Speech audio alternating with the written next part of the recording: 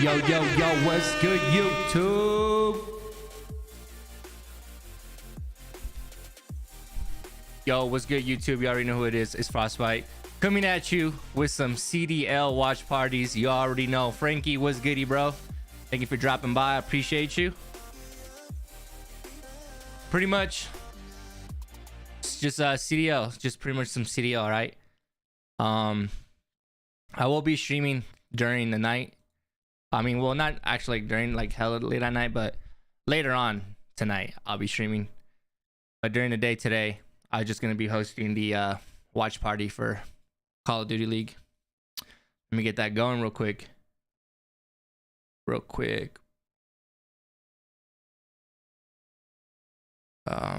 Actually,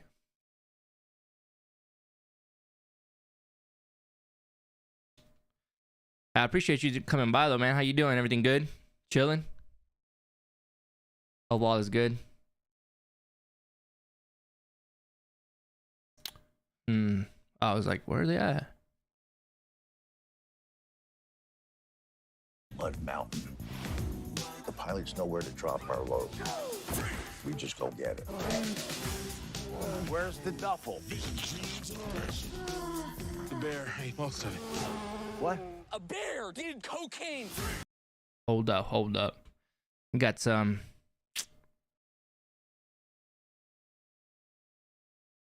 Got a commercial playing. After this commercial, I'm gonna start it up. Switch over.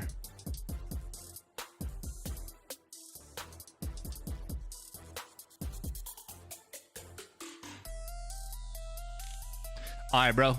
I'm gonna play this for a bit and I'm gonna be back. All right. Show.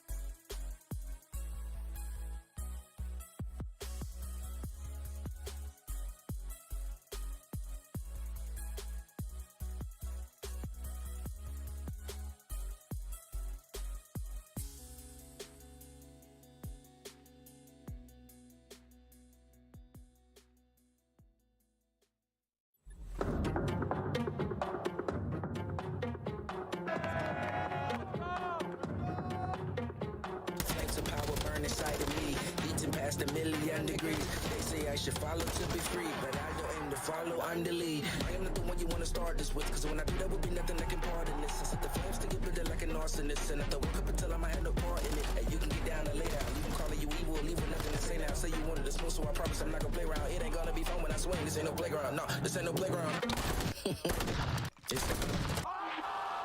Oh, you said you wanted to win, well, this the right fight. Perfect when the darkness comes, turn on your nightlight. Oh, you should have brought you a gun, cause we don't like knives. Since the power went to my head, haven't been quite right. Flames are burning, things are churning, knees are bending, ankles burning. I'm the teacher, you should learn it. I'm the judge, and here's your verdict. This is hell, and you deserve it.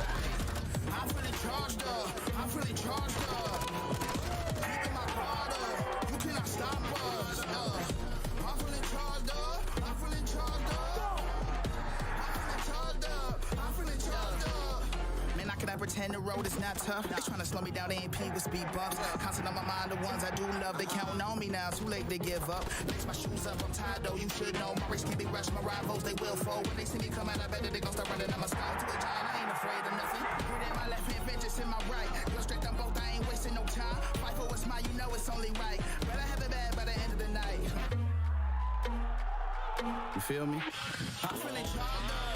Battery on full percentage, I got the green light. Keeping my guard up. I will not stumble, no straight when they threaten my life. You cannot stop us. A force to be reckoned with, I don't recommend you try. Energize, I know my passion and purpose gon' take me higher. I'm feeling charged up. I'm feeling charged up. Keeping my guard up. You cannot stop us. I'm feeling charged up. I'm feeling charged up. I'm feeling charged up. I'm feeling charged up.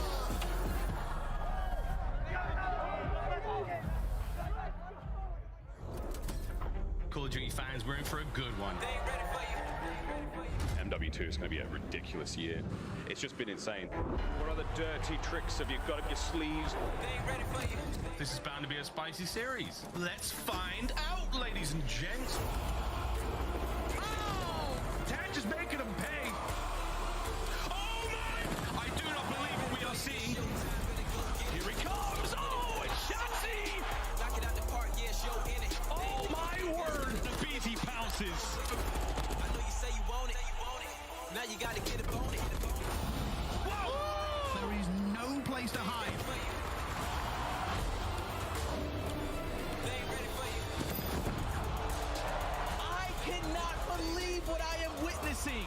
And that will be the game. It is over.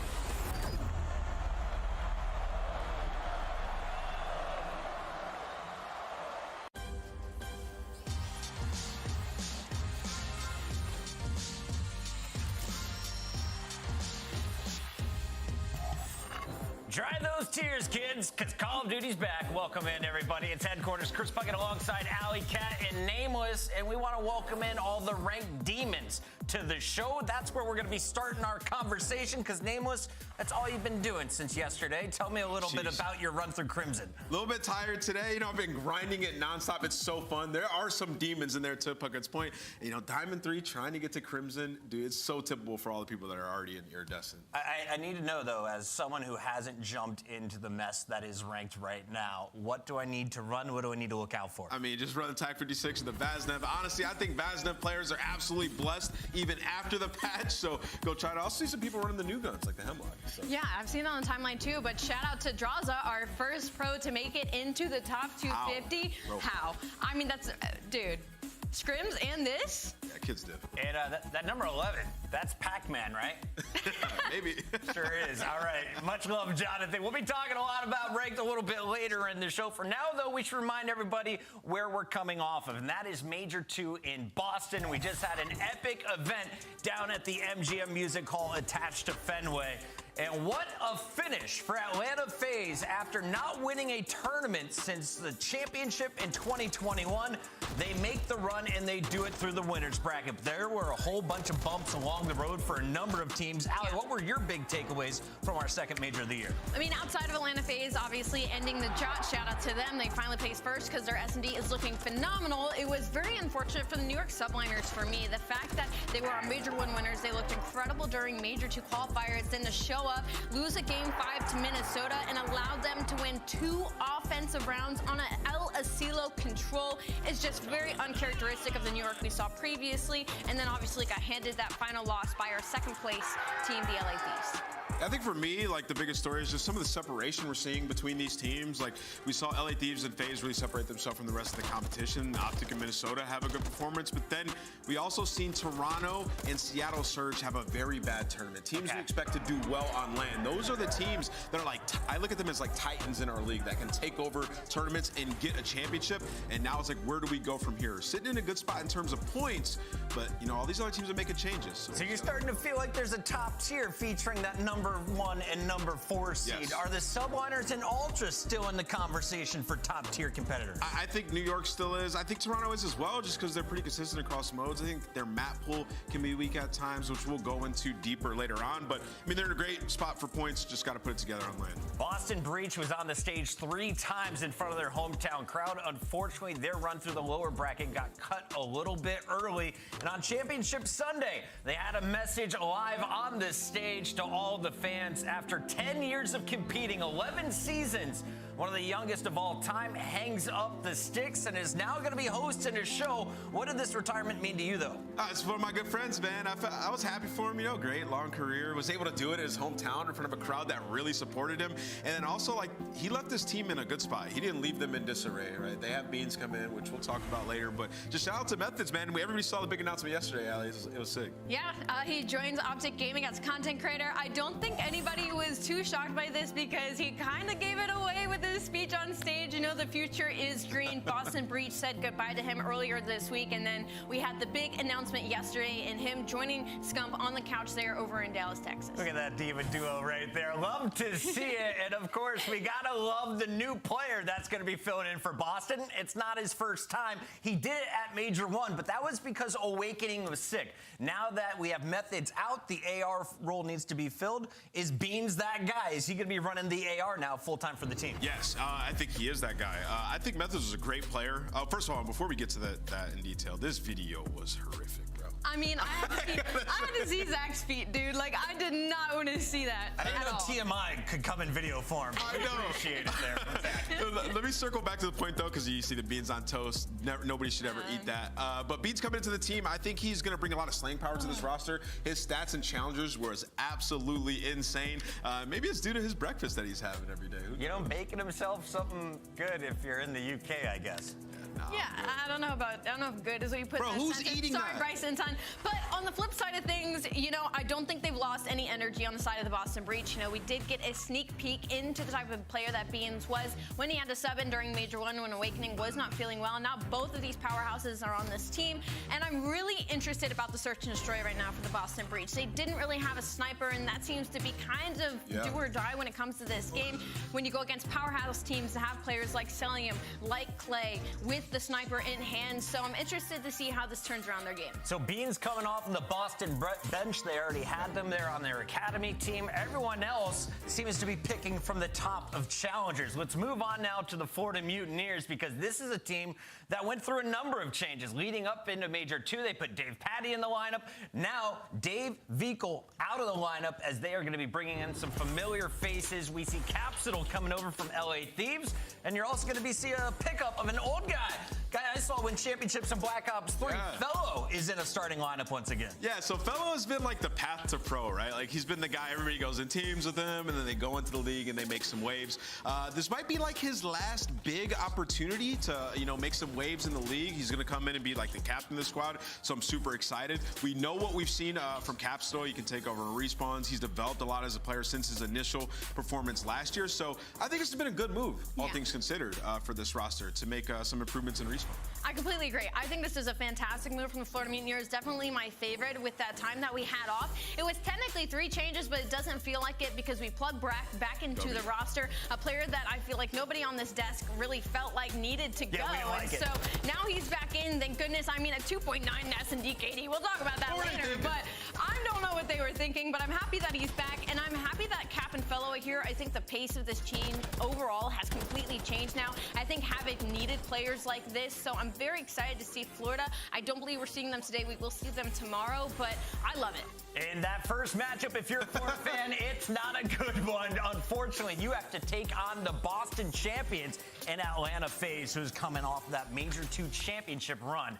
Another squad that is going to be in the mix featuring another champion player from Challengers. Just like Fellow, Gangy was able to take home a gold mask back in Boston. He did it at the Challengers Elite Tournament, and now he is moving into a new Optic lineup. Another huge change here. Yo, chat. Thank you for dropping by, checking out the channel. Should have some pretty decent games today. All weekend, though. Catch me here, all right? All weekend. And now we're hit with another curveball in the dropping of Illy and the replacement with Gangy. I guess the dropping wasn't so much a surprise as who they ended up plugging into the roster. What I believe happened is this is somebody that Dashy wanted to put into the roster. He's the one that called Ghosty up and was like, hey, starting roster. That guy's called shots? Yeah. Thoughts? Question mark. So interesting that top 4 wasn't enough for this team. There was some inconsistency, I feel like, with Illy, but a lot of pressure now for this new format.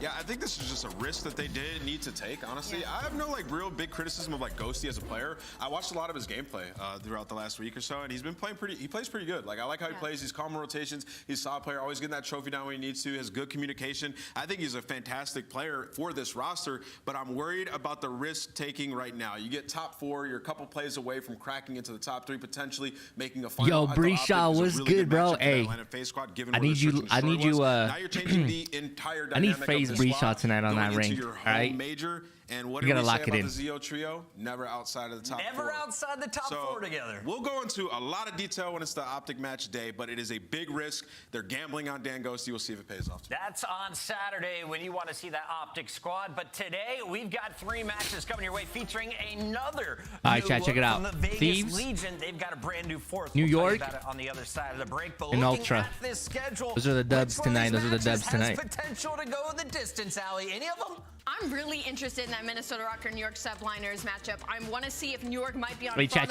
Don't forget to hit that like, hit that sub. Some of the greatness that we saw. Trust, I got you covered. All CDL stuff. In our online qualifier. You say fraud alert? Fraud? I'm wondering if there was fraud alert. Yo, they got a chip. Don't go anywhere. This is Headquarters. When we come back, we'll be breaking down the first matchup of the day. It's a good one featuring finalists from Boston. LA Thieves are taking on the Vegas Legion.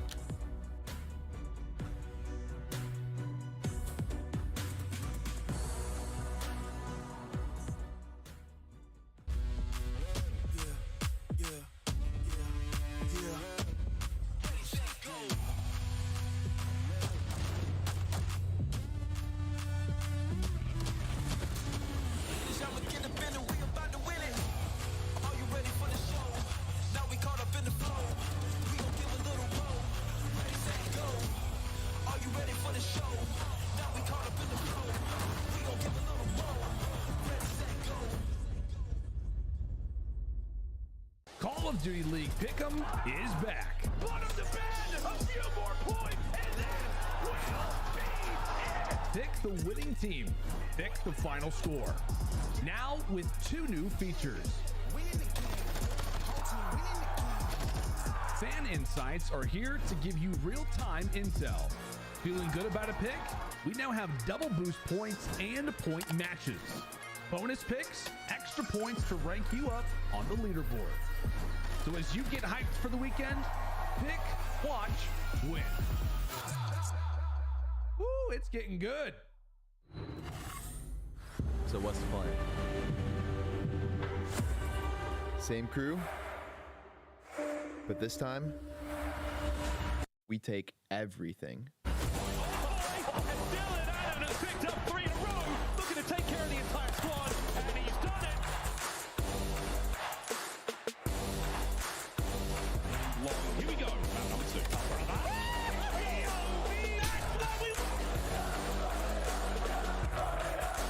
Crazy.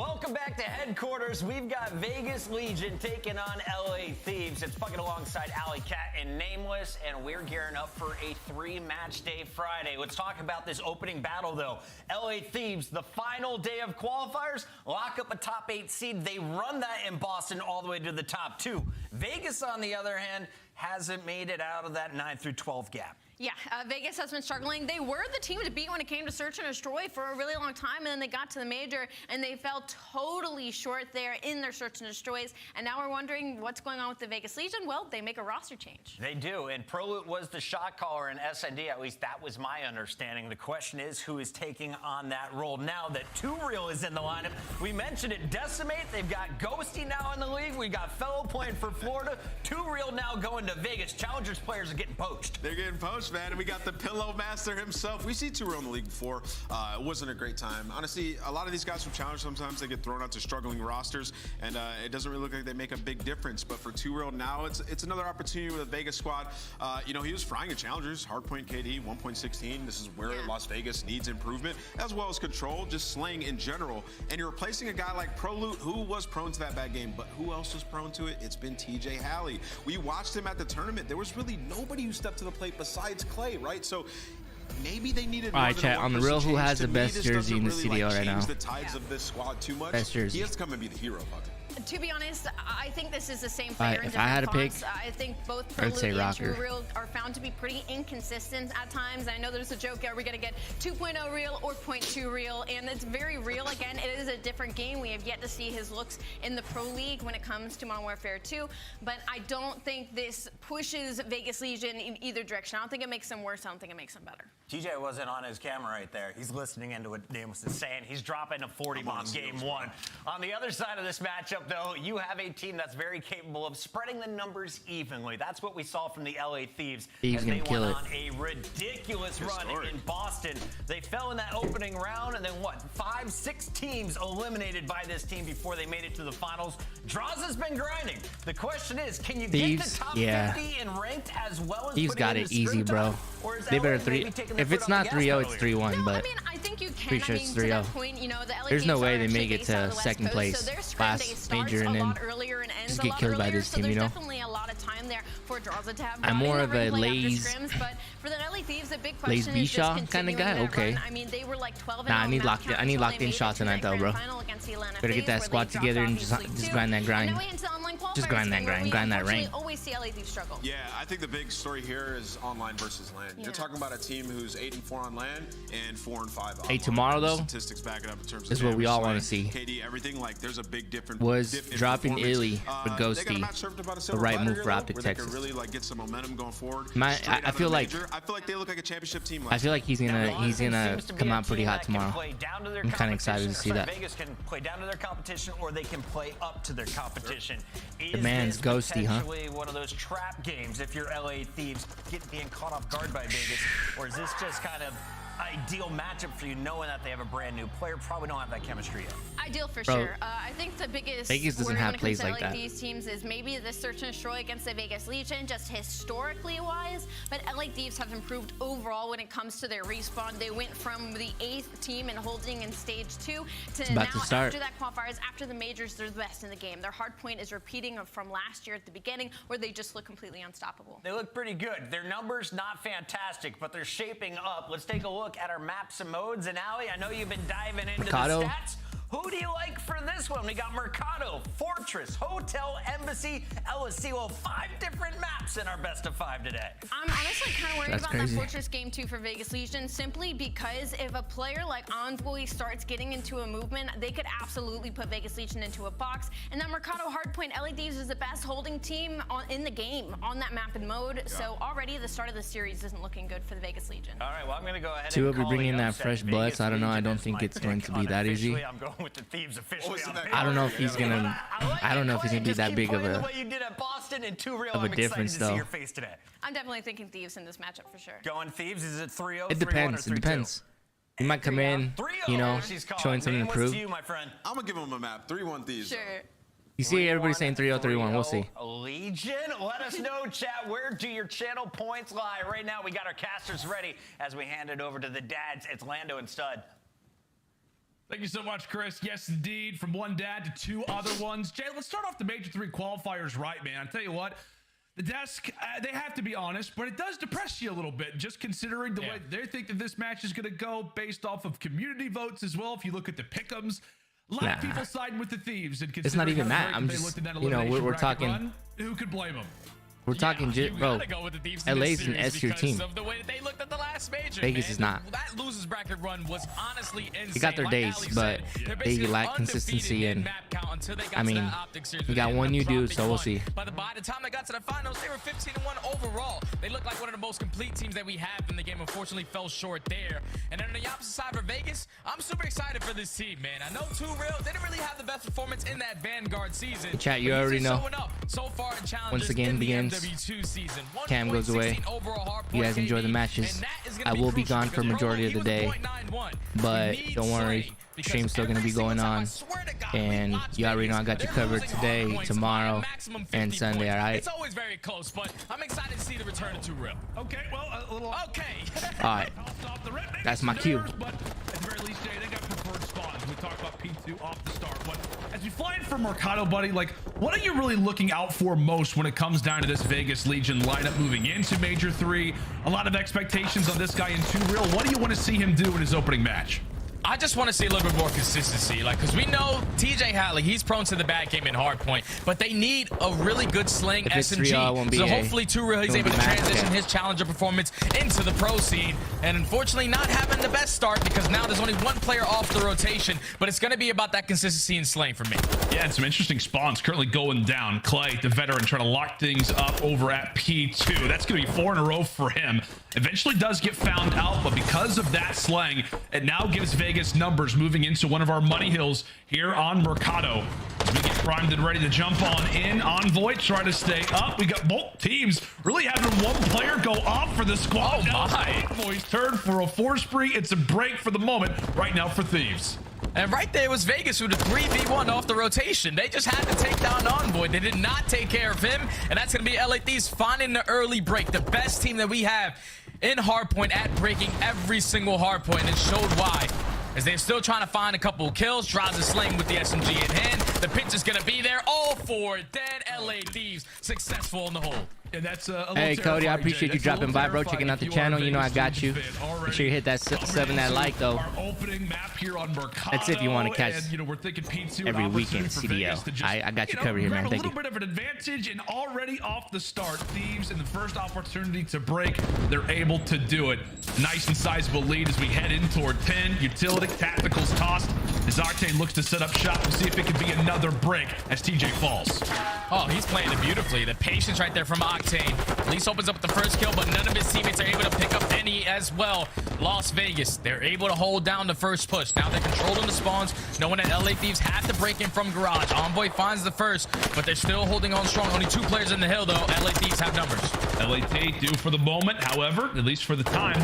Vegas Legion able to put a few away, but just like that, they break once more. 35 very valuable points still to fight for, and right now the Thieves have put themselves in prime position for it. It's currently going to be a 1v1 on the point. However, Draza has some reinforcements arrive exactly when they need to. Oftentimes, Jay, we talk about a Mercado. If you're a breaking team, sometimes you can really struggle. Right now, Thieves not having a problem at all. They are flying here in game 1 early. Oh, they're flying nice and early, Lando, and especially off this rotation. I thought it was going to be Vegas winning it, but now it all falls into the hands of Envoy. You want to try to stay alive, wait for your teammates to get into the play. 1 player's going to spawn close back alley. They win the first gunfight. Now it's on 2 Real. He drops in.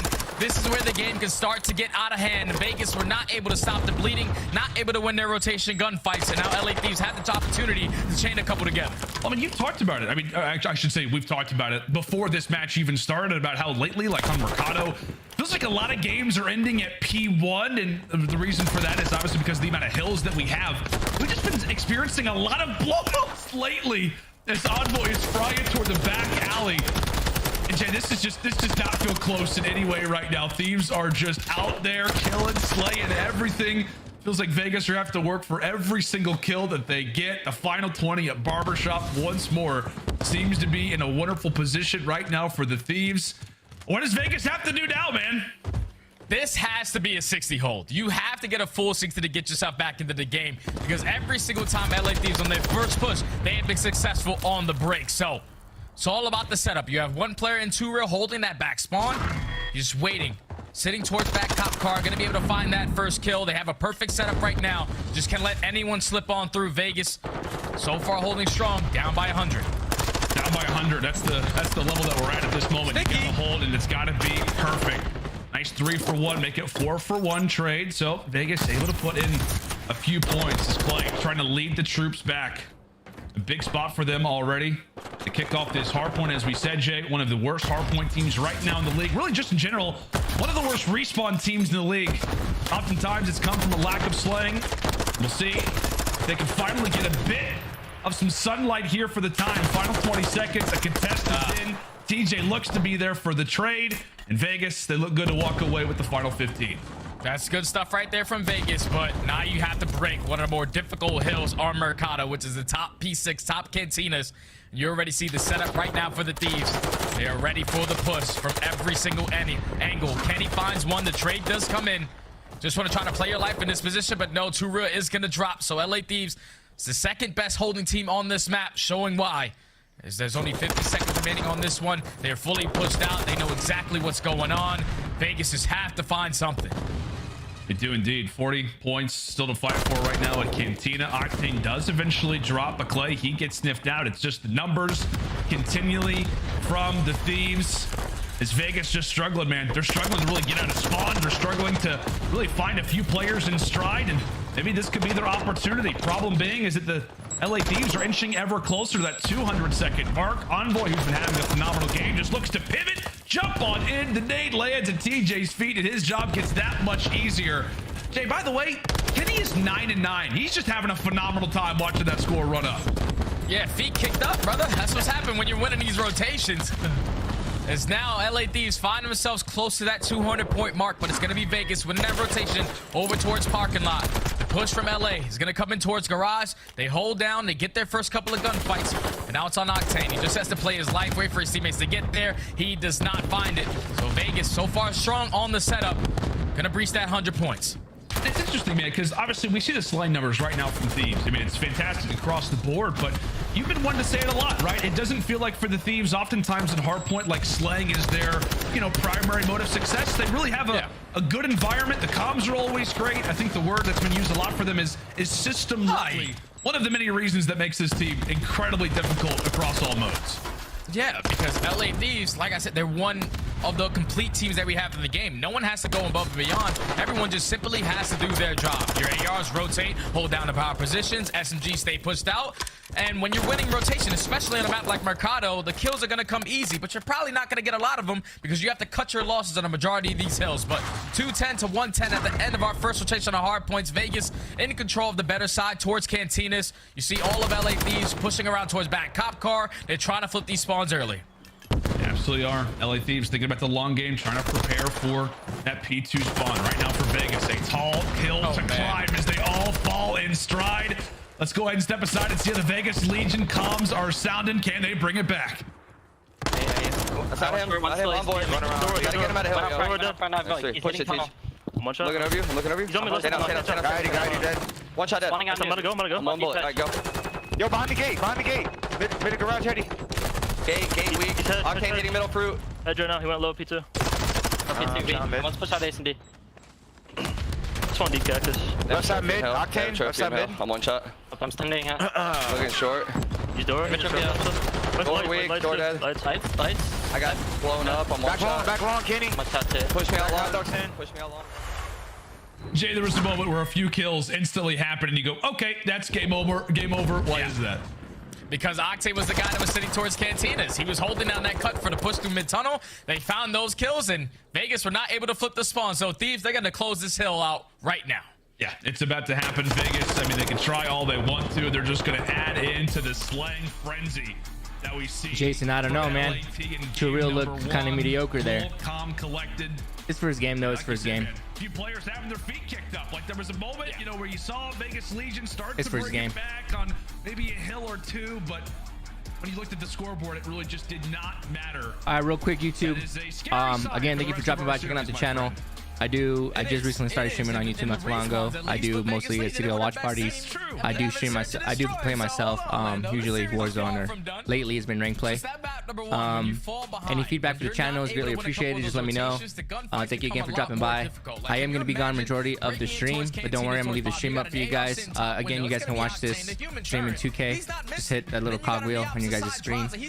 Hopefully the audio and everything is good. Hopefully my internet doesn't go out. Other than that, you guys enjoy, and I'll catch you later. All right, thank you. I'll see you guys in the chat. I'll be talking in the chat here and there as I'm away. Didn't have the best performance, but I don't really take that too serious because, like I said, on a map like Mercado, it's very difficult if you're not set up for these hills to pick up some of those kills. But now in the Search and Destroy, going into a fortress where Vegas Legion, they're undefeated on that one, 6-0. The only thing that scares me is that obviously ProLoot isn't on the team, but they haven't played this map since January 13th. It's been over a month now. So teams know how they're going to play. LA Thieves, if they show what they did in that map number 1, when it comes to teamwork, Vegas are going to have a tough time. Yeah, they absolutely are. And it just makes you wonder, like, over time, you know, how much more difficult it gets for a team like Vegas Legion whenever you aren't winning your respawns. And, you know, you come into this, a new roster does not look great off the rip, and now you're going into a Search Destroy where all the pressure's on you. That's so often what we talk about, like with the Seattle Surges of the world. They can win their hard points, but they can't win their S&Ds. For Vegas, it's the total opposite. It just puts so much pressure on those particular game modes that you have to win them. And oftentimes, man, it can also contribute to a lack of confidence, it feels like, in a lot of moments. And I imagine for Vegas Legion, confidence is not at an all-time high after a loss like that. But as you said, man, this Fortress Search Destroy has been one that they have liked quite a bit so far throughout this season. And I don't know, I'm looking at that record. I think you called it out, like a 6-0 performance. Is there anything that, for you at least, could maybe wipe that smile off Draws' face? It's got to be the post plans for Vegas. Even though it was with their old team, whenever they get that bomb down, they're second overall with an 87% win rate. It's just like the biggest thing that you just said, pressure. When you find yourself down 0-1 in these series and you always have to rely on these Search and Destroys, now you know that it's all in your playing field. If you lose this, you're basically chalking up the series, and that's a terrible way. That's a terrible way to be as a team because your respawn hasn't been the best. So S&Ds are what you need to bank on. You need to do whatever it is in your power to win this Search and Destroy. Yeah, and the only, I guess, the worrisome thing, if you are a Vegas Legion fan, is obviously, hey, you know, we didn't have a great opening hard point. Granted, hey, we're going to a Fortress Search Destroy that we've yet to lose. The worrisome thing, though, Jay, to me, to add on top of all of it, is that the Thieves, they had a wonderful, wonderful spree at the Major 2 tournament where they were winning those Search Destroys. Like, how often have we called out Thieves, incredible respawn team, dominant in the hard point? They were still that roster.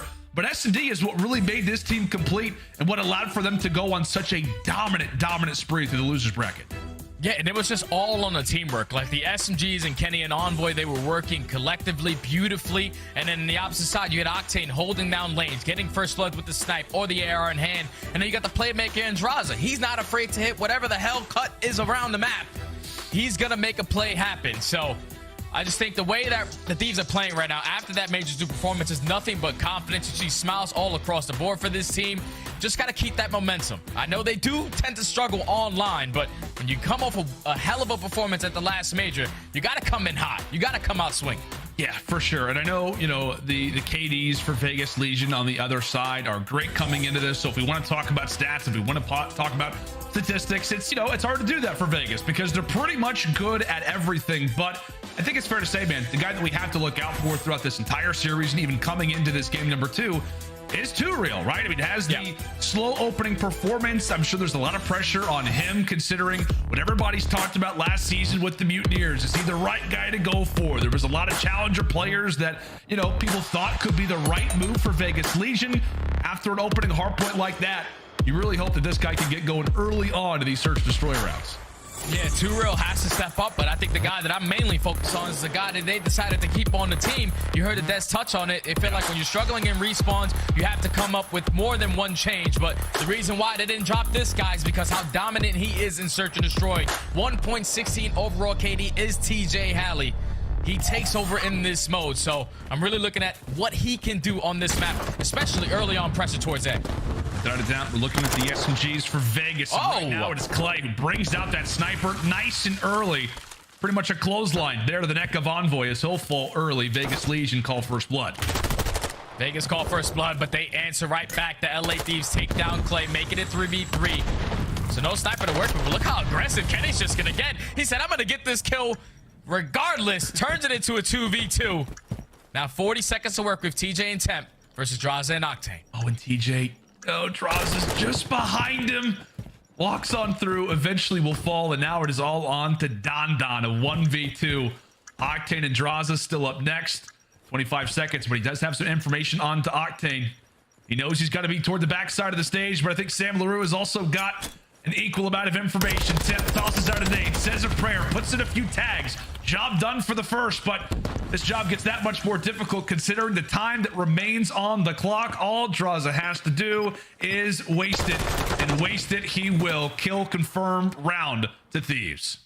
That's great work right there from the Thieves. Even after getting first blooded, I thought in that situation, once Clay finds that first kill, you just want to back down. At least force them to put that bomb down, not give up your life for free. But once he drops, they know that that's the guy that's watching over the site. Eventually, Kenny just said, I'm going to take one down with me, turns it into a 2v2. And you play it beautifully in the 2v1. Draza, he was able to spot that bomb from either arch, even from bottom art. So many angles that Temp had to be aware of. Just couldn't find the kill and in the time as Draza secures the round one. An uncommon one, as you said, man. Vegas Legion typically unbelievable in first bloods on Fortress. They've got their second one now in a row.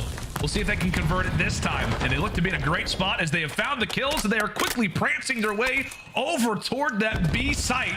Kenny, as the dust settles, he realizes there's 3 enemies left, and now he is the sole man alive.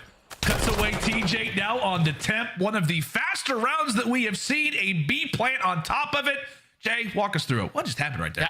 That was a great play right Vegas. They know that they don't have any trophy systems to work with yet, so we're not going to go over towards that A bomb. Let's get super aggressive over towards street side. You find the first blood. Eventually you find the second. No hesitation on their push towards B. Definitely caught the Thieves off guard, but what a play call right there from Vegas to tie it up at 1.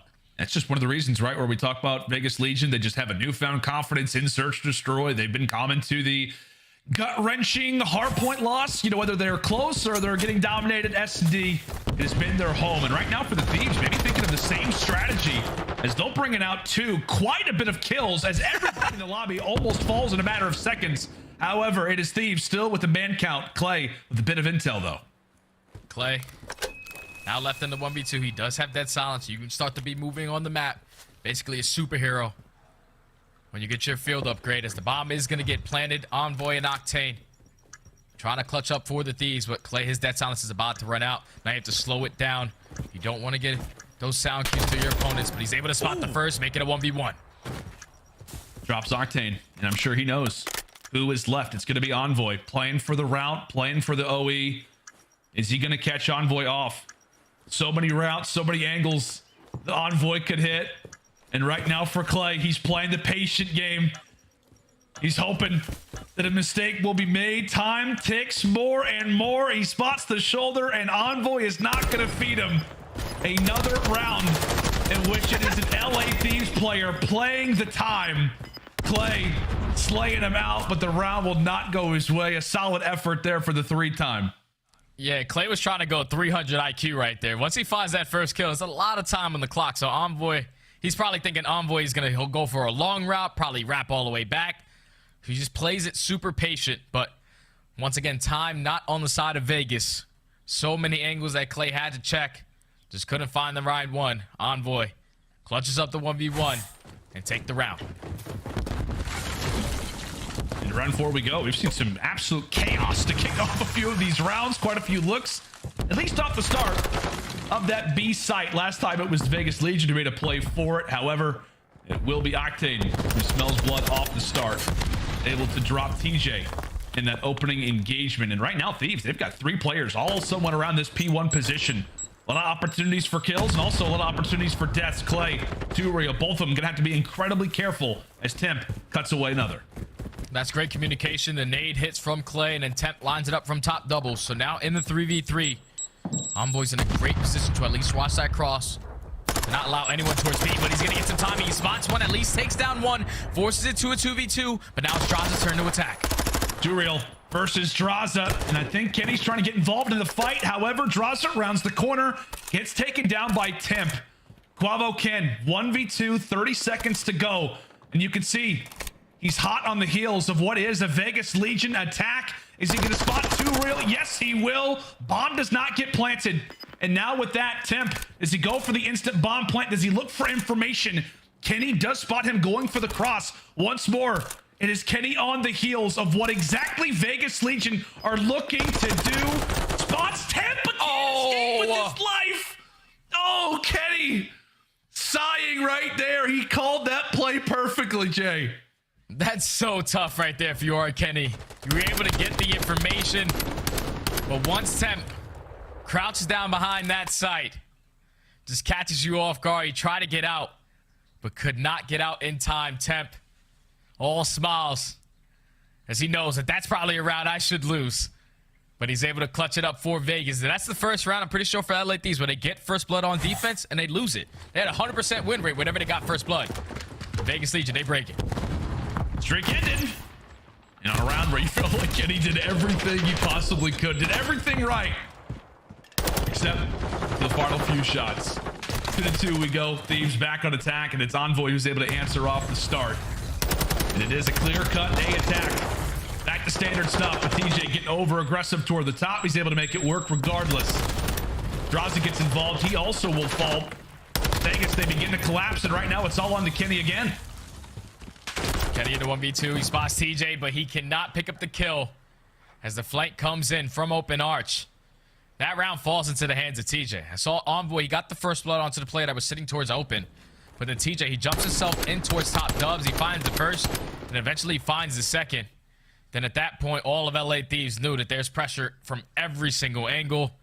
Could not win the gunfights as Vegas Legion now take control of this S&D, up 3-2. We'll see what they can do with it, man. We'll see what they can do with this, minor advantage we know historically, right? Thieves are a team that, as a search destroy goes on, as a series, a game goes on, they start to adapt. They start to learn from what the opposition is doing. And right now, it's a great crossfire, but Draza jumps in. It looked like it was a solid strat, Jay, but I don't know. Maybe a little bit of miscommunication there. Yeah, I don't know what kind of strat that was. This is bull rush right through side art. As they're not going to be sitting towards top rails or anything, but unfortunately both players do drop from the Thieves. So now in the 3v2, still on defense. Vegas, they are just waiting for someone to get aggressive, someone to try to make a play. As the bomb is not going to wrap its way back over towards A. Kenny should be able to get that information of players crossing towards site. And now this is where LA Thieves have to try to execute the retake. See if they can find the timing. Kenny's getting ready to come from this left side. It does end up taking down 2 real. So Octane with the sniper in hand. It's all going to be on to him. He loses his good old buddy in Kenny. And now with that sniper, pops out dead silence. Feeling good about the likelihood to clutch this one out. 30 seconds still to go. He's attempting the route. Boom! Takes down Clay. 1 more to go. Feeling confident. Brings out that Vaznev. A 1v1 versus Tej. Are we about to see Subtane close this one out? Oh my God! Jay! Tej did not spot Octane.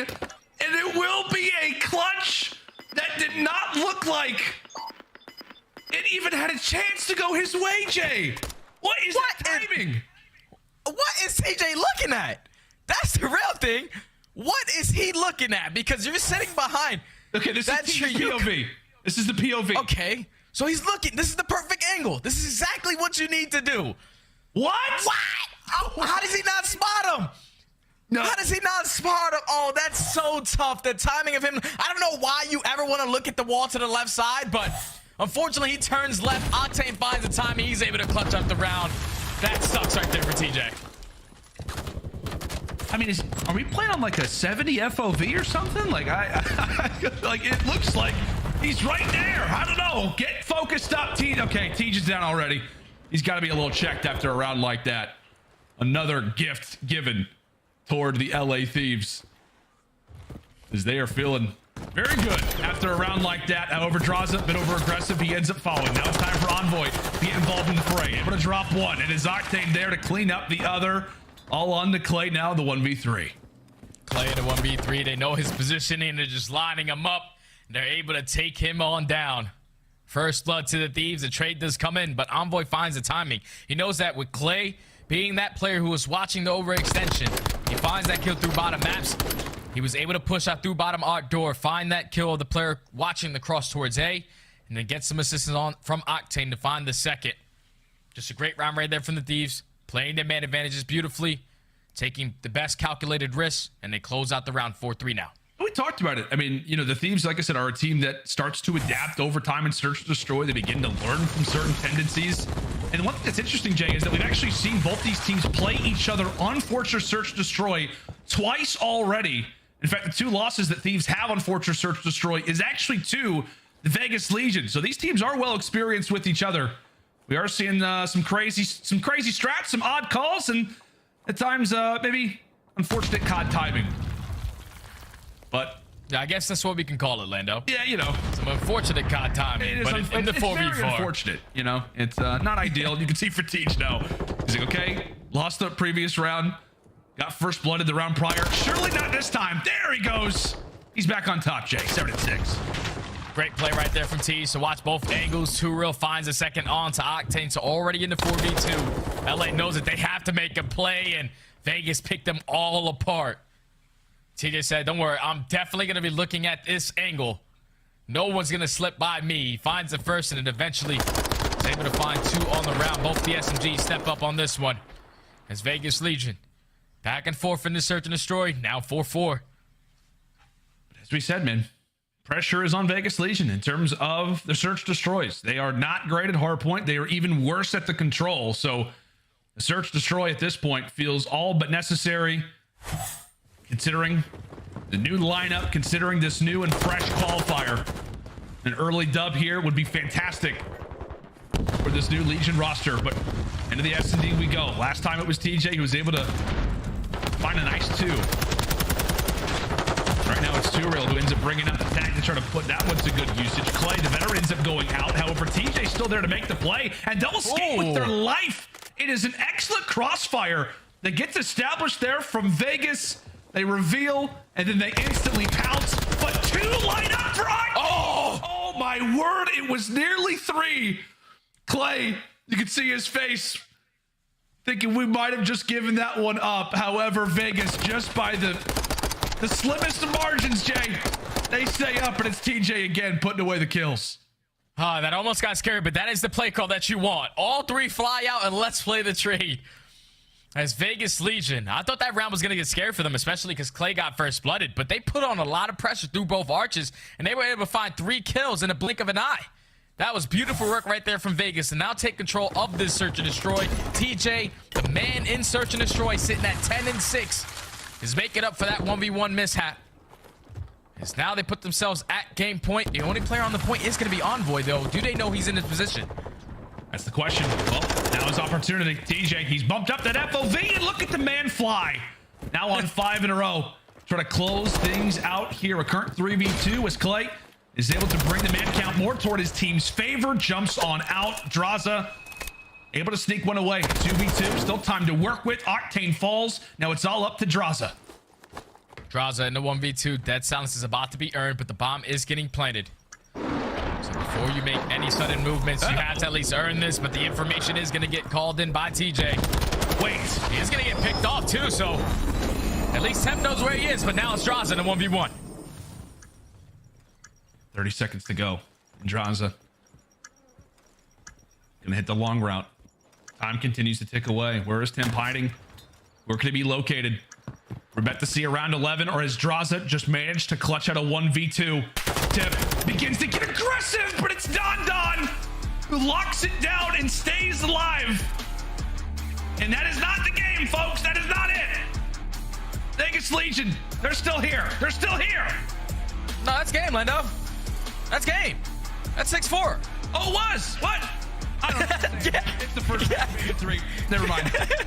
All good, man. You know, dads nowadays, we tend to lose our memory here and there, but Vegas Legion, they're able to make this series 1-1. Great clutch right there from Temp.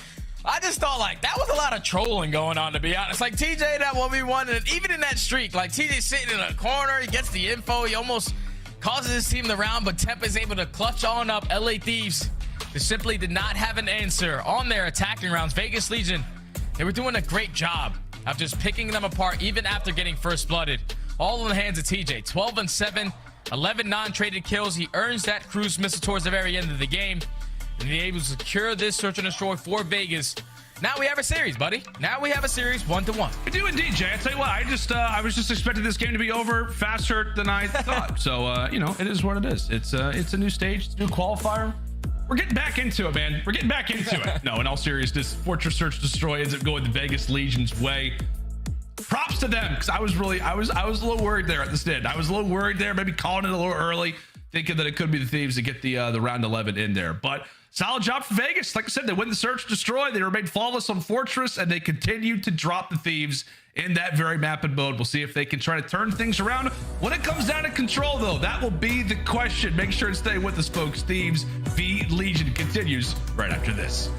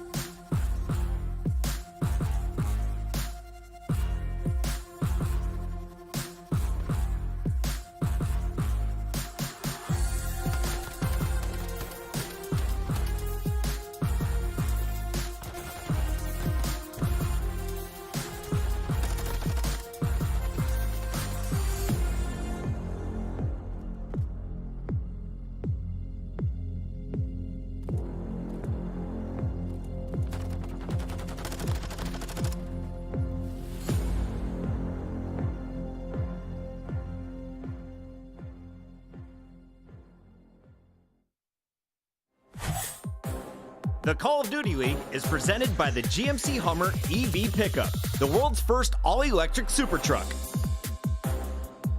Upgrade your game with the Scuff, the official controller of the Call of Duty League. How's it going, friends, and welcome back to the Major 3 Qualifiers. Day number 1. We're taking a look at our Scuff play of the game, and it is Don coming away with a clutch ace. Jay, this guy could do no wrong in the round. Oh, yeah, and this is the round he should have lost the 1v1, but he's able to find a final kill onto Kenny. And he's able to earn that ace. Great work right there from Temp. All smiles from the young man. As Vegas Legion, after that clutch, are able to take the search and destroy. And now find themselves at a 1-1 scoreline in the series. But now they're going into one of their worst game modes, Lando. This is scary because Control has not been their strong suit all season long. Hopefully with the addition of 2Real, they're able to change it right now. But it's not going to be easy because you're playing LA Thieves on their best Control map. So this is tough. I'll tell you what, Jay, like, we've used the word scary, terrifying, fearful, like constantly when it comes down to the Vegas Legion, just because they're the worst respawn team in the game. Like, we jump into a destroy, we're like, okay, now's their chance, now's their time, and not even I can take away a search destroy victory away from them. But the respawns, it's been the exact opposite, and one of the primary reasons for why it is scary is because of that man Envoy, a 1.16 on Hotel Control so far throughout this season. That is top 5. And something you got to be aware of if you are on the Vegas Legion. Do not allow for Envoy to hit those routes. Yeah, don't allow Envoy to go crazy with that SMG, but with the early pressure over towards B, they're going to be whipping out the 4AR strat. They're just trying to pick up the kills, but Clayster at least cuts down 3 of them. Shuts down that push, and now Vegas Legion holds strong. Just wasting as much time as they can off the clock. And Clay's a guy that I really wanted to focus on this map. Because believe it or not, Lando, he's been great all season long, but not on this map. He is 55 out of 56 players with a 0.71 KD. But starting off with the 3-piece is exactly how you want to do it. LA Thieves, though, still putting pressure on towards B. Problem big is going to have to be him again, trying to lock things down over towards the bar. He eventually gets found out. Now it's 2Real's turn to try and really just be the beacon of hope right now for Vegas Legion off of these spawns. But currently for the Thieves, it has been well controlled so far at this B zone, despite the early success from Clay. That is all the success that Vegas Legion will have. Clay tosses a nade, says a prayer, but he knows that that zone is going to go the opposite direction. Yeah, LA Thieves, they're able to close out that B point, which is a lot more difficult. So now when they're putting pressure over towards A, it's all about getting back and trying to maintain that kitchen control. You have Octane who's slowly working his way through the middle of the map, trying to play for a couple spawners, going to get the information of players crossing, but they're just trying to find these kills. They're all playing it patient. You can see right now, player 1, player 4, Octane and Envoy trying to work together, looking to make their way through the backside of the arches, but they line up. That stun will definitely make things a little bit easier. So Tej able to find the triple. It then sets up the rest of the squad to find another there on to Kenny. So it's been big plays. It's been some big plays so far for Vegas. We'll see if they can keep it up as the journey begins now. Minute and 10 still on the clock. Live count still pretty healthy for either side. Clay hunting for information as the Thieves have found their 2 picks. Make it 3. Oh, Thieves have found 3 kills in a row, but at least the close spawns are going to be here for Vegas. So they're right back into the action. It's all about getting that kitchen control, but don't lose these gunfights. 2Real and Clay combined for 2. Temp finds a 3rd. 2Real eventually closes out the last player as Vegas Legion are doing a great job on this setup, man. Grateful for them that they got that close spawn towards Jewel because it could have got out of hand, but now they're set up. They're ready for the push. 2Real finds himself on a 6-3. This is the SMG we were waiting for. Yeah, this could be his opportunity, man, you know, to eventually get comfortable, get confident. You're going into a control where you know how things are going to go, right? Now it's 7 in a row, 30 seconds left. But this could be his chance to maybe start to come alive in this series. As we said, it was Thieves who started off great. Pretty much unscathed at that B zone for the most part, but ultimately at A, they have not had a good look at it yet. They begin to line on up. Only 4 lives left. And just a sliver of time. Oh, no. Kenny able to put away 2. This has got to be a kill. This has got to be a kill for Temp. It's starting to become a collapse. Clay, the soul man here. That objective is flying. Clay will fall. 2Real has to involve the streak. Oh, he's able to find 2. 1 more player left is Envoy. And that should be it. No way. Okay. Oh, goodness sake, Jay. What just happened? Vegas Legion had to throw everything just to guarantee that Thieves did not come away with a 4v10, 4v11, whatever it was. Yeah, Vegas Legion almost just crumbled. They had to invest everything in that push because they knew that all of LA, they had no more respawns. They were all trying to attack from front kitchen. All we had to do was just find those kills. But it was Kenny who opens up with at least 2. Then the trades come abound. But at least you invest that streak. You secure that defensive round. Don't let anything get away from you, because that would have been a momentum change up. If LA Thieves were able to clutch out that one up, Vegas Legion were going to be demoralized, but they take the defensive round. Now up 1-0. And you could be very glad that your new addition in Real was able to go on that 7 spree. Yeah. Just to make sure, just to verify that they didn't get that final segment and have that 1 next to their name on the inverse. It is Vegas up 1-0, but they did have to give up a lot coming into this next round. It has been pretty much standard plays, making some work happen, trying to get a bit of map positioning. And now it's 2 Real once more, man. He finds himself on his spree again. Now at 11-5, eventually drops, but it's been pretty easy work so far at this A zone. That's 2 out of the 3 segments done. Yeah, 2 ticks already complete. LA probably not going to put a lot of pressure on this. Is going to try to find these kills on their way out, but that's 2 kills already in favor of Vegas. LA, they have to switch on up. They have to go get bedroom control. They're getting those close spawns. But now you just have to hold the pressure for Vegas attacking towards the back. There's 2 players ready for the push. You can see those red arrows in the bottom left side of your screen for the Thieves. Just trying to direct, trying to figure out where exactly Vegas are coming from. They've got 2 on one side and 2 from the other. Tej trying to make the prowl on the back. Draza eventually is going to be there to find him. He also finds one on to Temp. So Thieves, they handle business. They avoid the pinch. And now they've afforded themselves a little bit more map positioning as they inch closer toward the bedroom. And now it's up to Vegas to work from the backside of the spawns again. And if you are LA Thieves, these are very important kills, because right now Vegas, they have mid control, they have bedroom control. You have to hold your eyes, you have to find some gunfights. That's going to be 2, making 3 dead in defeat. If you are Vegas, the stack has to come in. Everyone get on the point as the first tick is already through. Though an Envoy wasn't able to regen and help, he goes for the Dolphin Dive with a sliver of HP.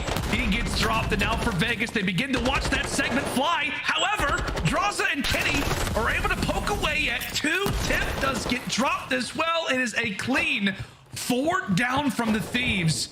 And already, at least if you are Legion, you've evened up what you had to give away in that last round. We are tied at 5-5 in overall segments, so you can be at least excited about that. But Jay, the job is not done yet for Vegas. Another segment to go, and it could be 2 Real to break open the play.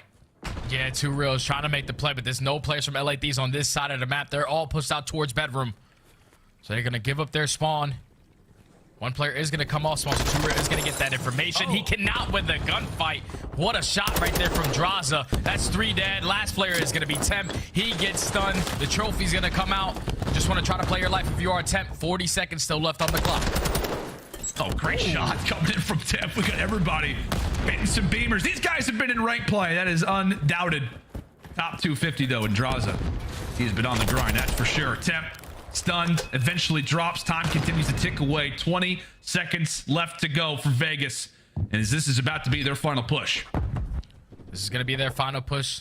2 Real with that dead silence. He can make the play happen. He's not going to turn to the right. What's going on with the Vegas Legion players not being able to see the LA Thieves players? He's checking everywhere, but you got all the information that you wanted. Only 5 seconds left on the round. Kenny finds another kill. Eventually, he strikes, but there's no more time left on the damn clock. Vegas Legion are going to lose the attacking round, but at least you got 5 segments complete, all tied up in that aspect. I can just imagine what the comms were sounding like in that moment. Like, if it's like Clay's calling out, like, yeah, he's top bed. Jirill's like, no, he's not. Clay's like, I don't see him there. They're like, where did he go? I don't see him, dude. I checked all the corners. I don't see him. By the time the round ends, it's like, oh, okay. Well, who knows? Houdini involved when it comes down to the LA Thieves, as they just managed to stay alive again. I don't know how they're doing it. But as we said, everybody, make sure those FOVs are up, by the way. Make sure those FOVs are in a good spot. 5-5 in segments. Pretty good work done from the attacking side so far here on Hotel. We'll see if the Thieves can clean up from where they left off last time. It's a solid opening first blood for Envoy. He clears the way, and it is a very clean route over toward that A zone. Nobody there for Legion. Yeah, nobody there for Legion, and you have Drazu still causing problems over towards that B point. Gonna keep Vegas on that side of the map as now Envoy finds himself on a forestry all the way pushed out towards back Shandy. You're gonna force Vegas to try to break this through middle. You have one player in temp going all the way around towards back parking. Draza finds one through the map. The temp should be able to find this trade. Oh, almost got scary, but first tick is already complete at A. LA Thieves are just trying to get this A point done and dusted. Yeah, I think for Vegas, they're just like, all right, you know, you got us. We'll give it up. You got us. So one kill goes down, and we'll hand it on over. See if that strategy works out for them. Is now the Thieves comfortable, begin to make their way on forward. They do send one scout in temp. Don is going to be there. And he eventually does fall. Meanwhile, Envoy on the other side who's able to find one himself. So two big gunfights on either side of the map. And it's Thieves who are able to take both of them. In reply, though, it's TJ who comes away with a double. A big savior in a spot like that. TJ goes big. And Vegas, they buy themselves some time. Yeah, that's a big two-piece right there from Tees. Because once the player on LA was able to win that gunfight versus Clay, then they get scared because the spawns for Vegas would have got all the way towards Jules, but with TJ finding that too, they get the close spawns, and Vegas Legion are not going to let anything get away from them now. Full bedroom control. They find 3 dead in the feed, but all of LA spawning out towards bedroom. You have to get ready for this push if you are too real. Indeed, and really, if you're Legion right now, you got to make sure you're not getting picked because of those close spawns that Thieves are getting. They're going to be here in stride. So, with that, so far, job has been done for the Legion. TJ climbs up the ladder of death. He's able to fall. That puts pressure on Clay. However, he's able to win his one. So far, it's been great work from Legion, but that's going to be 2. Make it 3 players in total right now throughout that mid-cross. A minute on the clock. A lot of time still to go if you are the Thieves, but Too Real having himself a map and a half. Eventually drops. Now it's 17 and 11 as it's been Legion time and time again coming away with these crucial kills. Just got to continue trading from this point on. Only 43 seconds remaining on the game clock.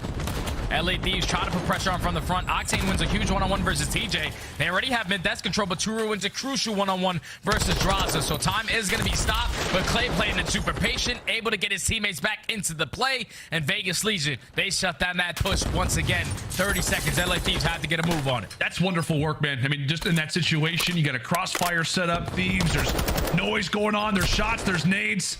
Great little bait and switch. They're coming in from Clay and Too Real. However, there is still a chance. If Thieves have time on the clock, they're still going to make a play for that objective. The new gun eventually ends up dropping. That first segment still is yet to get in. They're over at that B zone. Octane takes a look at it for a moment, but as time continues to dwindle, it's going to have to be a Hail Mary, a heroic dolphin dive that comes in from Kenny to keep this round alive. As Draza will fall, Kenny at least able to stay on it for a moment. Octane's able to put away 2, but Kenny will drop, and that will be it.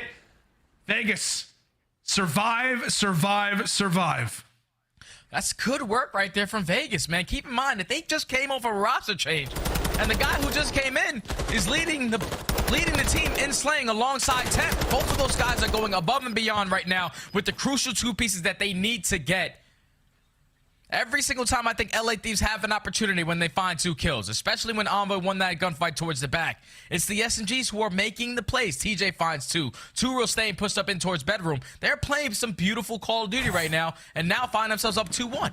Yeah, and that's not easy, as you said, man, considering that you pretty much conceded that A zone off the start. So you kind of know what the objective is of the opponents. You got a good minute and a half that you just have to keep holding things down. They do that versus one of the better attacking teams in control in the game, but it's Too Real with 2 off the rip to make sure that that A zone is absolutely theirs. Great work from Vegas once more as the young gun is flying. They've been hunting, they've been searching for that slaying, and they very well might have it right now. Feeling themselves, and now Jay, it looks like they're making the full-on focus at B. They've got the numbers to do it. Yeah, they took control of bedroom, so now with TJ pushed up towards double dash, you want to hit that rotation over towards the B point because it's not easy to capture this one with so many angles that you have to check in towards bedroom. They find 2 kills. Envoy finds 2. He's going to relieve some of that pressure. Now it's on Clay to try to find this kill, but Envoy lines him up with the Vazdev. That thing just got a nerf. It didn't look like it in Envoy's hands. He's able to shut down that push. Now Vegas Legion have to transition over towards A. Yeah, that's got to be frustrating if you're Vegas Legion at a moment like that. You feel like you're building some progress, you're building some momentum, and now you're starting to lose some of these gunfights where you expect to take them. Now what does the look seem to be for the Legion? Is it an A zone attack? Are we back to B? It feels like they cannot get a look at any of these zones without dropping a few players in stride. TJ, time in the back of his mind. He tries to dolphin dive forward. He gets found out. And now, do they decide to go back toward A? Time continues to tick, Jay. Some decision has to be made. Yeah, Vegas have to make this decision quick because it's all been defense so far on this map. It's usually attacking rounds, but I'm pretty sure Vegas is going to find themselves down by 2 segments unless they are able to complete that A point. LA Thieves, they're ready for the push. There's only 5 seconds left. Vegas got to go. Envoy's cutting them down. They had 3 plays in the point, but Envoy trying to be the playmaker. He's able to find 2, setting up the pinch, but Temp finds 2 of his own. The second tick is about to come in with 0.5 seconds on the clock. Vegas are going to be able to extend this time. And now it's all simply going to come down to the sling if you are Vegas, if you are trying to get that defensive side. Vegas, they were late to their reservation, but they do manage to grab it just before it's handed off. Envoy trying to piece, cuts away 2 real. Sweat off the brow right now if you're Thieves. Trying to make the man count go more in your favor. Get that life count down as much as you can toward the opposite side. 30 seconds to go. Temp still here, and it will be Don who's able to win that fight.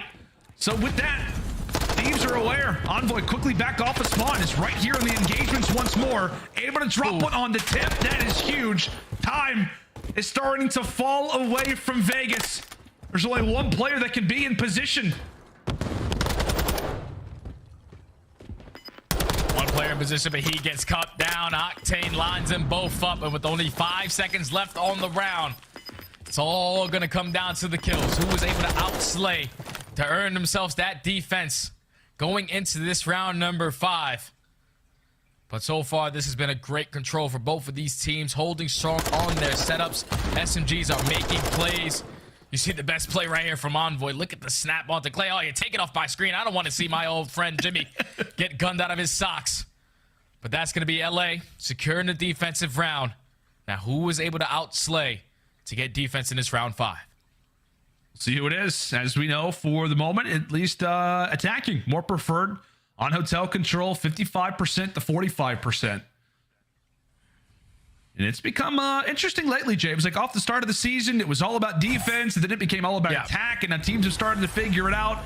And right now, Vegas Legion in this round 5 are going to be on the attack. We'll see how that ultimately favors it. And in round 5 so far throughout this season, Vegas have seen their struggles. There's no doubt about it. Can they clutch up here to go up 2-1 versus the LA Thieves, jumping on into this round? And it is just an all-out slay fest, Jay, but it's Octane who's coming out on top of it all. Yeah, it was supposed to be an all-out battle for mid-map control, but that's LA Thieves. Able to win a majority of those gunfights, at least with Clay winning that gunfight towards Draza. Now you can put pressure on towards B. You just have to get past the human turret who's holding down this angle, watching the cross, and that's exactly how you do it. Great movement right there from TJ to get on towards the point, but the nade comes in. That's 3 dead in the feed. Last player, Clayster, he drops. And now Vegas Legion have to make the decision. Which point do they want to attack as the spawns come 2-2 split towards both sides? And that's the thing, right? Obviously, you want to have the guarantee over at that A zone, but you just love to be able to have another look at that B zone. We'll see what the look ends up being. Pretty much a bit of a search-destroy situation. As they pause, they wait, and they wait for the streak to come on through from Temp. Gains a bit of information, however, on the other side, it's going to be Octane who now brings in his cruise missile. That one not able to land. So it's information toward either side. And with that spree, Vegas Legion make their decision. It is a push over at B. And based off the bodies that they have, it looks like that one's about to go their way. And it does. All 3 segments secured. Another minute added on to the clock. And now it comes down to Thieves. Can they lock this one down? Oh, and they're finding a whole bunch of huge kills. Temp and TJ combined for 3. Clay currently has kitchen control. Does he check his corner though? Because it's going to be on this player. Sitting in that spot, Octane gets taken down. Now Vegas Legion, all you have to do is stack. You know where they are coming from. Can it be the Thieves that break on through? Or have Legion done exactly what they had to? Have they locked this one down? That's going to be 2. 2 more players remain. Gotta go. Octane, can I clutch out a 2v4? It is all on to Sam LaRue as he gets wiped away. And Clay is getting loud. One of the worst control teams in the game. just faced off against one of the best and on one of their better maps. And you can see what that does to the momentum. A respawn secured for Vegas, and now a chance at walking away with this series. Oh man, what a respawn indeed, my friend. That control was back and forth for Vegas Legion. At least on their very first 2 attacking rounds, they always completed A. They just could not find any success completing that B point. They switch it up in that round number 5. Capture B. Clay plays it super slow towards back kitchen. They win the gunfights off the players coming off spawn. They set up the pinch. They were able to clutch up on the control. Look at the new guy, man. 32 and 21, 3,200 damage. He was all over the map alongside Temp. That duo took over in the control. Now Vegas up 2-1. That's the Vegas Legion, man. That's the Vegas Legion fan, rather. You love what you're seeing. You love what you're seeing. Maybe off of, the first hard point, not at all what you'd like to see moving forward, right? 12 and 23 out of 2 real, but he has turned around his performance in that search destroy. You saw Thieves making plays in that S&D as he's prone to. He's bumped up the FOV and he turns into a demon. Who would have thought? And then you bump into this control. High expectations again, as we said. You're facing off against the Thieves, who are a very talented team at this map and mode, as we called it, Jay. But 2Real comes out, has multiple 6-7 sprees on this, on the opening rounds. And from there, they just fly. And you can tell what it means to them. You can tell the freedom that they have. When they've got an SMG flying like that, it makes the job that much easier. Oh, man. Welcome back to the league, 2Real. Because I was just thinking about his first time in the CDL. It wasn't the best. Like, that Florida Mutineers roster in Vanguard had 3 ARs the entire time. He was the only SMG. Finally, he has an SMG to work with.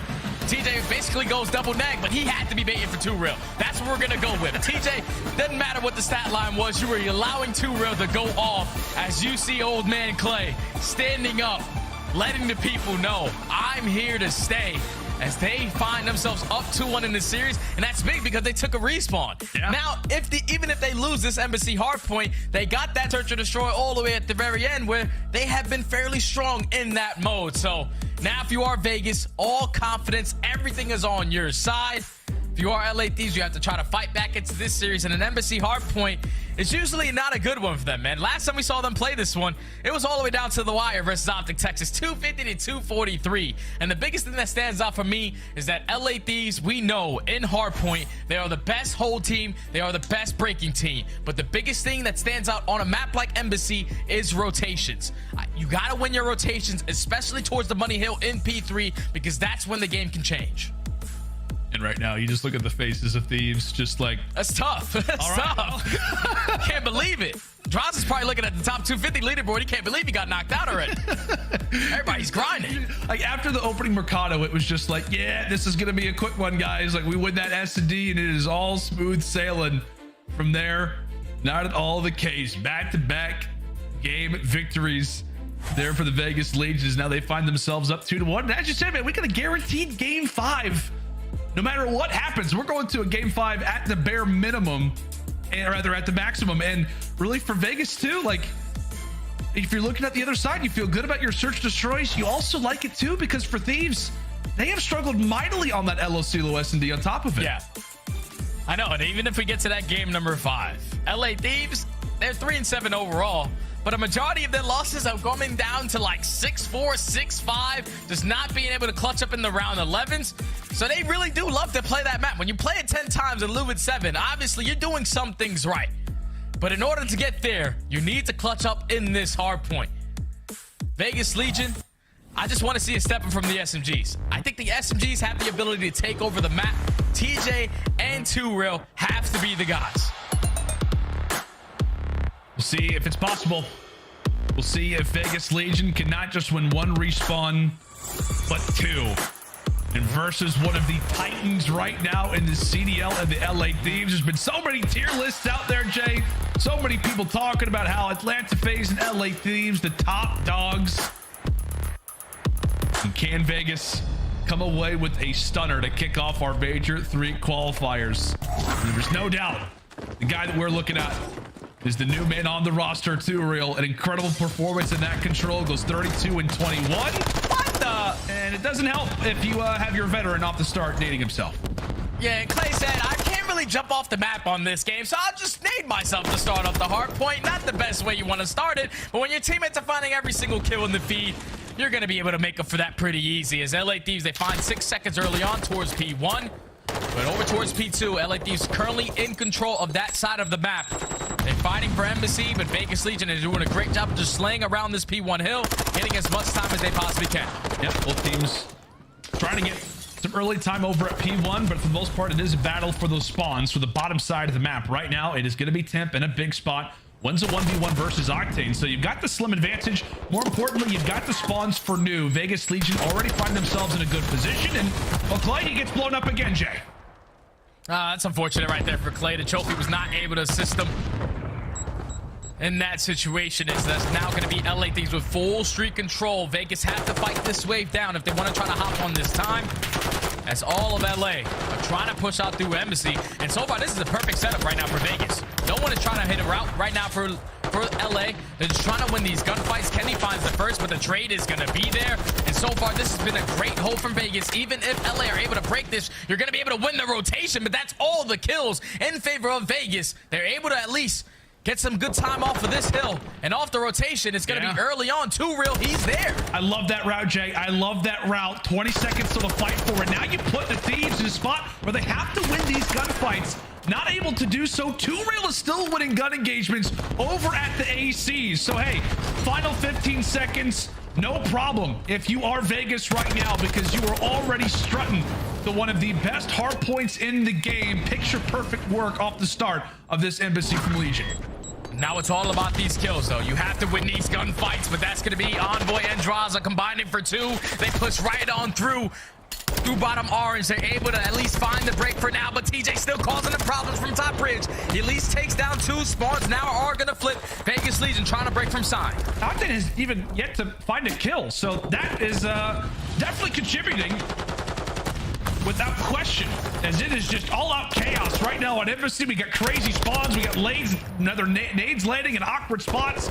25 seconds still to fight for over toward the top side of the ACs. Octane has finally put a few kills on the board. It's the Vaznev that helps get him back on track. Final 15 are going to go the way of Draza and Co on the Thieves, as they'll grab a small advantage, at least for the time. Actually, we got another 1v1 going over toward the ACs, so a bit of damage still to be done as we fly in now toward office. Put those tacks away, get the SMGs in hand. Yeah, it's a big kill right there for Clay to at least challenge that player on the old hard point. He's now going to force all of LA Thieves to break in from the front. No one is going to be on the pinch. Vegas so far with the perfect setup. You have one player in Octane working his way all the way around deep towards Tennis. He's going to be in a gunfight versus Clay. The pinch does coming from Envoy, so now they're going to be able to put pressure on from back single. Now it's all about the teammates. Can they win the gunfights in towards the hill? They cannot. TJ guns them down. All 4 dead. Vegas hold. And how about the SMG duo coming in from Legion? We said, hey, on the offices, you got to pull up those Vaznev, and they're able to answer. Nice little team streak that was brewing for a moment from Vegas. Now it's going to get extended through Clay. It's been a solid hold up to this point, and it's another clean 4 down again from Vegas. Jay, they have played perfect Embassy so far outside of the issue that they have over at the ACs. But I mean, if they don't have that break come forward, this is probably like a 120 to 10 start. Great work so far from Legion as they continue to roll now into the kitchen. Yeah, Vegas is just doing everything that they need to do right. They're winning their rotations. That's the biggest thing. The fundamentals right now for Vegas is on point. When you get a clean 4 dead, especially in the final 20 seconds of a hard point, you instantly get those kills and push right on through. As now they win the rotation over towards P5. They're fully set up once again. 2Real sitting in towards the point. TJ unfortunately loses the gunfight. Envoy is able to find 2. Now it's all on to Envoy. Can he find another? No, he cannot. Vegas Legion, they are ready and gunning. And every single engagement, finding the trades when it's needed, and has been able to hold down this hill flawlessly. SMG Clay come out to play. There it is, Clay. Put that Vaznev to good use. I'll tell you what, man, this is a total flip-flop. It's a flip-flop, Jay, from what we saw in the Mercado. Now it's Vegas Legion running up the score after the first side of rotations. It is pretty much a 100-point lead right now from Legion on the Embassy, as you've got multiple players rolling. 2Real at 13-7, TJ at 13-6. Temp's been going on sprees, and right now Clay sits 1 away from that cruise missile We'll see if Vegas Legion can keep it up because, Jay, they're not too far away from already reaching the 200-point mark. Oh, Vegas are playing some flawless hardpoint right now on this embassy. Getting a lot of time off of P1, just maintaining the better side of the map the entire time. This Clay's trying to at least find one. He does, so he's going to be able to earn that cruise missile. Tef doing a great job of just keeping them off of the point. 2Real comes in flying with the SMG, is able to take them off. And Vegas Legion, they're just trying to run away with this series. Already up by 120 points, trying to make it bigger. They are. We'll see where these spawns come in next for Vegas. So in that moment, as Clay falls, it is going to spawn Legion toward the top right side. Tef to be the first one in ear's distance of this objective is right now the Thieves attempting to claw back. Desperately trying to get back in this game, down by 120, but they've made crazier comebacks before. Kenny making the work on the backside. He's able to drop 2. Clayster brings on in the streak as the cruise missile comes screaming in. That's going to open up the window of opportunity now for 2Real. As he cuts one away from the point, that's a break. That is a break from Vegas. Yeah, Vegas is doing whatever they want on the map. When Clay finds that 2-piece with the cruise, you see the spawns for LA Thieves all the way towards back planners. So Vegas Legion only needed 2 kills in the feed. They find them, and they're able to execute the break. 180 to 66 currently is the score line. Vegas Legion have just been able to take over this game. Now off the rotation, the Thieves have to win one. You have to get to one of these hard points early on. Big 20 seconds over towards P2, but now you have to find another break on towards P3. Right now, Octane not having a great game at all. 5-16, started off this game 0-6. He's not been having a great time so far here on Embassy, but if we do know this Thieves roster, Jay, in hardpoint, it has been all about breaking so far throughout this season for them, but 2Real is here again to spoil the party.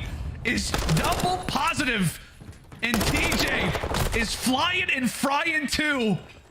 They end up getting dropped for the time, and there is a lane that does get open there from the Thieves. I know we're talking highly about Legion. They're going on streaks. They're going on high momentum-based kills, but nonetheless, it is LAT who find that lane and keep themselves in the game that much further. Yeah, this is a big time. And unfortunately, a teammate comes in from Octane. He's going to take down his teammate. The break now comes in for Vegas. As now they're going to be able to get this remaining 25 seconds, breach that 200-point mark. Now off the rotation, it falls into the hands of TJ Halley. The only player here right now for Vegas as the break does coming from LA Thieves for that final 15. What can TJ do? What can TJ do? He's able to find the first, and now he just has to stay alive because none of his teammates are near him. I was say, what can he do? What can't he do right now? Stage has got 4 players around him, but it's 2Real on one side. It is TJ on the other. As they begin the process of elimination, here comes Vegas. Here comes Tej. Ends up getting dropped, but it does set up his teammates for a bit of success. Octane, as the dust settles, wins the 1v1. And now it's once more an opportunity for Thieves to get some seconds, Jay, if they walk away. With the majority of these final 35 seconds, they're right back in this. Just gotta get these gunfights. You gotta win these gunfights if you are LA. Because you have Vegas Legion still trying to put on the pressure. They have fought their way back into this game. Let's step aside and let's go to the comms with LA. He's spawn side, let's go. Yeah. I'm playing on the 2 spawn side, bro. Hey, yeah, good fucking I'm coming left of you. Who are they? I don't see sign. Oh, top listen. Go left. I'm gonna lead to your right. We spawn this out. Yeah, okay. Yo, play your fucking kills left. I'll see how far. Listen, I'm gonna every kill they're gonna spawn out. Okay. For a second, give me a second. Yeah, I'm gonna play late mid, bro. I'm gonna late play mid. Give me a second. You're gonna be stacked in there. Wait for Zach, bro. You gotta play Hey, I'm going top. It should be a 3v3. Let me see. Yeah, top Alright, laundry to mid, bro. He's gas plat. Where's this kid at mid? He's to me right. I spawn up left here. Okay, he's on AC. D2. Where you at? We're gonna play with him. Yeah. Ready? This guy's AC. Higher. Fine. No, they did win it. I'll see you guys. In laundry not weak. He's shouting off the top gas. The best breaking team in the game is reliant on a major play to go their way inside a kitchen, but they are having that door slammed right in their face. A great listening, but Jay, none of the kills are going their way. And if they don't try to contest this for a moment, it could be Legion who wins it here. They get the opportunity for a break, but they take a look at that scoreboard once more, and it is only 12 more points before this game in this series goes the opposite direction. 12 more points. So Vegas Legion start off stage 3 1-0 with a brand new pickup in 2Real, who's having himself a phenomenal series. After that, map number 1, LA Thieves so far with a great hold on P1. They're getting a lot of time. They're also finding all the kills. Vegas, you have to slow down. Open up with at least one. As Clay's trying to line it up towards top AC, he cannot.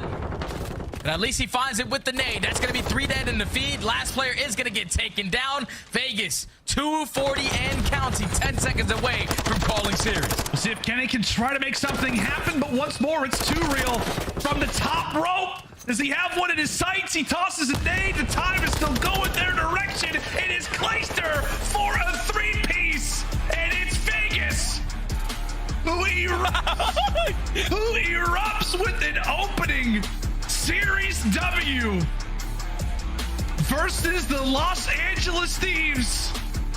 A new roster has just made their presence felt already. An upset alert as Legion start off their Major 3 campaign with a lovely little 1-0 start, Jay. What a series from Vegas, man. Shout out to 2Real because it looked completely different from Vegas when it came to the respawns. Besides that, map number 1, 1:41 in Hill, 26 and 17, right behind Clay in the slaying. Old man Jim came to play on that embassy. Almost 4K damage. Woo. They were just winning a majority of rotations. Like LA Thieves, I said it before the map started, you have to win a couple of these rotations to keep yourself in the game. The whole first set of rotation of hard points, they didn't win a single one. Then the second time around, they were able to get that P3, chain it to that P4 for them to get back into the game. But at that point, Vegas were too strong at kitchen, were able to put themselves really close to the final score. And Vegas Legion were able to clutch up at the very end of that hard point. Finally, it's them on the victory side in a very, very close hard point to close out this series 3-1. What a performance from Vegas. And if you're LA, back to online. It's a struggle for them. It's so wild, dude. Like, we came into this being like, okay, Vegas, are they going to win no maps or are they going to win one? And now we're taking a look as the series has come to a close. 2Real was lighting them up in games 3 and 4. Vegas Legion win 2 respawns. It is wild, man. If this is a sign of what's to come in Major 3 qualifiers, I think everything in the standings is about to be flopped around. But a wild result to kick us off here in Major number 3. That's going to do it for myself and Jay. Desk, take it away. A wild, wild series here. Woo! This one's done in 4 games, and it's going to the Legion. That's right. Everyone here on the desk is wrong, except for my second prediction when I picked the Legion to take this. Allie, let's start there with the upset. First of all, should we take this one as gospel, or is this just LA Thieves being LA Thieves online? Or is Legion now a new threat in the league? No, I don't want to take this win away from Vegas Legion at all. I think the gameplay that we saw from 2Real following map 1 was just incredible. I certainly didn't expect it. I don't think many people expected it. Apparently, the Vegas Legion knew something that we didn't, but it wasn't so much the slaying that he was bringing during the search and destroy, during the control or the hard point. It was just the way he played his life. It's the way that he was moving on the map, and the gameplay that we saw from this player is apparently what Vegas Legion needed. They needed somebody to play their life. They needed somebody playing in spawns during the control. I mean, for Vegas to win a control and a hard point in a series, to me, if you had told me that at any point before this matchup, I would have called you crazy and said the only way they're winning is in Neslo, and that is not what we saw from the Vegas Legion today. Vegas doesn't need 2 S&Ds anymore to win a series. They close this one out with some respawn victories. 2Real, let's talk about their new SMG player a little bit, though, Nameless. I mentioned he reminds me a little bit of Havoc, the way he's playing those nasty spots. He's shooting you in the back. Yeah. Who else does he play like in the league, and what does this do to change the team's tempo? I mean, I think it's spot on. I think this guy we were talking about is like, he reminds me of him a little bit. The way that he was playing in hardpoint on rotations, playing his life is the most important thing for Vegas Legion. And why were they so atrocious at control? We talked about it time and time again. They needed an SMG to be able to play like that. Teej, you know, naturally he likes to chow a little bit more. He's known for the ego chow. 2Real doesn't do that. 2Real plays his life. He plays corners. We saw it, bottom hotel and control on defense. How are they able to get away with 2 defensive wins? That is why. When they needed to check the corner, 2Real gets it done. So massive performance by that puck. And we see Clayster ending with a 3-piece as Vegas Legion hits the 250 mark in a hard point. And you can just see the emotion from the old man. He is fired up, Allie. And what does this mean for the Legion squad? I mean, what's funny is like we called this like a trap game. Like this is Vegas Legions like should have had a bad start once again to a qualifier. They're given the second place team hot off of our Major 2. Like this was absolutely a complete upset. And Clay was frying the whole way through 32 and 23 in that final hard point. You saw it in his player cam how late he got. The Vegas Legion needed a win. And for it to be this one is incredible. Now that Search and Destroy was a little closer than I think Vegas fans were hoping for. We do have a play from that, and it belongs to my man Sam LaRue, a.k.a. Octane from the LA Thieves. Honestly, I thought this was going to be a 2-0 start. It looked like Thieves were coming back, especially after Octane pulls off the 1v2 with the pow-pow. Yeah, he gets a sniper kill, picks up the SMG, and like there's not enough time left, so he jumps over. And what's going on? What's going on? He finds him in the back. How does TJ not kill him? Let's hear the response. Oh my God. Just push you up, push you up. You're right, to your right. Oh my God. He jumped right in front of you, my boy. That was unlucky. He literally jumped in front of you. That's him. Bro. Had the numbers at the end of that game and helped Vegas start their 3-game comeback, Allie. I mean, as soon as that happened, TJ starts popping off and ends 12-7. So, you know, we can just laugh about that one for now. But if you guys had lost it, my bad. They would have been checked. All right, LA Thieves, they were in the number 4 position after Boston. Here are our updated CDL points as Legion was looking to climb up the right side of that screen. You can see the Thieves now below the Rocker, who moved into our top 4 after the tiebreaker, and Legion, well, they're currently in that 9th spot. Everyone vying for top 8, though, here in our Major 3 qualifiers. That's where you want to finish if you're playing in the winner's bracket here in 2 weeks, 3 weeks down in Texas. Yeah, if you're Breach, Surge, or Optic right now, you did not want Vegas Legion getting that win whatsoever, because now they're putting themselves in a position where they are just about 10 to 20 points from overtaking you in that top 8. There you go. CDL points are updated. We're getting our interviews ready. As we talk a little bit about this, though, this is our first match of a Super Friday here, Nameless. Brand new start to Major 3. The qualifiers are up and running. Vaznev nerf. Does it have an impact? Or are we still seeing TAC 56 and the Vaz every game? Nah, we're going to see those two like every game, yeah. And the Vaznev, I think it was a negligible like nerf. Like we saw the numbers. It didn't really do much. And using the Vaz, it still feels absolutely insane. I know you're ready to get a rank later. You're probably be running the TAC. But, you know, before we get to the interview, I want to talk about, you know, the LA Thieves a little bit. Yeah. They play Embassy once again. I feel like their map pool, they have to expand a bit. Like Embassy and Hydro throughout Stage 2, 1 and 4 combined on those 2 maps. Like they need to add one more to their list. You see they're trying to play Embassy, comes down to the wire, but just a couple impact plays what cost them there at the very end. We saw 5 different maps chosen across the 5-game series. We only got to 4 here with Legion taking the middle 3. Let's take a look, though, at what else is going on around the Call of Duty universe. Remember, you can get your CDL gear right now. Head on over to callofdutyleague.com and start your shopping experience. We've got the official CDL apparel and merchandise, including the full line of 2023 jerseys, all on shop.callofdutyleague.com. Yeah, what the heck? Yeah, which one of those is the most fire? I'm going far left here with the Thieves. Nameless? Allie, where are we going? I'm going Thieves, or the Texas one actually looks pretty clean. Yeah, I kind of like that green and white. Rocker look, I mean, they all look good. I've never seen those before, to be honest. First time. I haven't either. Shout out to our team making the gear. And remember, you can rock the gear in person and in game. You can rock your Boston Breach or your Optic Green. Choose amongst your reds of choice here. I'm going with the yellow. The Subliners hooked us up with some hoodies. I've been wearing their skins in games. Thank you for the codes again. Yeah. We're getting hooked up here this year. I like it a lot, Nameless. Dude, the most cracked players that I see are the LAG skin for some reason. Really? Yeah, I don't know why. Whenever I see LAG skin, he's an absolute demon. Maybe it's because he's got the blacked out glasses. I think that's what it is, yeah. All right, we're going to go to a quick commercial break. When we come back, we will be talking with the Legion, so put your questions in the chat. We also have another matchup here to go. You guys don't want to miss it. Stay 1, Major 3 qualifiers. Be right back. What's up, gamers? Alley Cat here with some info I know we have been waiting for. Rank play for Call of Duty Modern Warfare 2 is officially here. Join me as we break it all down in the ranked world, including when exactly you can jump in for your first matches. Let's get into it. All ranked gameplay will mirror our 3 CDL game modes: Hardpoint, Search and Destroy, and Control. And just like the game modes, we're using the same CDL map pool. That's currently 6 total, so start getting familiar with them. Finally, you'll be playing with the same settings as our Call of Duty League pros, including 4v4 gameplay, as all good competitive COD should be. Alright, let's dig into the updates to skill divisions and ranks this year. Ranked will feature 8 all-new skill divisions ranging from bronze to top 250. All skill divisions are SR or skill rating based, so you know exactly where you stand in your climb. Here's a fun twist though. At the start of the first ranked season, everyone will start in bronze together. From there, the SR race to iridescent and beyond begins. Inside of each division, there's also 3 tiers to climb. So think bronze 1, 2, and 3. Once you've grinded the 3 tiers, on to the next division. Let's dive a little deeper into the mythical top 250 skill division. Warning, this is where it gets really sweaty. Here, the top 250 ranked players are given a unique rank and are displayed on a leaderboard that now includes CDL pros and coaches' profiles that are visible to all players. So you can see how you stack up against the best. Y'all for sure will catch me on there soon. I'm sure you're curious how SR works this year.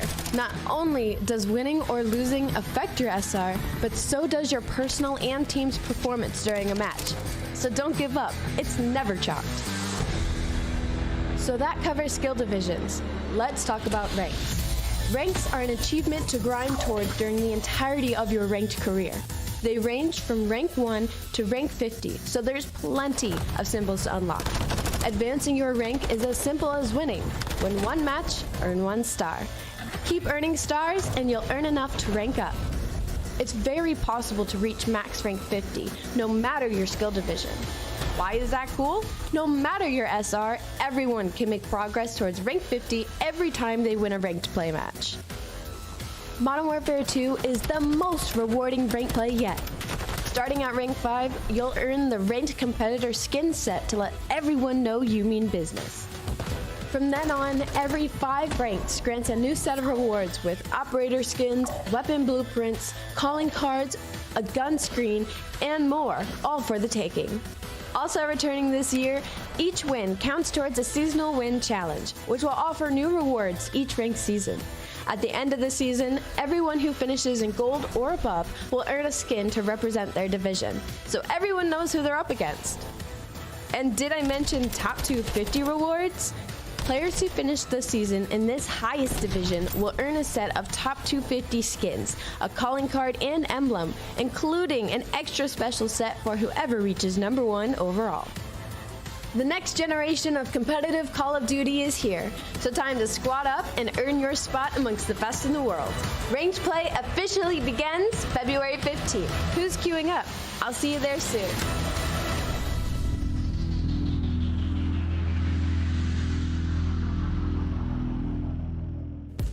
And we're back. Headquarters is live, and the next matchup you're going to see is going to be between Minnesota Rocker and the New York Subliners, a match that went the distance back in Boston. Before we get to that, though, we have an interview with our winners of our opening matchup. The Vegas Legion had 88% of the community going the other way with predictions. Clayster, you made myself and the other 12% look good today. How are we feeling after that most recent 30 bomb?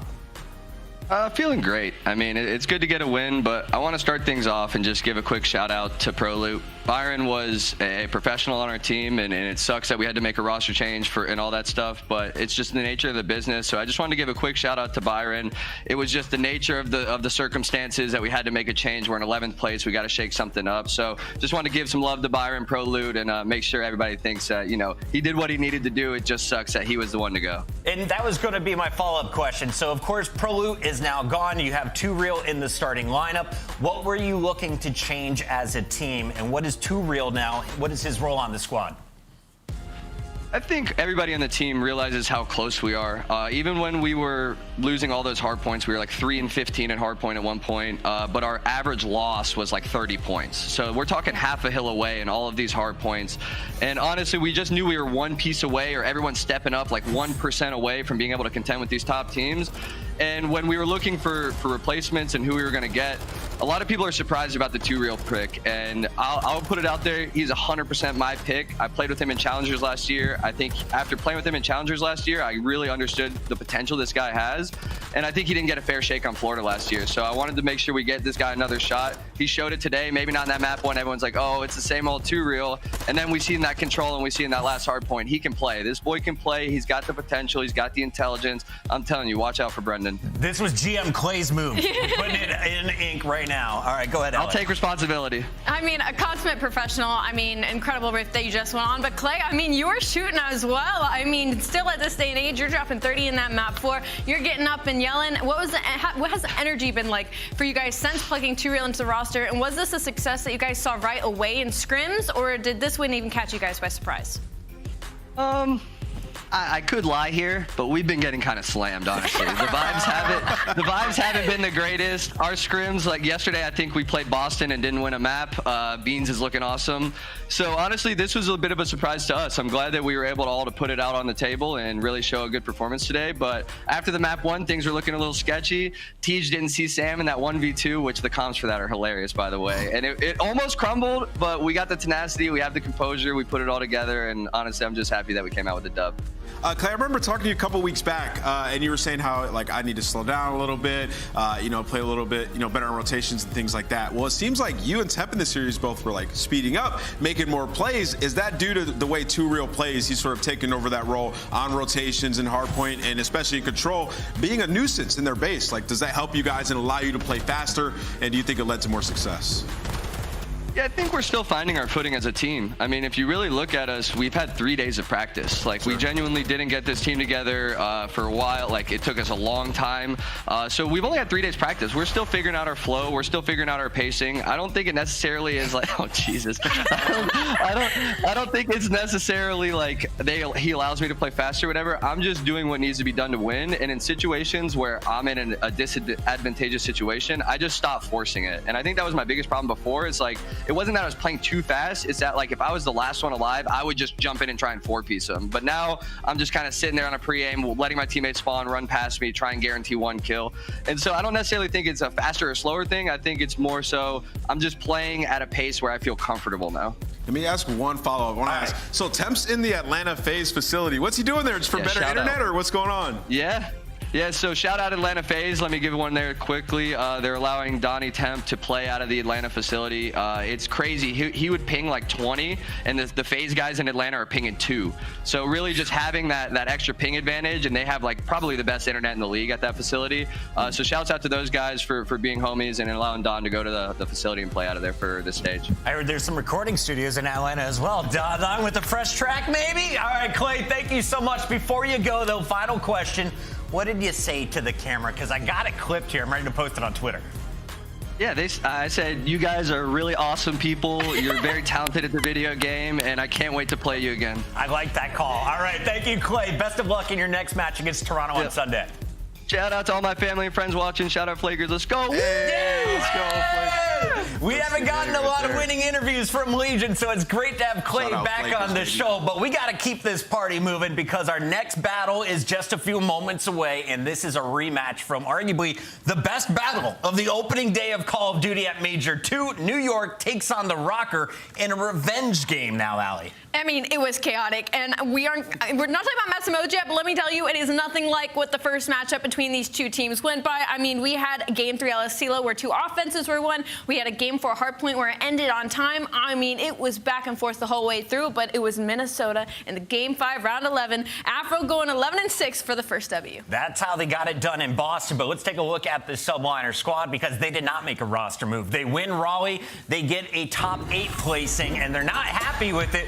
But this isn't the end. They know this is just the middle of the season, and a lot of people are wondering, is this still a team to be scared of after seeing them fall out of Boston? Hell yeah, these guys are nasty at hardpoint still. I think, they need some fixes, especially in their search and destroy game. I think they just kind of got exposed, right? When you look at their search and the way that they play S&D, we've seen Krim talking about it, everybody on the talk shows being like, dude, New York is just so readable. I think the rest of the teams just figured that out, which is why they only won LS CeeLo search and destroy all of stage 2, which is a little bit unacceptable. levels. So I think that has to be the focal point for this team going forward, and we'll see if they made improvements here versus a strong Surge team in Minnesota. Yeah, I will certainly echo that. I think the biggest tale when it comes to New York Subliners is that their search and destroy has just completely dropped off from the start of Stage 2 qualifiers. They went from the best offensive team in the game to now second to worst. So I think when it comes to their search and destroy, they may have just gotten too comfortable with how dominant they were looking and kind of fell off on kind of revamping and restructuring it. Don't just get the kills. Now you got to get the strats dialed in as everyone is looking clean in that game mode. Let's talk a little bit about their opponents, though, because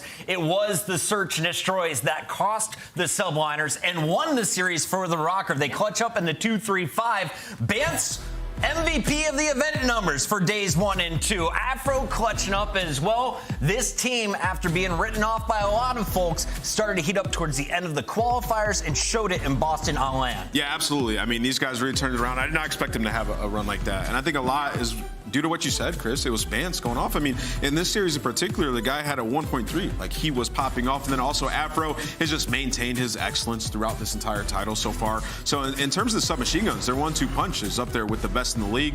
Still waiting for Cammy to really start frying once again. But overall, the team dynamic is there. The search and destroy is much improved, especially offensive rounds, which is something that I harped on so much coming into the major. Ali, we talk a lot about Rookie of the Years, but Afro, one of his sophomore performances, is this going to be enough to put him into your top 2 right now alongside Pred and maybe Sib? Probably top 4 SMG of the game right now is definitely where I would put Afro. You know, that conversation has definitely expanded as Major 2 qualifiers and Major 2 event has gone through. But he's been so consistent across the board. Like, it's hard to see Minnesota Rocker not winning when you have a player like this across all game modes succeeding. It's not just search destroy. It's not just hardpoint. All across the board, Afro is here to make a statement when it comes to these games. But like I said earlier, the map pool is completely different from the first time these two teams matched up. And it's kind of like a question of why. Like, I feel like there's not a long enough turnaround time for them to have expanded in the way that they did. Game's ready, so quick predictions here. Who takes this one? What maps? Oh, man, I think I'm going to go with New York. New York? I'm going to go with New York, yeah. 3-1, 3-2? 3-2. I think this is going to be a long time. Going to a game 5 again. Yeah, I'm going to New York, but I don't like it. I'm going to New York, though, 3-2. Well, then I got to go with the Horns, baby. Rocker's going to take this one in a 3-1. We got our casters ready. The UK lads, take it away. Thank you very much. Yes, a rematch here on the cards, Minnesota versus New York. A lot to talk about coming into it. Obviously, Rocker with a fantastic run in the major, falling short on the last day. New York with a terrible run in this major, but the champions of Major 1. Let's see how they stack up on our fresh wipe, our fresh start, as we run into Major 3 all the way in Texas time. Yeah, you got to forget about Boston if you're New York, and you got to kind of continue that form if you are the Minnesota Rocker. They really did look great, and I think I want to kind of reiterate what the desk was saying there. The SMG duo, absolutely fantastic, but they are going up against one of the best SMGs in the game alongside the duo in Hydra and Kismet, so this should be a really interesting one. And as we just said, over in land, very close game, completely different series here, though. We're back at home. Are the Rocker going to be able to continue the form? Are Subliners going to be able to bounce back? Questions to be answered. Let's find out if we can get them. Yeah, and that's going to be the key thing here for both of these two teams, really, is how are they looking coming into Major 3? Well, already 3 kills down as they look to flip these spawns and keep on moving. Only Kismet was going to be the last one alive. Still going to be a P2 spawn for New York Subliners. But it is looking like Rocker looking to start off every bit as hot as they did at Major 2. I'm really keen to see how Afro comes into play heading into Major number 3. Stage 3, here we are. Can he continue that form? It's going to be such a crucial thing in this game specifically, but looking in towards this, it is a good start for the Minnesota Rocker, picking up some good times. Spawn out now for the Subliners, and Rocker going to be in a bit more of a favorable position here. Need to get themselves rid of Skies towards the back, though. He is going to cause issue. We'll find one that'll slow down the push here for Rocker. And that's one of the key things here for me as well. I think New York are still very much a top team. Maybe confidence is going to be exactly what they need. But they do hold on to the spawn here. This is a victory for them so far as they look to bring all of those points back into their pocket as they have control. Yeah, that's all on Skies. Does a really good job at staying alive towards the back. Finds himself a couple of kills, and there you go. Spawns are back in favor of the New York side. Good gunfight coming in here from Afro, though. And once again, the Vaznev running hot. Nerfs matter not to this man. And there's the break immediately. That's far too easy. Subliners, you do the hard work. You get the rotation. Gotta hold it down. Touch in a really good position here as well, by the way. If they don't dig him out, he's going to try and get this rotation for himself as well. But there are numbers here from New York and they clean him out for this money hill before he can do any more damage. And it might even be Hydra going for a break by himself, looking for this last person. Dives around the corner. Bance will deflect that and not give away that bit of scrap time. The biggest thing here for New York, though, is they have to hold on. It's a free hit for Hydra in that sort of situation. You could just push forward, allow your teammates to then extend forward themselves. You got a good hold over towards P3 and thinking of 3. That's Kismet with 3 of his own. Can he make it 4 here as the push continues? Blindsided slightly by the Gallows, but now the push starting to come through. Is the spawn still going to be here for Subliners inside? They're going to hold tight. Heartbreak at the best of times. They're trying to get through. Priest finds one. Will be traded away. But the trade's not in the favor of Rocket. New York doing a great job just holding the line over and over again.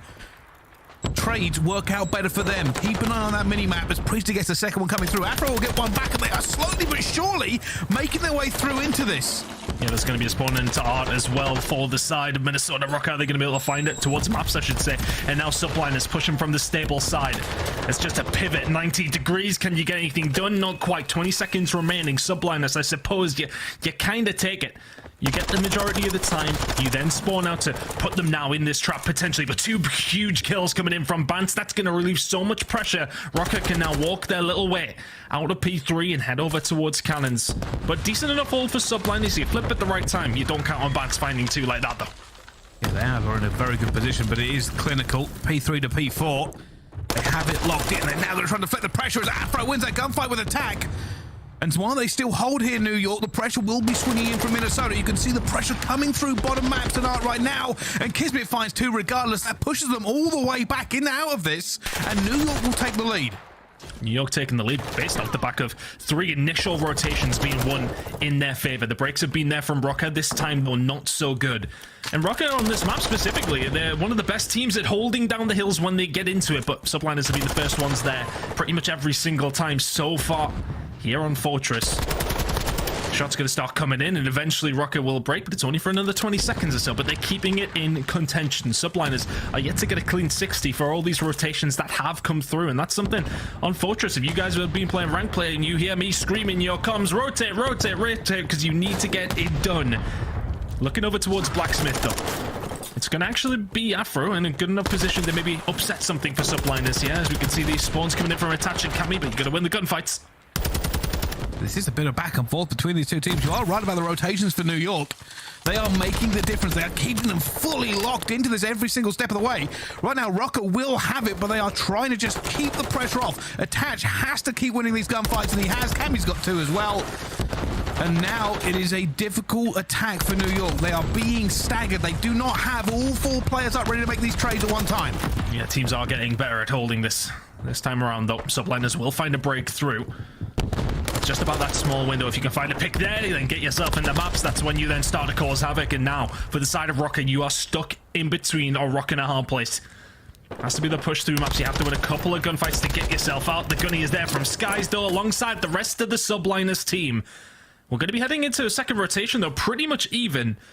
And the story of that has been the rotations belonging to Subliners, but Rocket managing to find breaks. Both teams can tighten up on the other side of things. For the side of Subliners, you've got to tighten up on your holds, Rocket. We need to see better rotations. And let's see how the second half of this game does play out. But very even game so far, Bruce. And Priest just holding the fire there for a second. Eventually going to take down Afro. Cammy looks to get that trade through as well. Eventually, though, it will be Minnesota who get out of that trap. New York held them for so long as Skies continues to rain terror upon this map. He has 3. He has the time. And they are putting Rocker on the back foot. One small ray of sunshine for Rocker is going to be the fact they've now got spawned for P2. And now they don't have Skies to worry about. Back towards Forklift. You are in a good position here if you're Rocker. You need to make sure you lock some of this time down. Skies is pushed up in an advanced position. Not quite as advanced as he was last time. It's a 1-for-1 trade so far. Hydra, though, the man that you don't want in towards bottom art is somebody who can just cause chaos so many times. There's 3, make it 4 in a row for Hydra. Now the push around the back can only be stopped by his teammates, but the break towards the back for Subliners. He's ready to just try and strike here with the rest of his team. Forces him out of position. He goes flying in. Afro equal to it, though. Holds him off for just a few seconds. Priest are trying to find anybody pushing him here on the flank, but nobody so far. And the wallbang comes through. He's going to eventually find Bance laying down. Afro left alone the hill. He finds the first, but can't shoot two directions. Cammy now trying to hold it, but they know where he is as well. And Cammy's going to go down. The trades come through for attach at the same time. Both teams throwing bodies at this as we head towards the rotation mark.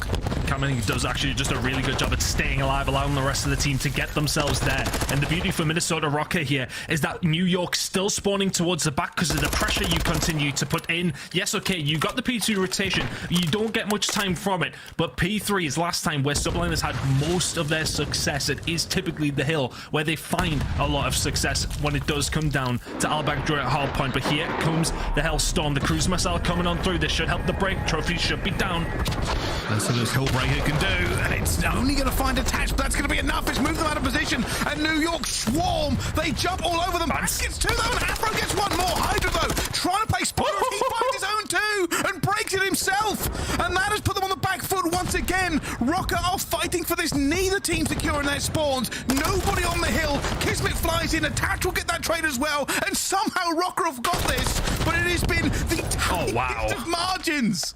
Rocker do a fantastic job. When they start pushing towards open gate, they stay alive there because they know the other two teammates have spawned out towards Arc. They set up somewhat of a bit of a pinch through the mid-map. Hydra was the one who pushed down bottom maps to force the spawn away into mid-map for Rocker, but then they just are so patient with those first two players who spawn towards stables. They take their time, they find the break, and their first decent lead since, I want to say, P2 on the first rotation. Lovely stuff from Rocker. Patient, smart play. Heading over towards cannons, though. It is going to be the Subliners here in position. Kills starting to come through from Rocker, though. And Afro is always going to be an issue on this hill. Can he cause some chaos here for the side of Rocker? The same old story again, that time. Rotations for New York. I wonder how this game would look if they hadn't managed to get basically every single rotation. And that's the thing, you can say about how great a job a team doing breaking hills, but they shouldn't always be in that position. Right now, New York are climbing those points up step by step as they look to take this back into the lead. And you can see Rocker are now waiting. They want to stack. They want to get into this, but they are not finding kills. They are not finding breaks in the armor of New York as they have gone into the lead and they move into lethal range. When you get the pressure, that I want to say that very much a slow, steady push comes through. You gotta make it work. They were so patient to set it up, and they haven't managed to find anything here. Subliners 10 seconds away from the end of this hill. They've got the rotation heading over. We can actually see over towards P3. There's a big gunfight going on. That is going to be the Minnesota Rocker getting over towards those back spawns. And somewhat of a pinch being set up over towards what Subliners have left over towards the point, but Priest and Kismet, the ones left, are getting the job done. Bance will find one, looking towards the spawn for Subliners. Where's it going to lie? It looks like it's probably going to be mid-map, or it's actually going to be over towards P1. Rocket have got to fight fire with fire immediately here through maps. A bit of a stress here. Rocker as all it comes through, and attach takes down Cammy as well. They lose control of this hill. Bance manages to find one back as well, but Kismet gets that trade at the same time, and it's looking like last rotation. New York trying to just pin in Rocker and not let them move. Eventually they find the kills to break out. And while they are getting this time, P1 is beckoning. 20 seconds away. This is good time, though, for the side of Rocker. They will take it, considering the situation we just seen them in, considering the kill feed and what it was looking like. You will take all of this time. Kismet can do very little about this, and it's all about the rotation to P1. Both teams can obviously end it here. Next few gunfights are important as both two teams will start to set up, and as you mentioned, Cammy over towards P2 is going to cause a little bit of pressure. There's two big kills, 22 and 24 from Cammy as a start line that isn't necessarily going to impress too many, but it's better than what we've been seeing from him over this season, picking up some big kills when he needs to. Can Rocket continue to hold down here at P1? French Phenom has to go big for his team. At the moment, New York, they thought they had this locked in as the time is ticking. He's looking for kills, but he's finding nobody. Hydra looking to strike. The Venom is primed. The Fangs are out. Can he get anybody? Finds the feet, finds the toes, but Afro will shut him down. Afro gets a second as well. That should never have happened. And New York are not close enough. 6 seconds left to go. Sky finds two. Afro's alone, but he finds another kill on the hill. Every single direction is Afro! Kismet gets two in the tiniest of margins. I thought he had it. It's contested. Cammy goes for it. He has to win the gunfight for the game. It's not going to win, but the rotation is now in. It's on to P2. He's got in there at the last second. Rocker winning. What the actual was the end of that game? It was Afro going off in New York Subliners, just trying to clutch at straws that were being given to them by Skies. He finds two in the middle where they nearly find the break in time, but Afro shuts it down from left, right, front, center, back, everywhere. They push him from so many different angles, and he gets the job done, puts them within spitting distance of Minnesota Rocker. Just waltz on through. What a game number one to kick things off, but I'd love to see what the rotation side of things on the stat side was seeing in that game, because it felt like Subliners were the first ones there every single time.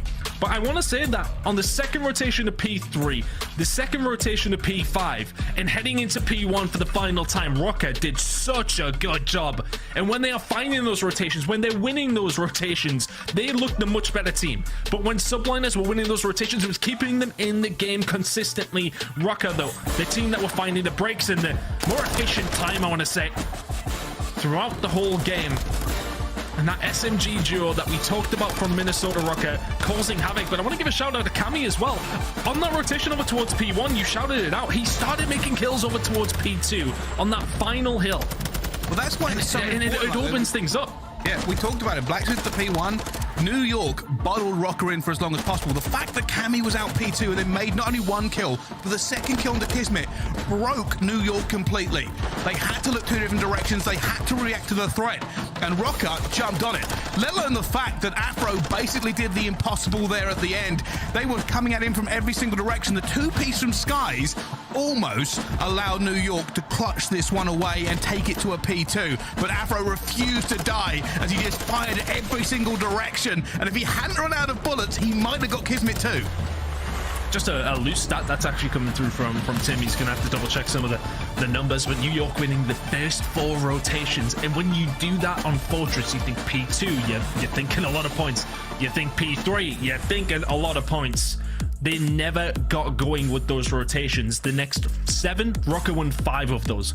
So when that really mattered towards the end of the game, Rocker put their foot on the throats of their enemies, 250 to 206, and it's feeling like a Rocker team that are continuing the form there, Bryce. They surprised a lot of people, us included, even though as a ever so slightly biased British casters, we were pleasantly surprised at how well they did play, of course, in Boston, and I think a lot of people were quite surprised. But continuing that form is going to be so important for this squad. We know they had the potential. We talked about at the beginning of the season. We're now starting to see some good reason as to why we thought that potential existed. Yeah, I'll be honest with you, I still think the biggest surprise is going to be how well Bance is playing, right? That sub-duo is kind of coming out of nowhere. We know how good Afro looked in the first season, first major season, going into kind of major 2. Only the last few games from Rocker look pretty good, and they continued it on forward into the major. The team seems to have found a little bit of a gelling point for them. On the side of New York, in my mind, it's still out there a little bit. I still think this is a top team. They are still very, very good. Yes, you can put an asterisk on their game at the major if you want to and say, yeah, realistically, these guys did not get in till late. They did not have their luggage. They were not in a good mood day 1 of the major. But the fact that Rocker continued their run of form and New York then lost 2 more games after that first day. Lost 1 more game after that first day. It has been a little bit of a changing of the guard. I still don't know where I put New York in my list. I have to see how they come through some more games to begin with, because Rocker is still riding high apart from their collapse. I think if I was to have a list, so to speak, I think I would only have one definitive answer for you in that. Well, actually, maybe 2. I would probably put FaZe first and London last right now. I think that's the only kind of thing that I have going on that is definite. Sorry, London, and well, yeah, FaZe is an obvious one. But we need to really still get a good look on where everybody is lying right now. We've got a very, very competitive league at the moment. I mean, I would have had Thieves at second, but they just lost to Legion. So I don't know, Bryce. This happened all last year as well. It's really difficult to kind of put where people are heading at, and it's really much about on the day Call of Duty. But heading into the Search and Destroy, we know that this has been a massive blow for the side of the Subliners. Map 1, you would have fancied them on a hard point. They lose that. Now we're heading into a Search and Destroy. And then, of course, Control afterwards as well. If New York do go on to lose this, Rocker looking fantastic at Control right now as well.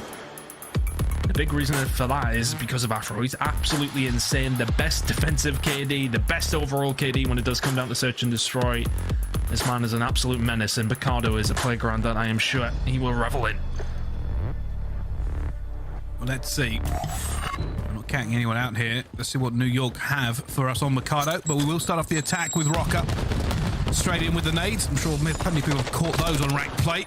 Kismet, though, with the first blood on the bats. Huge here for New York. And that bomb was still in spawn. Was that a bait? Was that intentional? I don't think it was, but... Afro inside the point, though. Over towards Cantina. He'll be the one to kind of cause chaos here. And I wonder if it's going to be down to Afro and Attach to make a little bit of noise. Smoke and mirrors, ladies and gents. Let's see if they can find anything here. Grenade goes in. Is that going to lure Subliners over towards A? Well, it's worked. They're still considering B, though. One of them watching the crossover towards the bomb site. Won't see them if... won't see Kami, actually, if he does go through tin to get towards it. But right now, Rocker's still making some decisions here. Kismet wins a huge gunfight there onto Afro. It's just Kami and Attach left. Looking for a gunfight, but they don't really have map positioning. Kami could potentially get this bomb down, but that's only because we can see it on the minimap. He's going to be checking every single corner for his Attach. Tries to hold his cut, which may work out for them, but surely, if this bomb does go down, New York are going to swarm it. They're going to start moving now. Yeah, you can see it. As soon as Attach sort of started committing to that cross, then, well, yeah, they've got to get moving. Attach now. Not a lot of bullets left here. Is he going to be able to find one? Yes, he will. Surely will get traded to 1v2 for Kami. Now, did Attach call out where the rest are going? Because he's worried about the double back. Got daddy. Clutch for Kami after a very slow round. He finds the first, but it's a double chow. Oh! He gets both! The double chow was a little bit too slow. They couldn't get the bullets on a Kami in time. And he called it correctly. And while that's the right play there from New York for the double chow, there is just enough of a gap for Kami to gun both. It's just so difficult when you are breaking into tin, though. He can be upstairs in any particular corner. He can be downstairs in any particular corner. If you don't land the first bullet, well, one of you don't see him. It makes it very, very difficult. But that is a 2 versus 4 for Minnesota Rockets to kick things off. New York Subliners. This series is not going their way at the moment. Nade's coming over. Attach will survive. Just about. Look at this positioning from Hydra, though. Gets himself into Cantina. Now, he will be causing issue, of course, because he's Hydra. Looking over towards Subliners. To be hit, Minnesota Rocker are very much respecting the potential of that happening now. Bance is over there, so information will be gained shortly. Who's going to be the first one to move? I suspect what we might see is a slow New York push over, and then Hydra will strike as soon as he thinks the coast is clear. This has to go past Bance first. Bance is the only player here from Rocker. He will be screaming this call out if he hears anybody or sees anyone. And he's playing sneaky himself. Oh, he's hearing a lot right now. He's hearing a lot. There's one. For the second. A little bit of snaking going on. Eventually will go down. And Hydra has struck as well. New York have got the playbook out and it has worked out for them. But the Attach will take him down before he does any more damage. And it's a 2 versus 2. Shout out the headshot multiplier if you're Attached. You take that one all day long. Afro finding one. Oh, Nelly snaps onto Priester as well. Now 1 versus 1. And that's going to be a little bit of timing, but Attach throws his shoulder, goes for the re-challenge. Going to have to get out of there. Not enough health for this one, and we'll back off. And I think Priest has called that as well. And with bomb down, this turns into a game of who can find the other first. I think that's a right call from both those players. You can't risk that gunfight. Both back on down. Let's reset. But thankfully for Priest, it's a free bomb plant. 30 seconds left to go. Attach just doing his best to find anything. Here he comes, and Priest will be hearing that. He's got to be hearing that.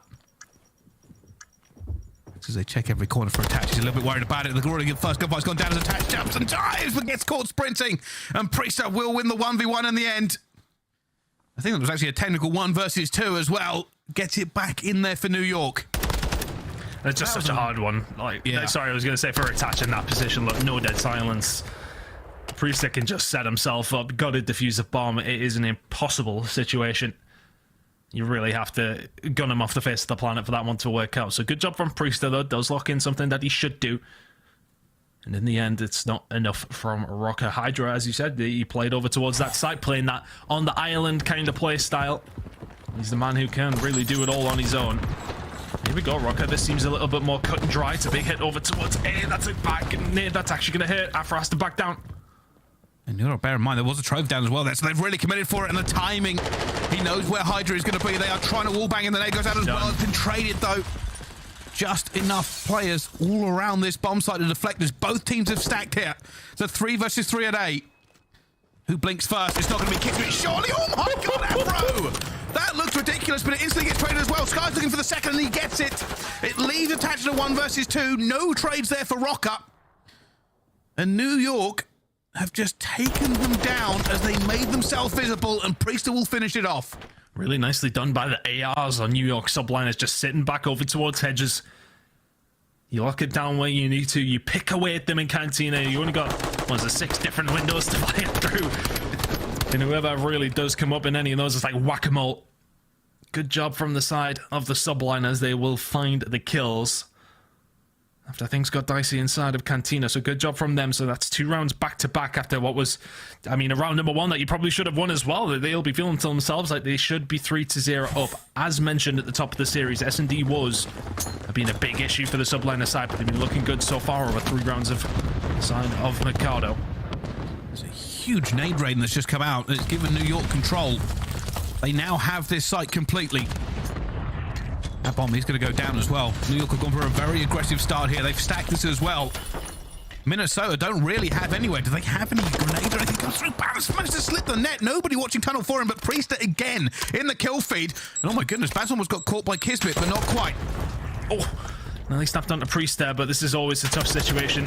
If you are Rocket, Priester now going to be watching over towards Hedges' way as well. Good shots from Afro, but Priester will clean that one up. And honestly, I think what you highlight there at the beginning of the round, those nades come over. I don't think Rocket get their trophies down in time. I just didn't have any at that particular moment. They have to back down. They have to give up the site. And as soon as that's the case, you're in a tough spot. 4-man retake. It's all very skinny little alleys with a lot of different places you can be watched from. Difficult retake. Subliners, good job. Yeah, as soon as you're forced out of Cantina, it is a nightmare. There is just too many places to go. But New York doing a fantastic job here of taking this game back from the hands of Minnesota. Can they continue it? Here comes an attack from Minnesota this time around. They're looking for a very aggressive push as well. It's a stack from New York here. They want to go head-to-head. Last time around, they won it in this exact position. Afro's worried about somebody being inside. Wow. This guy's all going to first blood on a cami. That's one that stings as well, because usually if you can get the Cantina as even the attacking side, a trophy down in there is never a bad thing. Obviously, in that case, it's hindsight. Now for Rocket, can you try and find a pick? Because Subliners have happily given up the site here, but crucially for them, they do have the number advantage. Now, how much info did they get on how many people there was over towards the A side? I think Hydra has spotted somebody planting the bomb, goes around for the kill. Skies is there to follow up. All just kind of raided. Hell, Afro 1-2. Can't find the 3 and 4. And Subliners continue their aggressive approach yet. Is that on Mikado? Yeah, I know. I'm just flew. It's one of them you don't expect. Afro had a target-rich environment. Probably not enough bullets in the gun to get all of that done. But New York, playing aggressive is working out for them here. When they go toe-to-toe, they are finding the positions, they are finding the kills. And it's put them in a dominating position right now on this S&D. Do Rocker have any adjustments left in the tank?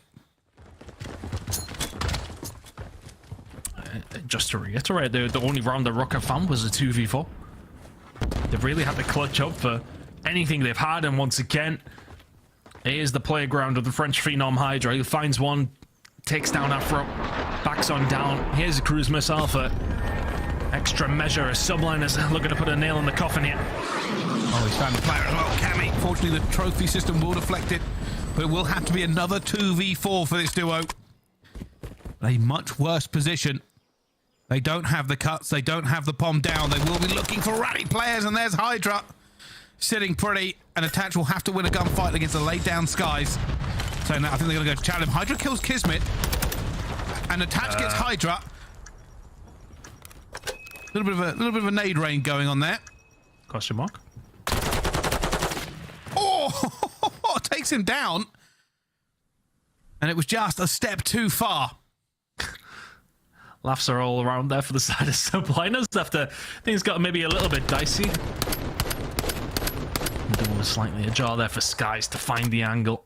Looked weird from Attach's POV, of course, but Skies happy to take that small amount of luck through the small creak in the door. Subliners looking so good. And Search and Destroy, this will break a 4 losing spree in search if they do manage to close this one out, which you would like to think they will. 1-4 over their last 5. Now just need one round to short that at least. I'm fairly convinced what's happened. Maybe the New York coaching staff says, hey, let's play this a little bit differently, because everywhere they're going, New York are together. They're getting the first blood again here.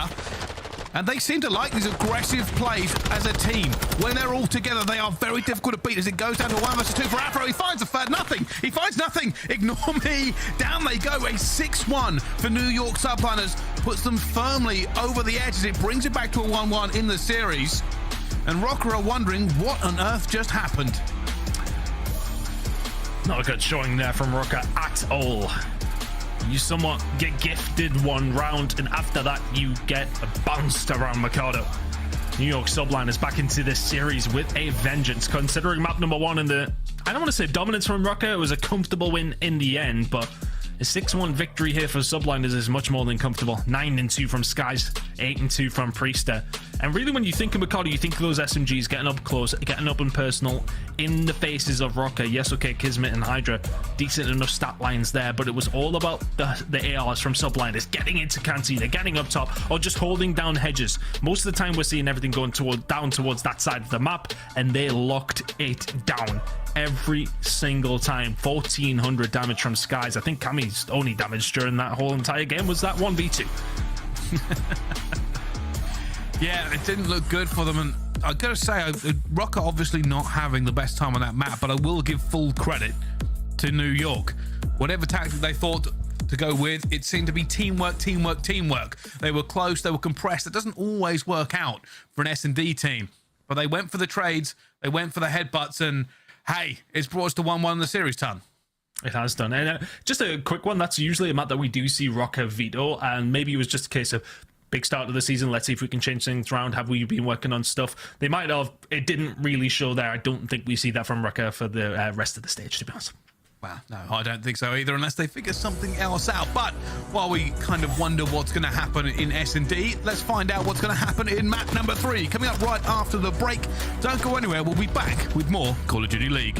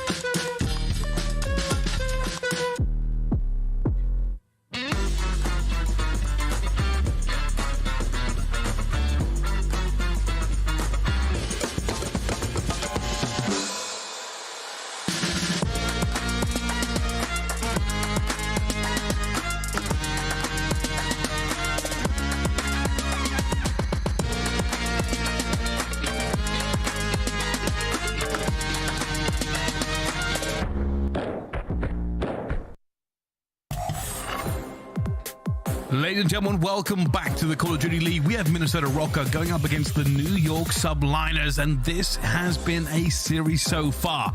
Minnesota take the hard point, but New York fire back with a dominating S&D, meaning it's all tied up as we go into control on Fortress. A little bit of a changing of the guard in terms of map from the last time they played, Ton. Yeah, not seeing the LSCLO, which of course we have seen from the side of Minnesota Rocker, is looking pretty effective right now. But we're going over to towards something in Fortress that, for the Subliners, you do enjoy. A 5-1 record there is pretty solid. And 4-3 for the side of Rocker, but we know how Fortress control do be sometimes. So let's see how this one does play out. Subliners, of course, going to hit over towards A. It's all about that opening break for them. It really is, and it's going to be a good break so far as they're taking down Afro. Looking to get the pressure on towards A. The biggest thing they want here is not to get wiped. Just keep these players outside of that spawn. Doing a good job here. Clock is currently stopped. Kismet is in a safe position at the back of the van. Cammy goes to Chow and contest, and will eventually win the gunfight. Great shots from Cammy. Now can they find the rest onto Subliners to force them back? For Subliners, I actually really like how they're playing this. They're not playing too fast and frantic. They're not getting out halfway and going, oh, panic, let's get into what? Let's see what we can do from here. They are very much slowing things down, waiting for Rocket to come towards them, posting up to A so that Rocket do have to make that push, and then trying to find those gunfights. Slow and steady wins the race here for Subliners. A couple of kills coming on through. This is looking like A should go their way. Good work from Subliners. That's 3 dead momentarily for Rocket. Look at this Hydra as well, trying to keep it out. Afro eventually will find him climbing through and jumps out the window and dies. But that third tick is slowly but surely coming through. There will be a Chow come in at the end, and it's Bance. Only Sky's going to be left alone onto this hill as he tries to pre-fire everything. Kismet has his back as well, though. And Kismet will find Cammy, and Bance finds a kill at the same time. But it should be done and dusted. Afro is not going to get that last player in time as A point is now secured. The problem being is the blender might be locked in. Yeah, it's all very well getting a hold of it, and it's a small win that Rocket can take away, but if they can actually, sorry for Subliners to take away, but if they can actually get out this spawn now, it will be impressive. Kismet will find the first kill onto attach still. What? Afro had to be weak. Bryce, tell me he was weak. Tell me he was weak. That's 3 kills. Subliners suddenly out. There we are. And Kismet is going to make a move here. Is he going closed or is he going underneath? Just waiting, trying to figure this one out as his teammates keep an eye on Skies as well. He's not moving too far. They do not want to be cut down. It gets a little bit tense for them, almost like an S&D. Push through. Kismet continues just to break through the defenses of Rocket. Have another one as well. The prediction of the Afro reads them like a buck, and all of a sudden Subliners are out. They're over towards B. They've got presence here as well. Bance will find 2 in the middle. Attach will find 1, and oh well, welcome back to the blender. All the hard work was done, and now you have to do it all again. I will say though, that tick could prove crucial. Getting that onto the board, especially as we know how good defense is. Bance, cheeky position, waits, finds the first, not going to find the second though, a little bit too slow. But at the moment, New York still on the back foot, still in spawn, looking to break out. It will be Priester making a move this time as well, as he will get cut down by Cammy. They're trying to lock this one in every single step of the way. New York doing a real good job of getting these trades until Afro just closed them off. For on the most efficient jump up. For Subliners, you got a little bit of presence outside here. You have some sort of control of the areas of the map you need to. Cammy staying alive up top single. 6v6, bear that in mind. Well, 2 teams may well slow things down here as Attach will find 1, make it a 5v5. This is really getting into the S&D. Here they go, New York looking to move forward now. They have 1 player advantage. Oh, wow. It's now a 5 versus 3. Rocker are failing. They found 1 though. Bance finds the first, jumps out, looks for Kismet. Kismet's going to go down. It's a 1 versus 3. Attach is left alone. His teammates are there, but he's found 2. He has to stop them getting on. He knows they're coming for him. The double chow is Priester versus Attach. Hydra versus Attach, and Hydra gets it. It comes down to a 1v1 in the end. And Rocker are rightly furious and frustrated. They have lost the defense on this map. And now they have to try and get out of the blender themselves. And I think the frustration for Rocker there will not necessarily lie in that 1 versus 1. Yes, okay, it's one of those that you would like to win. But it'll probably lie in the fact that they had Subliners pinned in their spawn multiple times. There's a couple of occasions that Subliners would get out. Of course, they push over towards A. They did well with that. But the fact that they had them pinned, I want to say 3 times, they got a decent wipe and had themselves set up in good positions. You've got to win the round from there, from at least one of those spots. Now they have the opportunity to attack themselves. Can they find a route out over towards A? It's looking that way. A couple of kills falling their way. Also, Subliners having to back on up. And New York waiting to strike. Kismet looking for his way forward. A little bit of trip as he comes through. Flies through the air. It's not going to work out for him, though. And it will be Bad's all left alone as they try to just shut it down, and they have. Uh-oh.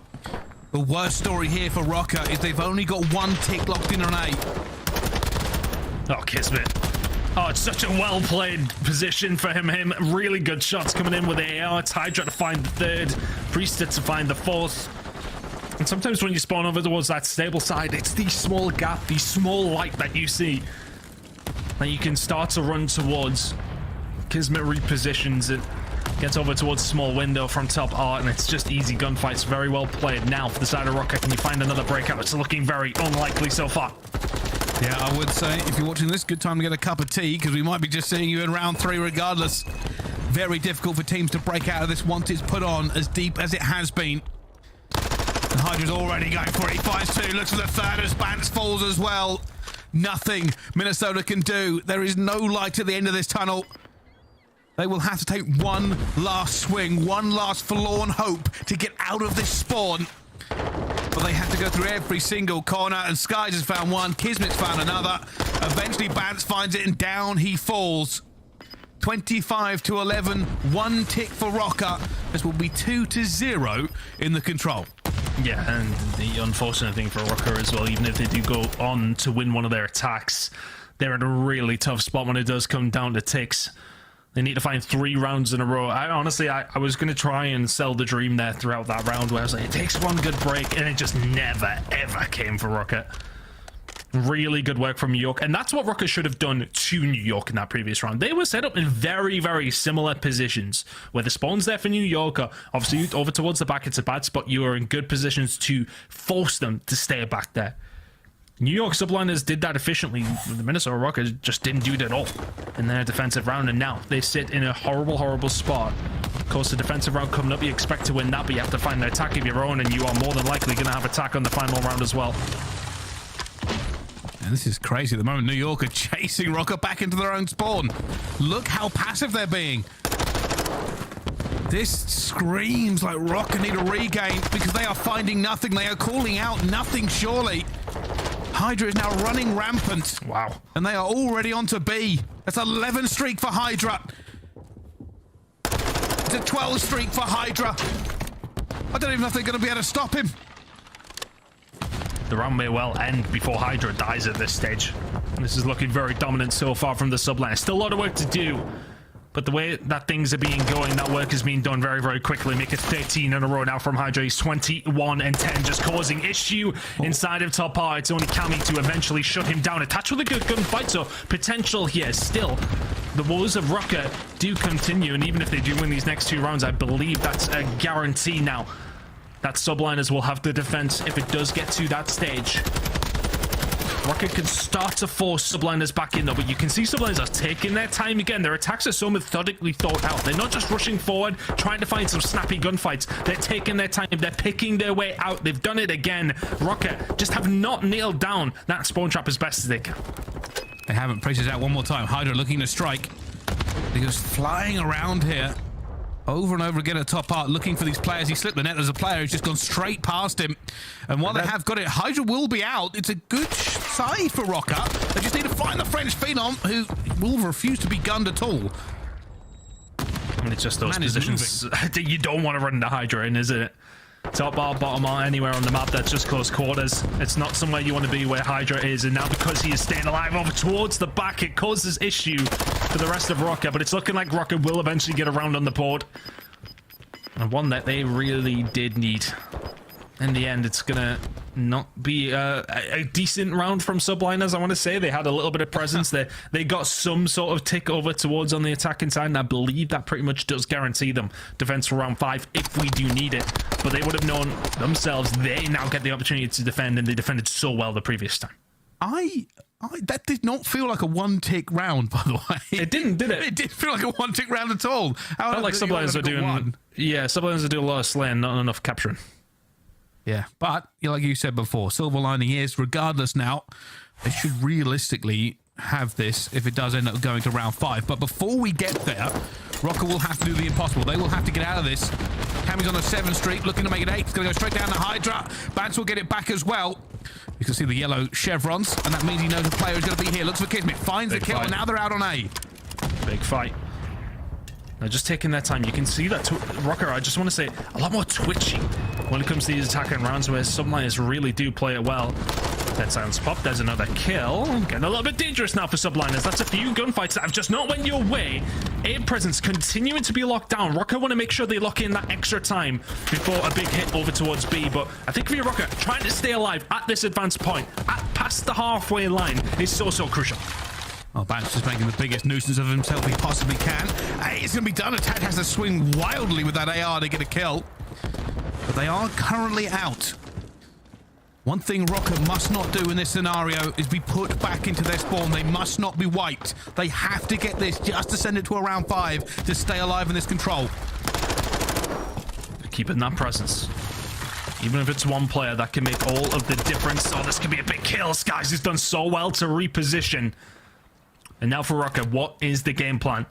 New York Subliners may well be just dug in deep here, waiting for you to make your push. And if the more you die, the more that Subliners can then push themselves up the map. But this is going to help things out. A streak coming in from Bance. And that's now going to have to be a reposition from Subliners. Should be a trophy. There it is. But they've had to reposition. Does that mean Rocker have found themselves in a better position themselves? No. Nope. At the moment, it hasn't. Afro will still be outside. That is the shining light for them. A lot of time here. Still not in that spawn trap. Afro has to get out of there as well, staying alive. This feels like it's balanced on a knife edge, and not in a good way. Any second, Rocker could falter. New York have not really felt like it, but Cammy's calling in his own streak now. They are desperate to try and break this. Bance finds a kill at the same time. That's coming down as Afro's going to find it as well. He's just going to wait because he has to. The rest of Rocker will now have to strike. They've got to make some movement. It feels like they're searching for Subliners players. Can't find them, start panicking, then they get gunned down. Cammy can't find a second, but a little bit of presence here, but Hydra's held his. Here it comes, but the kills have already fallen their way. It's one player towards the back in Afro. He gets cut down, and all of a sudden, Subliners can start to push up. They know there's a player here. They're going to find a gunfight. 4 dead momentarily. Subliners can now lock them in. Oh, this is bad. So many cruise missiles have been thrown onto this map. But New York have the position. 28 seconds left. Rocker may have the lives, but they do not have the time. They have to fly. They have to find the kills. Sky's already gunning Cammy. Sky's gunning Afro. Priest takes down Bance, and Hydra takes down Attach. And that's going to be it. Even Priest is going to pop the Denny. They're going to get in every corner, every point of position of power they can find, and they will just run this clock down with kills in the kill feed. And surely there is no way out for them as Kismet finds one, finds the second, doesn't need the third. It's done, it's dusted, it's 3-1 to New York. Really convincing defensive performance from New York Subliners. And I absolutely love what they do in that final round. Rocket do get that initial break. They do get presence in the mid-map. They've got players in a position where they can potentially make the plays. But Subliners don't even offer them an inch. They sit themselves back. They say, right, okay, you're the ones that need to capture, but you come to us instead of us pushing forward and just trying to pin you back. Patience from Subliners is kind of the name of the game there on attack and defense. I love the way they play it, and that is a good victory from them to put them 2-1 up in this series. And honestly, it was the two. Hydra. I mean, we could talk about that streak, 34 and 18. It was 13 in a row from him before he did fall. But he's that kind of player when you can get him, especially on those attacking rounds, in that position. He can just cause absolute havoc. And I want to say that Rocket kind of invited that chaos that Hydra was trying to provide for the Subliners. He was trying to find those kills in mid-map. But Rocket never really had that opportunity inside of Art because Subliners just step back. They don't allow it to happen. Hydra's in there. Yes, okay, he's going to be that player who will always be so good at causing that issue. On the other side of things, you'd say that would be Afro. That's a very under par performance for one that does come to his stature of gameplay at 12 and 26. You expect a lot more out of him than that. And that is maybe the difference. Just could not cause that chaos in middle art in those attacking rounds, and Subliners walk away with it quite comfortably in the end. Yeah, and the difference just has to be just the you are right, the way that these two teams played the map. I feel like New York had not only the momentum, but They were proactive. It felt like Rocket were more reactive to what was happening on the map, and that always put them maybe just one step behind. And also the fact that New York were quite happy to just close us in. They got the spawn trap a couple of times. Rocket couldn't do anything about it. But yeah, a little bit of a disappointing control from Rocket, but New York firing back into this one. 2-1 up in the series time. And those are 2 months that you, I mean, with the way that Rocket have been playing. S&D control, yeah, we're good. We're looking fantastic. Of course, the hardpoint has been great as well. We've seen that map number 1, especially with the way that things did transpire in the previous series. It was Subliners to walk away with the hardpoints, and it was Rocket to do everything else. And now we head over towards another hard point, and it's dangerous times now for the side of Rocket. They would have thought themselves at least one of those maps of 2 and 3 to at least force a map number 5, and well, Banter's face tells the story. It is a dangerous position now for the Minnesota Rocket. It is. It really is. Hotel hardpoint. The crazy thing is, even with how good Rocket have been on these hardpoints in recent memory, I still don't really favor them. Maybe that's just me feeling like, especially considering how good that we have seen New York of, and maybe that's the balance that we're looking for here. New York, the Major 1 cycle, looked like a force to be reckoned with. Rocket going towards the end of Major 2 qualifiers and Major 2 looked fantastic themselves. It's like a meeting of the titans from both stages. But I really don't know. I don't know how to feel about this. It feels like New York have finally found their groove to slot back into. And against a team like Rocket, it's a big win for them. It is. I think, you know, the series is not done by any stretch of the imagination, but Rocket would have been looking after map number 1 especially. If they could take that search and destroy, they're in a really good position in this series. Bearing in mind that the New York had lost 4 search and destroys in a row in Major 2. The fact that Rocket aren't able to close out that map number 2 with, I want to say, a strange pick for them as well. That's the sort of situation you go look at if you're the Minnesota Rocket coaching team. Like, well, why is that being picked in that stage? I mean, I'm sure they will very much have their reasons, but to then go in and get bodied like that in map number 2, that's got to be a dent of the confidence of the Minnesota Rocket. Then heading into a control that doesn't favor you necessarily, you lose that, and all of a sudden you're heading into a map that you got beat by 100 points in. Last time out, you played the New York Subliners on stage in Boston. Hotel Hardpoint coming up next, and that is going to be a difficult one for Rocket. They need to bounce back if they want to force map number 5 here. Let's see if they can do it. That'll be the key. Who has got the mental ice? Who has the ability to just shrug off everything that's happened and keep moving forward? Either of these 2 teams could win it, and I wouldn't be shocked either way. It does feel like we're leaning a little bit on the side of New York. But hey, if anything has taught us over the last couple of months, fans, anything will happen in the CDL. Guys, that's a big performance so far. A 1.43 overall, a 4.5 in the search and destroy. Shiver me timbers. Skies is getting the job done here in this series against the Rocket. Quick reset on the lobby, we'll get into it, but what a performance it has been from him. And I want to say that he's probably the least talked about member on that Subliner squad, but he's just so consistently getting his job done. No, I think I agree with you. That's kind of you are right about that, actually. Sometimes perspective switches to play. It's always easy to talk about Hydra. And, you know, just maybe a month ago, when people were talking about Kismet being the best player in the game, that debate was raging through the community and experts. But you are right. Skies right now is having a very, very good game and is causing problems for Rocker. They are going to need their superstars to step up. Ton, who on Rocker takes over in this hardpoint? You need it to be Afro. You need it to be Afro, specifically on this map. Hydra is averaging a 1.23 to 1.2 from Afro. You need to see him match him.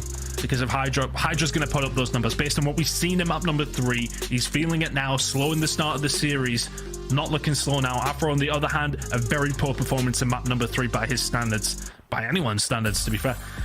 Heading into map 4, you need to see him step up because he was such a big catalyst, him and Ban specifically, for this Rocker side. In the hardpoints, in any specific mode, he is the star player. If he's underperforming to that level, it's always going to hurt you. You can't rely on him doing that every single game, of course, but you need him to perform to a decent level. If you can match Hydra, they've got such a good chance here in the Hotel Hardpoint, but it is typically a very solid, safe map pick from the side of New York. They're sitting at 9-5 overall. Minnesota at 5-4. Those numbers do tell a story. It's a lot more, it's played a lot more by the side of Subliners, and specifically looking at the stats, there's nothing that they do specifically brilliantly on this map. 4th in hold percentage, 4th in break percentage, 5th in rotational hold percentage. It's all very good numbers, but nothing that particularly stands out. They're just a good team across the board. Minnesota Rock are going to have to find a little bit of magic if they want to see a map number 5.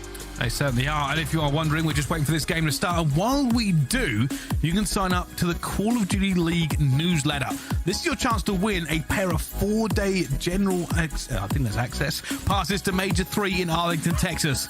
We will be there in just 3 weeks, and you can join us as well to see all your favorite teams and players and find out who walks away the champion ton. Yeah, it's a different GA, mate. It's a different GA. Yeah, I saw that. I was like, general admission, isn't it? General admission. Yeah, it's a good price to win. I can't believe it. I believe that they are completely sold out otherwise, so get yourself onto the newsletter, sign yourself up for a chance to win some of those tickets. It's going to be a good one. Back to Arlington. Well, we had a good time there last time. I think it was our first CDL event together, wasn't it? Well, I think so. Actually, yeah, it was. It was good fun. It's great. Good fun. It's nice. It's a nice place, isn't it? You'll have a good time. You come to the Major 3, you'll have a good time. It's going to be Optic are going to be there. It's their major. You know they're going to do great things. We'll see hits with the hype and everything else going on, but we are on the run-up. This is everything. The next 3 weeks are qualifiers to find out where these teams get seeded and how they are looking benchmark-wise going in. We've also had some serious roster changes go on through as teams pretty much scrabble for points, Tom. Yeah, we have seen a lot of changes because it's getting to that stage where, yeah, you play Major 1, okay, things are changing a little bit. Let's see how things go in Major 2. It might have just been a bad start. For some of these teams, things had to change. Some of the teams are surprise changes. Of course, Optic were one of them. I'm sure that's going to be talked about at length tomorrow when we do see them come in with Dan Ghosty for the very first time. Interested to see how that one plays out. My personal opinion was I felt like it was a big risk, but let's see how it plays out. But a lot of these teams making some big changes. Neither one of these squads deciding to do so. Of course, New York with a very good start to the year at stage 1. A very poor event in Boston. Rocker, kind of middle of the pack. A really good event in Boston. Hasn't looked great here, though. Neither two of these teams in a position that they felt where they needed to make a change. But yeah, I mean, look, that's a difference. These are the two players that I think if anyone thinks of Rocker, if anyone thinks of New York, you think of these two players on the left and right of your screen, and there is the difference. A 1.89 in control is a big reason as to why the New York Subliners now find themselves in the lead. And the overall, something to be scared about if you're a Rocker fan. Hydra feeling themselves today. Yeah, I kind of want to put a caveat on this as well, because KD stats bother me a little bit when they're like that, because realistically, Rocker got put into the blender twice, so Afro was really not going to have a good KD coming out of that control. Like, it's a little bit skewed. It's not that big skewed, because obviously they didn't have a good time regardless, but when you get put into the blender like that, you're not going to have a very positive KD. So I just want to put that caveat on it, because I feel like we talk about KD sometimes as an absolute, and it can be a grey area, and there is context to it. But enough of our rambling. Enough of me and Tun talking, enough of our faces, enough of all the inane things we have to say. This map is ready. We're going into map 4. It's Hardpoint. It's New York 2-1 up in the lead. Can Rocker make this comeback? I mean, I don't know about you. I'm planning on talking for the next at least 12 minutes. I wouldn't know, so I tune you out most of the time, to be fair. No, I am very well aware. Here we go. Obviously, the fight for P1 will continue as both these two teams look for positioning first of all. It's all about holding over towards P2. Rocker, where do you stretch over? Where do you try and get some control to try and flip these spawns? Well, you'll try and get some time as well, Cammy, inside the point. It's already Hydra behind you, and this is where things are going to be an issue. And I absolutely agree with you. You know, we don't try to talk about KD too much. It does become a bit of an absolute sometimes in the community. But it's the numbers that Hydra is dropping in comparison. That's where the issue does somewhat lie. Rocket on the wrong side of things here, but still picking up some decent time. Subliners just making sure they lock in P2. And here we go, Priester. Just trying to shut the door onto restaurant. Let nobody through at the moment. One player trying to slip the net will be Cammy. Can he make a difference? And I know he's here as well. They are waiting for him. Cammy finds the first gunfight as well, but he needs reinforcements before he flies through. Priester will eventually take him down. And that is now fully in control. New York have this on lock. A player actually managed to get through on timing. It's going to be Bance. Does Priester realize? No, he's going to get taken down first as well as the spawn flips. Spawn in towards the back car park. You'll take that if you're Rocker, Hydra. trying to cut them down as they make their way through. Bance will find the kill, and that is all on Bance finding the kill towards the back. He got a little bit of good timing, and Priest couldn't do anything about it, but New York's still here. Priest is just getting into contest. That's all they want from him as well. He has to make a dive forwards. That nade gets him at the same time as both teams just swinging in with every gunfire as well. Hydra makes 2 and 3. Hydra breaks it, but Afro gets the trade just in time. But more players flooding in from both sides. P2 is a bloodbath. It is all up the wall. Oh my God. To himself. It is nothing but chaos and carnage as we go towards kitchen and hopefully a little bit of breath of space for these two teams.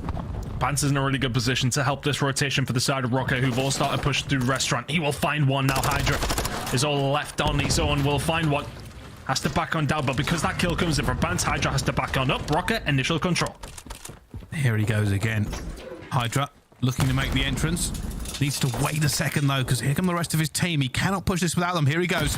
They are stacked, looking for as well. Attached ones are first. As trades are coming through as well. Kismet finds it, and they dive straight in. This Cammy cannot find another kill, and New York have broken it. Bance will find one back as both teams now race to reinforce. Skies flies out. Can he win this second gunfight? It's a bit of a snake fest going to go on between Afro and Skies. And Afro wins it as well.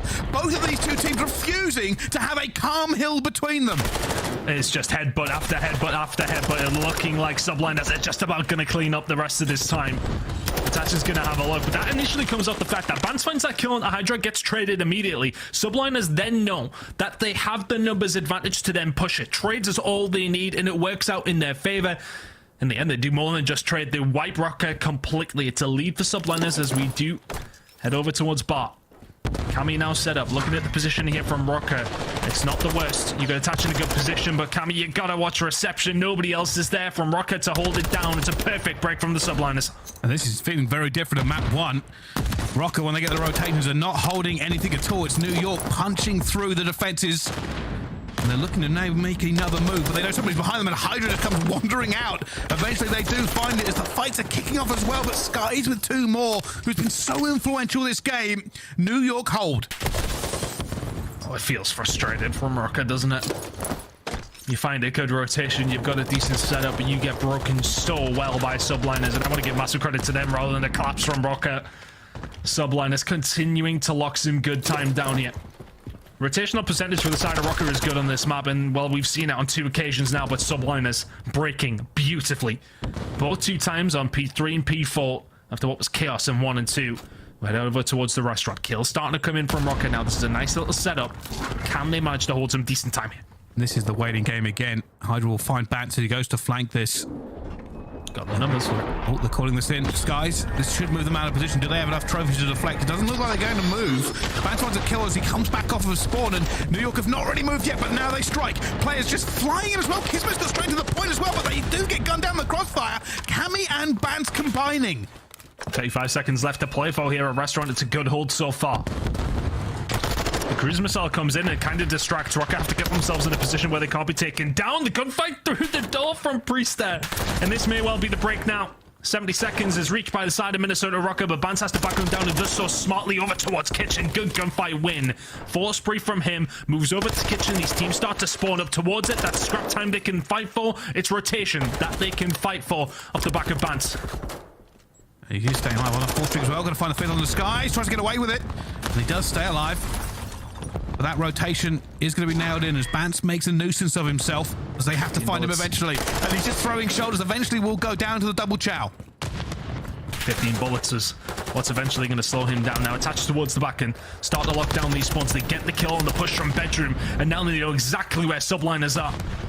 Kismet the only one pushing bedroom side, but Attach is just going to lock this down. Hydra will do well to win this gunfight. He dives out. Causes some issues. Almost gets a picture perfect stun, but not quite. Cammy will clean that one up. Push. The rest of them are pushing forward. Look at the minimap. New York have found a bit of a gap, but it's been recognized. Attach will find one. He shouldn't find the second. Priest will eventually take him down as New York continue to pile on the pressure. Priest are making a difference. Bance trying to get this one, but oh my goodness, threading the Vaznev. Did he stick? He did not stick him. He didn't get it there in the end with 13 seconds left to go. This game almost got tied up. Really good job from Rocket there, and Attach just done so well to lock down both sides of the push. He's pushing from the kitchen side. If you Hydra, he gets kicked up. What a gunfight win from Pants that is. Priester does a great job towards the back, though, and that's what gets the scrap time there for Vegas. For Vegas? Wow. I'm all over the place for the Subliners. What year am I in? Well, as we go back into this, it is now a tied game. Hydra tries to make a move onto them, but right now they are falling like dominoes. They're not able to make a move up this map at all. Wait a minute, the spawn's just coming in. Skies is already going to be on the flank, but it's recognized by Afro regardless. He will eventually go down into restaurant. Positive news for New York as they look to try and regain this lead. Let's find out, though, how they are feeling in the comms with a listen in. Yeah, I have C4. One not bad. He's already shot. Close shot, pushing. Nade across. Super fast. I'll pick up the back. I have a guy here lobby. I have the whole trow again. Yeah, CBD. Yo, two hole. One shot up at Benz. Alright, one shot on the back. Benz, they're just playing slow. They're playing slow. Yeah, they're going P4, one's chairs. Chairs dead. One's They're going to be Yeah, secret, no, secret. Secret in back stairs. This guy in the back. Backstep's dead. One secret. Back secret, 100%. He's weak, secret. He's like fire set. Secret dead. I'm holding hold. I spawn bed, guys. They're spawning left. Alright, yeah, engine. There be chairs. Lobby. I saw the chairs. Lobby. One shot. Left corner. Left corner. He's staying here. Nice, good shot. Lobby. Oh, shot came. Lobby again. He's going hold to the back. I hear you. Hydra, watch your lobby. I spawned mid. Hold the lobby. Everyone hold. Lobby dead. I can't do lobby. One shot. Lobby. No, secret. I'm pushing hole. Secret. Dead. Nice, good shot. One steps. Last one. Help him. I spawned chairs, bro. They're secret spawn, I think, maybe. Secret. Before. Be careful. Secret weak attach. Nice. Watch my lobby. They're gonna be dead spawn. I gotta shoot. Kemi. I saw him old. I'm holding downer. Kemi's. Wait, you have that looking engine set time. I'm looking bed spawn. Alright. We're good. Attach. He might be new, guys. He might be new. Look at I think there's two. I'm gonna play the back. Alright. Yo, bid. I need up. They have your help. On 2 seconds. I'm closing these doors. Morning rush. Every bottom bed help. Bottom bed. Bottom bed on you on the van, dead. Yeah. He can be mid. And the comms from New York feel about the tempo of the game, a mile a minute, as they look to regain their lead here against Rocker. Rocker now with the hard break into kitchen. Let's find out how their comms feel with their own listen in. I'm waiting back door, yeah. I spawn front, by the way. Hey, spawn B dom then. B dom, okay. I'm watching traps, He could be inside time. I'm going B. It's dark. Yeah, he's super deep. Dead. I'm waiting back door, I'm still staying alive. Stay right there, Cam. You get some boy out. I'm waiting. You have to hit dark, Back door dead. Nice. Good shot. Fucking Listen. Play tight. I'm going back spawn. Yeah, okay. Nice. Yeah, I spawn better. Yeah, leave me do. Leave me. I'm holding low bed. I'm going for the front. One's at the back of me. I'm holding low bed, okay? Go to the bed. Go on. No, he's still in low bed. They know I'm dead, okay? I can't hit the back bed. He's low bed. Where we spawning? I'm blocking bed. Shot out on me. To the back. Yo, Spa dead. Spawn again, Cam. Okay, yeah. Backstairs. I'll go backstairs. They spawn front, Cam, maybe. Okay, yeah. Backstairs, weak kids. I need to I'm showing spot. Yeah, no, he's bad. Yeah, it's not bad. Nice, huge kill. I'm spawn mid. I'm good. Must be better. Oh, no, spawn back. Front again. Skies. I'm gonna go top bed. I'm going big. Skies is front. Could be long. Maybe a little bit of frustration there in the final comms from Rocker as they try to get this one broken and done. Both teams just frying at each other. At the moment, though, Rocker will fill the kill feed, and they are in. Really nice break. Afro gets shot in the back, just turns around, just trying to stay alive as best he can, but the rest of Subliners can't find the pick. They get picked themselves. It's a lovely break from Rocker. Afro not having the best of maps himself will find that gunfight, but we've talked about it during the list-in when we were off air. 27-14 from Cammy. Is it Cold War? Cammy, is he back? My goodness. It's 20 points away from Rocker sending us to a map 5. And this could be critical. The rotation will now fly in. Afro looking towards kitchen. Attach will be waiting, but he gets pinched by Priester. Afro, the only man here from Rocker. He's already heard that one through as well as he's trying to make a nuisance of himself, but COD timing at his finest. And now it is a hard break for Rocker. New York hold the gates. New York can just about win it here, but you very much expect it to be contested at least for a second. Streak coming in from Cammy. We get 7 in a row from him. Is this going to help things out? Now, at least there will be trophies down, but does the push benefit from this to come in? So far, not the case for the side of Rocker. After we'll find one, but Spawn's a little bit more one-sided now. Subliners cannot quite win it here. They had to get off Rocker. Linear in their push. You can see them trying to start to set up a pinch. Subliners need to be ready for it. And they're looking for it. All of the trades going through as well. Skies on 6 health. Tries to stay alive. Just staying down as the more rocket comes through. Cammy finds the second one. Kismet not able to get it. Cammy gets 3 in the final hill. Hydra has to make this work for him as he dives. So Cammy attaches there. Priest is coming through as well. Second stick. Cammy keeps on going. And Rocker with another hard point in this series. And this time, it's cooking Cammy. Different vibes from Cammy today. That is much more like it. That's the kind of Cammy that everyone expected on this Rocker team. That's a little bit more like it. Really good performance from him. Subliners on their pick of hardpoint get blown away, and it's just such a contrast in what we thought this series would play out. 2-2. I think a lot of people would have thought that we would have been heading to a map number 5. The fact that Rocker win the hardpoint and Subliners win in maps 2 and 3 turns things on its head. But what a huge AR performance from Cammy. That is a big one. Yeah, it really is. Just making huge kills there all the way at the end. I can't believe he's only 120 damage over Bance as well, considering the amount of kill difference. But yeah, big plays coming through in the end. I did think New York had that for a time, but somehow, with the pace that they've been setting on this hard point, they come out on top in the end. Some huge 3-piece there at the end from Cammy to break New York off a restaurant. But you are right. What a ridiculous series it's been.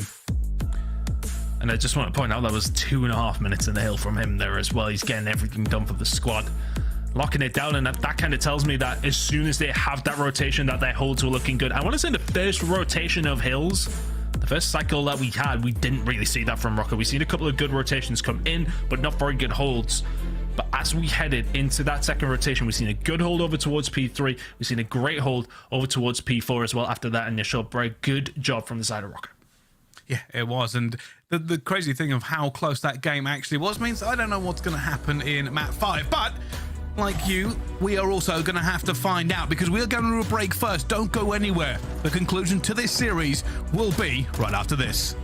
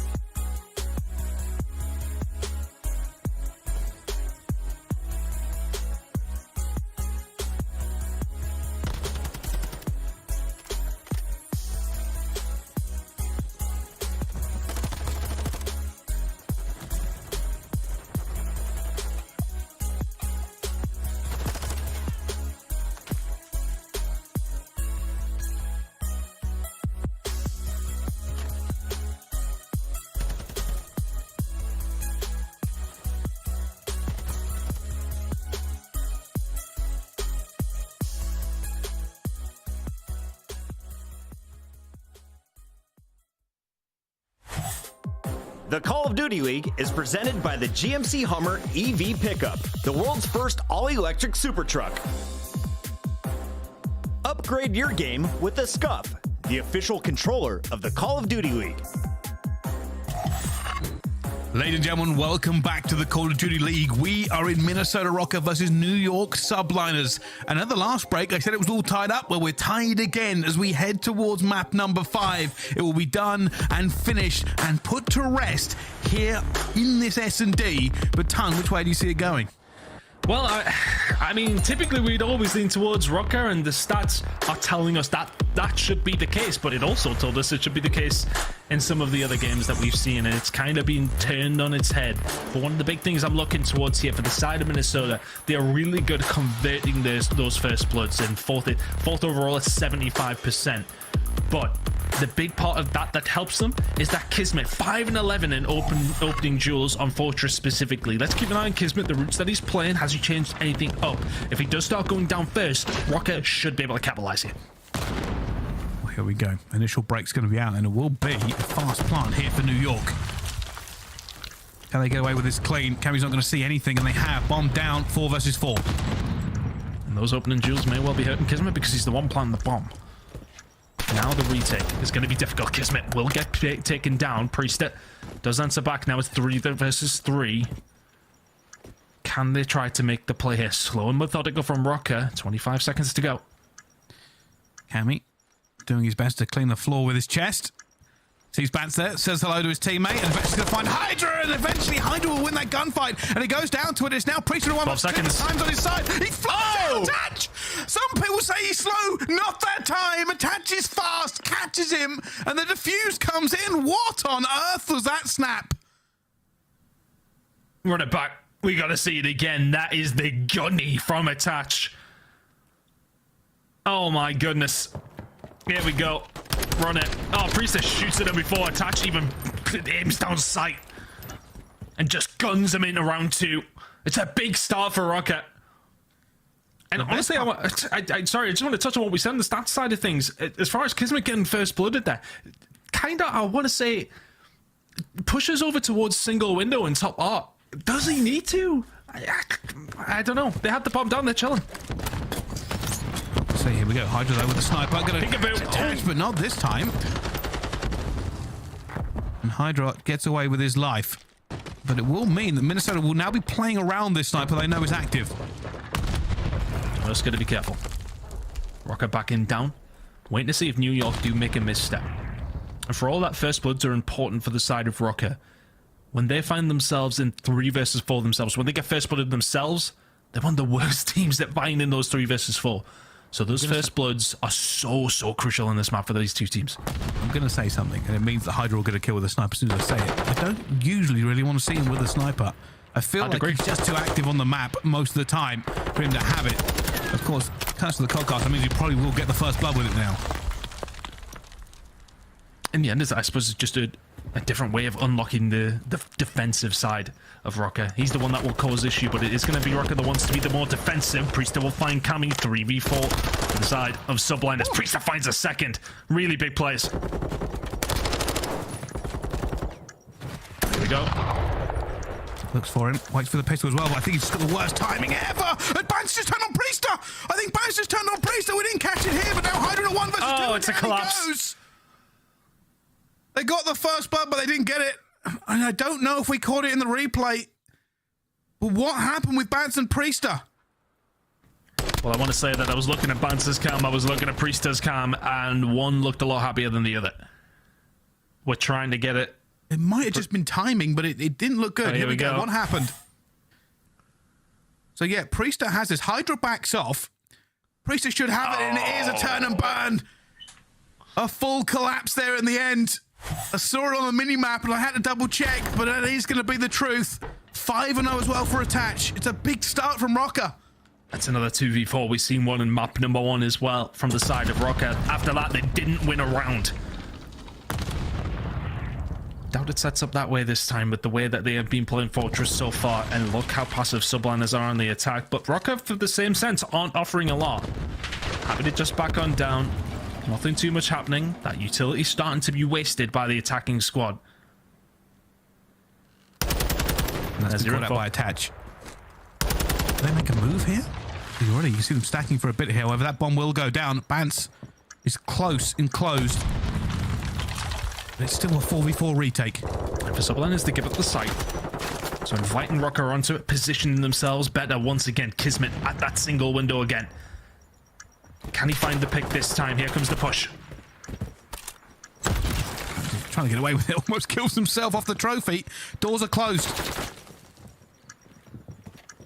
Time's running out. They have to go for this. All New York have to do is get that person defusing off. Both teams go for it as well. Bans comes to first. Looks and goes through as well, but he's going to go down as a full collapse. Rocker were everywhere on the site, but they find nothing. Attach will stay alive for the kill streak.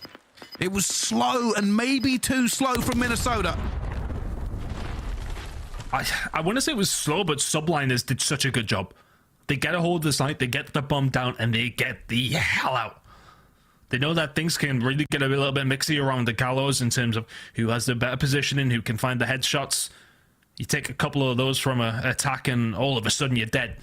So you back down. Sky's in a great position towards the back, invites that pressure to come in because Rocker get inside the site. They've got a bomb to defuse. They start to have to stretch out to look for the members of Subliners and Sky's ready and waiting. Half that deficit now. As Hydra is already in top art. Bouncing around, and this will cause an issue for them. Right now, nobody from Rocker checking it. Double across. Priester will have to back down for a second. His band's going to chow. Cammy goes for it. Bance is there as well. And I want to say the positioning from the positioning from Hydra's going to be massive. Oh, he finds one, gets it traded. 3v3. And it actually slows down Minnesota so big. They don't have bomb control. They've lost the numbers as well. Hydra being slippery and getting that movement correct for the bounce up top. Brings this down to a 2 versus 3. If they get this bomb down, they have a chance. Yeah, they have a solid chance. They will back down. These first engagements are going to be so crucial. Dead silence pop from Afro. Does he try to make the route? Oh, he's just holding it down. To SMGs, they don't really have the guns you would favor in this scenario. They might have to fly.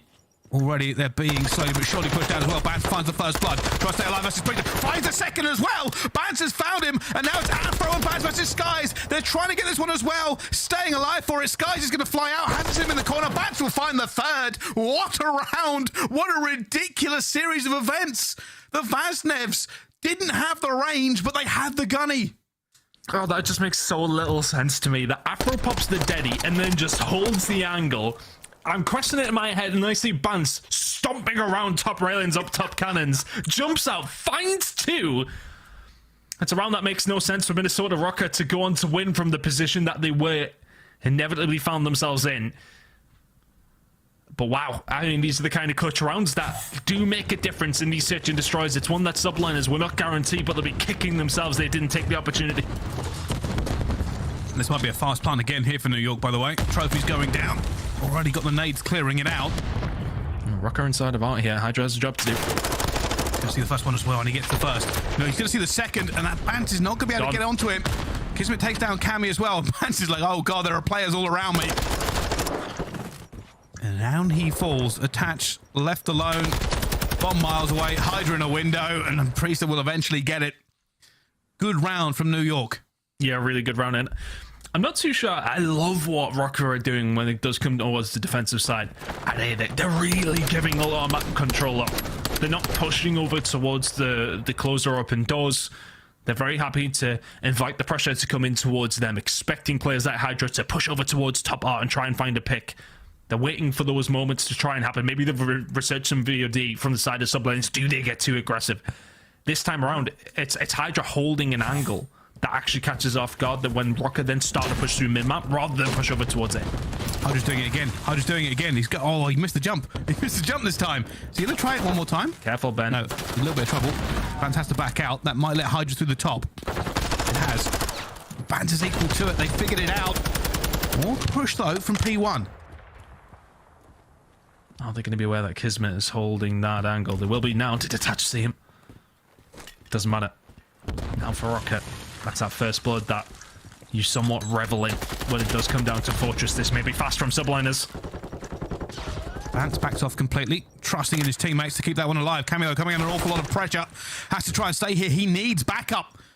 They've given this side up. They have to get the guns in position for it. Cammy's going to find the first, but he will be traded away. 2 versus 3. New York skies high. He is very, very high, and he will be seen. Priester finds it as well. Look at Vance. He's got to be the one. Opens the door. Afro challenges. Oh, I love that from Rocker, whether it was intentional or not. Had to have been. I would love to see that one on a replay as well. Again there, by the way, production. The door opening play. The players turn to look at Vance, and Afro cleans up. Never has a door been so influential. Well, they've been influential for a few years now. If it was intentional, I love it. I don't know whether it was, but it was Vance who was playing the position. That's why Afro and nobody towards the back is really pushing the issue. You can see Cammy's waiting for the gunfight to come to him. You can see the rest of them are waiting for the gunfights to come to them because they know that Vance is the ace in the hole. Hydra drops to his belly, kicks Afro into the next round. It's a first blood for the side of Rocket. Vance has slipped the net yet. He hasn't checked yet, though. No dead silence. I think that's what he's stressed about. It's going to pop in just a few seconds. So he might pop this and move. There we go. Dead silence operated, and he has been found by Kismet before anything can happen. All that time wasted. Nade clear there for Cammy, so Cammy can get up top. Finds Kismet, but it is not going to be enough. Full advantage here now for New York. Look at Subliners. Yeah, they're stretching all the way through there. Yeah, okay.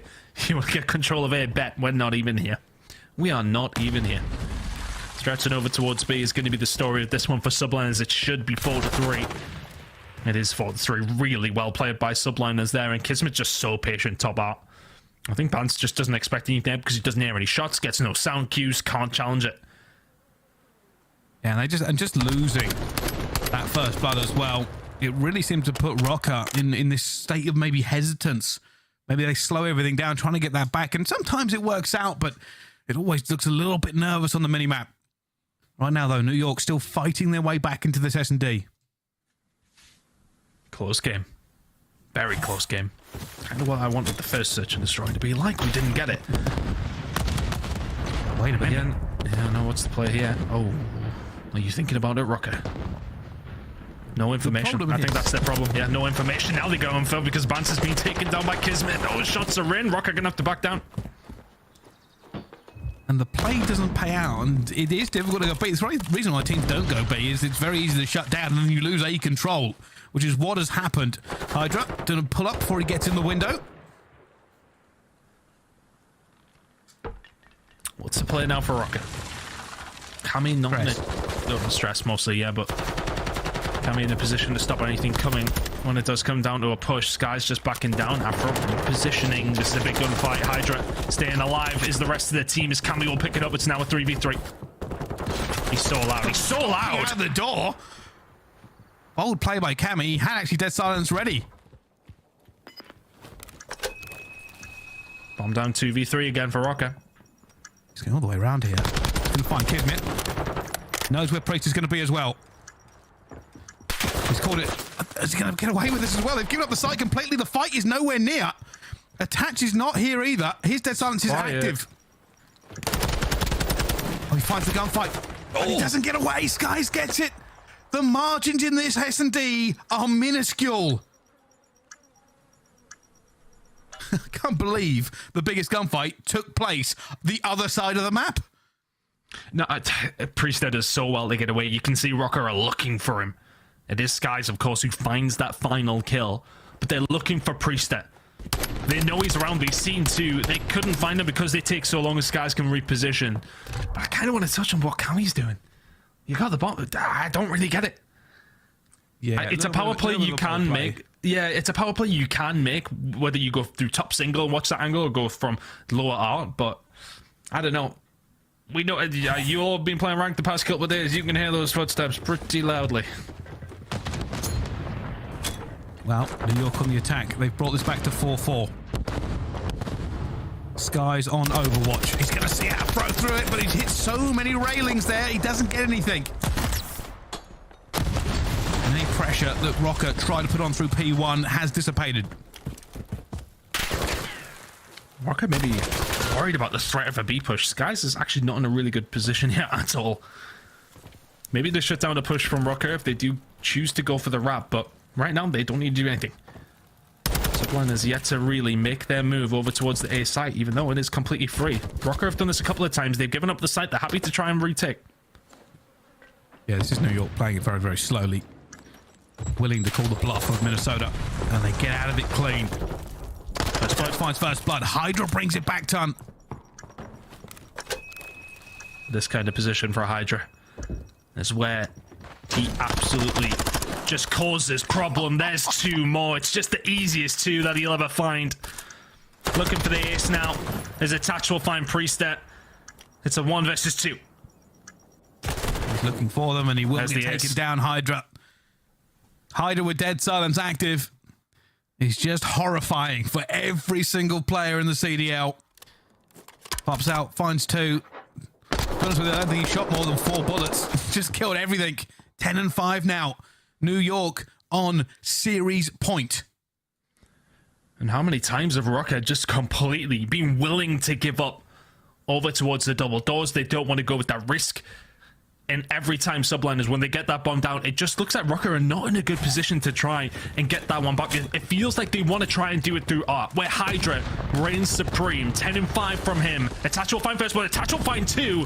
It's a 2v4. Hydra will find 1, making it 2v3. Hydra might play this slow now. Which, you know, seems not like him, but bearing in mind a cruise missile for the potential 11th round could be massive. Still looking to make a play. Hydra still moving. Does he check it? Do this spray? Oh, Kismet's gonna get taken down. Hydra has to play for this cruise missile. They don't know he's here. Hydra is sneaky. Hydra is supreme. Hydra's nose back is here. Finds the first, finds the second. It's Hydra again! Down to a 1 versus 1. He gets the cruise missile and potentially breaks the back of Minnesota. The Dead Silence is popped. The superpowers are active, and off he goes. Phenomenal. Phenomenal from Hydra. The wherewithal to think about it, and I tell you what Attach doesn't have is a trophy. Is that information now gained? It may well be. Slam it into the top, we know where he is. 7th spree for Hydra. It's a 1v3 if he can complete it. Does Attach get the timing? Yes, he does, and it's a round 11 we go. Hydra plays that so smart. Rocket don't check it, but Attach is there when he needs to. The ice in his veins. A round 11 we go. There is sweat dripping out of every pore on every player. Breath held. Just, oh my goodness. Attach can't even believe it. Look, he's frozen. So much ice, bro. But we'll have to see as we go into this round 11. I don't know what to tell you, but Attach is 12 and 6, and they have defense this time around. Sorry, they have attack. I'm confused, I'm flustered, but I'm ready. I honestly prefer Rocker on the attack. The way that they've been playing these defensive rounds, it just not be working. The round 11s, it's so close between these two teams in terms of the stat line. But what is the play? Who makes the first move? First blood has been so crucial for both these two squads. Afro's popping dead, he's going to try and make a play. Probably going to try and jump this to check whether or not they can actually plant. That's what he's going to be looking for. Checks both. Will now hop over the door, check nobody's close. It's bomb if site nobody control. is in closed, they'll probably go for a plant, but that stun's going to be a problem. And that's actually caused Cammy then to back down, wondering if Afro is in trouble. So Dead Silence somewhat wasted. A little bit of control gained though. Rock is still very much haphazardly pushing over towards this site. Shots start to come in. Attach is looking for a pick. He may well find one to Kismet. He's surely going to get pushed and will get taken down. 4v3. They've got no time. That bomb has to go down from them now. They have to get it well, but it's a collapse because Hydra's in the back lines. It's a 2 versus 4. Down they go. Rocker have waited too long, and it's going to be all over. Done and dusted. And the frustration on Minnesota's face, rightly so. New York walk away 3-2. The round did not work out for them. And New York already up and celebrating. Too much ice. Bit slow, bit glacial. Very slow. Very, very slow. And I know for us, it's easy to say you've got that site control. Yes, okay, there's somebody over towards open. But with that throw there, the invitation is there for Rocker to go for the risk of the bomb plant. You've got to think about it. They don't choose to go for it. And as soon as they lose that first blood, the collapse starts to come in. Hydra's the one to find it. He forces his way inside of Art. And that man is just causing chaos every single time. Whenever we're playing Fortress, you think of players like Hydra in those positions. And there's a prime example as to why he's so revered in this community. A 15-6, a map number 5. It's a round 11 win for Subliners. Back on track in the CDL. Not the way we thought the series was going to go, but it was a fun ride regardless. The journey sometimes more important than the destination, apart from if you're New York, who get the win over Rocker, revenge for Major 2. But I'm sure there is a lot to break down, so we'll hand it over to our wonderful desk. Thank you so much Ice Ton. Love to hear it, love to see it here from the man attached in round 10, but it's the Subliners, round 11, who are able to clutch up and get the revenge. And what's crazy here, Ali, is this is the exact inverse of what happened on land in Boston. The 2-3-5 going to New York with Minnesota taking the hard points. Yeah, game 5, round 11 once again, but this time it was the New York Subliners on top. Last time this happened, Afro was the player to watch. He went 11-6. This time it was Hydra, 15-6. This guy was on a mission this entire map. Yeah, I'm just glad he put the sniper away, honestly. At round number 2, I see my man Hydra got the sniper out. I'm like, yo, Chris, he's got the sniper out. Look at him. Yo, he like drag aimed up to top part. I'm like, no, pull the SMG back out, honestly. But I really love what we saw in New York throughout this series. You know, we talked about in the pregame segment, they only wanted a CeeLo search and destroy through all of stage 2. Well, they come into this series, they win 2 search and destroys on Mercado and on Fortress. They haven't won that in so long. You saw how they were playing that though, so disciplined, so slow, waiting for the information, using their tacticals well to slow down Afro there, and then just sending your man to inside of Art to get those pickup kills in Hydra, man. Like, it was just well executed by these guys. Some big clutches as well, too. 2 game 5s, 2 round 11s in their most recent meetings, and that, of course, just 2 weeks apart. I hope that these are like our 1 and 8 seeds at the end of this major. I just want another round 1 matchup no, give me as this. we go to Texas. But let's talk a little bit about why this series is so close. Is it map dependent in your eyes, Allie? Do these teams have a weakness that the other has a strength, and why do they keep going the distance like this? Definitely not map dependent. Like we talked about their first matchup, this was basically a completely different map set except for that game 4 hotel hardpoint that went the other way last time. And I think this is just going to be a good matchup throughout the year. I think these are both really solid teams. I think Minnesota Rockers surprised us all on land, but to be honest, their major 2 qualifier games were good as well. So I think this will be a battle throughout the whole year. I'm looking forward to it, and hopefully we will see it on land here shortly. We know they're done for the qualifiers, but Nameless, we're not done naming scuff play of the games, and this one is coming from our man Priesta. It was the first search and destroy. This was a 6-1, and this, well, Priesta plants the bomb and gets a 3K in the round. Yeah, I mean, Priesta's beaming, man. And honestly, we were looking at the series layout, we were looking at the maps here. I feel like Mercado Search and Destroy should be a map that these guys continuously try to play, right? Because usually, like, you're just going to be rushing to the bomb site, head smashing, and what is New York best at? Rush into bomb site and head smash. Like, just get to green and get the bomb down and play for your kills, and they did a really good job on this one. We got to highlight a player that you were hyping up too, Skies. He had himself a performance on that map. Skies was having fun. A 4.5 in Search and Destroy the first time around. The numbers dropped a little bit after the second one, but we also saw some elite plays from some teammates. Let's take a look at our Hummer Extract mode. It features another subliner. He goes by the name of Hydra. He may be the best SMG in the game, especially when you let him go on a run. This was one to challenge Sip's 16 streak. We thought he might do it. He ended at 13 here, Allie. Yeah, he was getting close, and I mean, he was just in the flow state here, and it is so difficult on a map like Fortress to shut a player like that down, and we've seen him do this before on other maps as well. So, I mean, definitely why he's in the conversation as one of the top SMGs in the game. Dude, this map can literally be hell on earth sometimes, man. Yeah. When you're in that spawn trap, and like we've seen him on offense, like he gets out and he gets into Art, and he's like, well, you see that smirk? He's like, I'm in Art now, boys. Y'all gotta come find me. And they just couldn't kill him, man. He's on a crazy streak. The kid's a monster. Hydra doing Hydra things. Is he the best SMG in the game? Chat, let us know what you think. In the meantime, we'll be talking with one of his teammates. They will be joining us live. In fact, he's here once again. Skies, welcome back to the winner's circle, you gorgeous human. Can we start here with the vibes? How's the team feeling after getting revenge? Feels good, honestly. Like, I feel like the major was kind of unfortunate because, like, I don't want to make excuses. Like, it was kind of like hard to get into like a a flow in the beginning of Major 1 because like the flight issues we had, that was miserable. You have no idea. I literally slept in an airport. I was trying to get a hotel room for 1 hour to nap, but that was crazy. But it feels good to get revenge on them for sure. Yeah, definitely. And I'm so sorry that you guys had to go through that. I know we've all have our fair share of travel struggles and know how bad that can truly be. But great bounce back today. I mean, it is a revenge game, and your Search and Destroy looks so much better. You guys are struggling in it through all of Major 2 qualifiers and in the Major 2. What has kind of been the turnaround for you guys in that maps 2 and 5? Yeah, Mr. 4.5. To be honest, like, we didn't win. We went 0-4, I think. But we knew we needed to work on, like, before the major. I felt like we didn't take it as serious as we needed to take it, like, in Search and Destroy in practice, and it kind of translated over. But we've been talking about, like, small talking in Search more, like, directing more, being confident in our plays, no hesitations, because I feel like in Search, like, we'd be in situations and we'd get caught sprinting or, like, hesitating on our plays. But we worked on that, and I feel like our respawn's still really good. Granted, we lost the 2 hardpoints. I still feel like we're, like, a top 3 hardpoint team or respawn team in the game. Sky, so, you know, talking a little bit more about that Search and Destroy, who's like calling plays for you guys in these moments? And in specific, like, who allowed Hydra to pull that sniper out in round number 2? Because my guy needs to put that away, keep the SMG out. Nah, he's actually pretty good with it because, like, he's been using it in scrims, but, like, I've been hit marking people in the head, bro. Like, I've been losing my mind.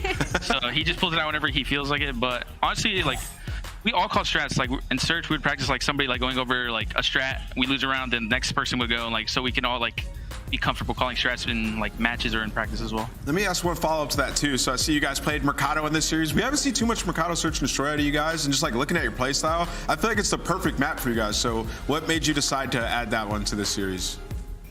To be honest, we weren't looking that good at it, like, practicing, like, probably, like, last major, but then we started, like, practicing in Search, like, we were getting really comfortable and we were starting to, like, understand the timings, how to play, and then it just all clicked. But, like, that map's got, like, we were faded. We should have got better at it earlier. Well, Skies, before you go, I want to get your thoughts on some other teams in the league, if you don't mind. Your team not making any roster changes, but we know at least 4 other squads have made some improvements or at least some new faces on their starting lineup. So who do you think has won the trade war or the in-between major signing season? Yeah, I'm not gonna lie, I'm on Mars. Who changed? Florida changed. Optic changed. Oh, Florida's gonna be good. Florida? Legion changed. I think Florida's gonna be good, and then Boston. Goatee, he's really good. I've watched him last year. He's actually a pretty solid player. I think he's a really good pickup for them, and a lot of people don't know who he is, but I think he's really good. He has good comms, and he has a good head on his shoulders. And how about Beans? Have you had to face off against the man from Boston in any scrims recently? I actually like Mendra. He's funny. He has a good personality. He's like a scrappy. He likes to trash talk, and I like that. I feel like the league needs that for sure. He's a beast too. Absolutely. Thank you so much for joining us, guys. We got to let you go because that next matchup is almost ready. Any final words for your fans? Thank you guys for continuing to support us. Apology for the last major. We're gonna clean it up and do better for the next stage. And who plays next? Yeah, they're just gonna wipe it away. Toronto, Boston. Clean it up. Got a trophy. Going after another one. I'm about to watch that. All right, deuces to Skies. Thank you for joining us. When we come back, we have one more match to go, so don't go anywhere. It's an epic Friday. Major 3 qualifiers continue with a new look. Boston Breach bringing back out the beans. See them live for the first time after the break.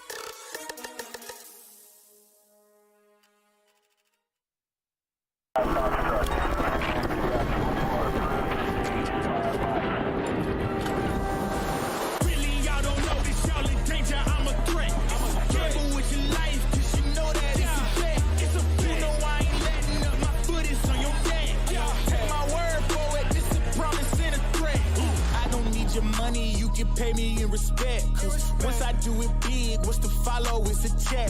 I need 100 bags, nothing more, nothing less. And the ops feel away, cause I'm next, I'm a threat. Oh yeah, really, y'all don't know this, y'all in danger, I'm a threat. Gamble with your life, cause you know that it's a bet. Gotta one up the next, point to the sky with the one up, I'm blessed. I'm young, rich, and black, so you know I'm a threat. And we are back. Boston Breach taking on Toronto Ultra, the final matchup of the night. And this is the first time we are seeing the Breach take on the Ultra in CDL 2023. So exciting stuff across the board here. But let's start here with the Toronto Ultra squad. They were coming in as a top-tier squad. Everyone's saying they're in the running for a trophy. Knocked out again at the major. Do they have anything to prove right now, or what are you expecting from this team coming into tonight? I think they do have a lot to prove. I think that major definitely didn't go the way a lot of us thought it would for the Toronto Ultra. I mean, they lost in 0-3 fashion to the #1 and #2 at Major 2 in the Atlanta FaZe and the LA Thieves, but it was on some of their best maps as well. Like, they got smoked on some hotel controls against both those matchups. They got smoked in Search and Destroys against an LA Thieves that didn't have a good S&D at the time at all. So definitely shocking from the side of Toronto Ultra. And bro, like, she's spitting fire. They got cooked in both those matches, 3-0 both times. And like the biggest thing is for these guys, their map pool, like Mercado Hardpoint was one of their best maps, right next to Hotel Hardpoint. So it was dangerous when you enter a series, like what do we want to play against these guys? Well, Mercado, they got cooked on those back-to-back when you look at those series. So, you know, just when they get like later in these tournaments or playing some of the top teams, it seems like they're starting to get exposed a little bit. But nevertheless, they've still been pretty solid across all the game modes outside of the top teams that they're going up against. The problem that they have now is they're going up against a team in Boston that has packed a punch with beans in the slaying department. That's going to be a lot to deal with. We got to focus in on our challengers players. Of course, Scrap, he is in as a Rookie of the Year candidate, coming in with all new life and energy. He's always talking smack, always putting the vibes first for this squad. He had some ridiculous numbers in the qualifier. Looked great on the opening day in Boston, and then they kind of fell off. I mean, but to that point, like, he's still the highest slaying on this team. Like, he has a 1.1 leading on this team when it comes to hardpoint, 1.23 in search and destroy, and the controls a 1.25. So like, he's leading and slaying when it comes to this team, but when it came to the major, it just fell a little short. Yeah, like his impact wasn't felt at the major. I think that was the biggest difference, like especially in those last two games where, like, if you're a superstar in this league, that's when you need to be shining. Like, those are the big games where you need people to take over, and I feel like that's where Scrappy, like, we're yet to see it. So. Well, we've seen Toronto looking near the top for a while. On the other side, Boston Breach is always battling just to get into the top 8. They had a hot start to the league, then they had some downslopes in the qualifiers. Today, they're coming in with some new life. Awakening, he's back in full force. Now you got Beams, though, on the AR, and what does he bring to this squad? Let's start with you, Ali, another challenger player rising up.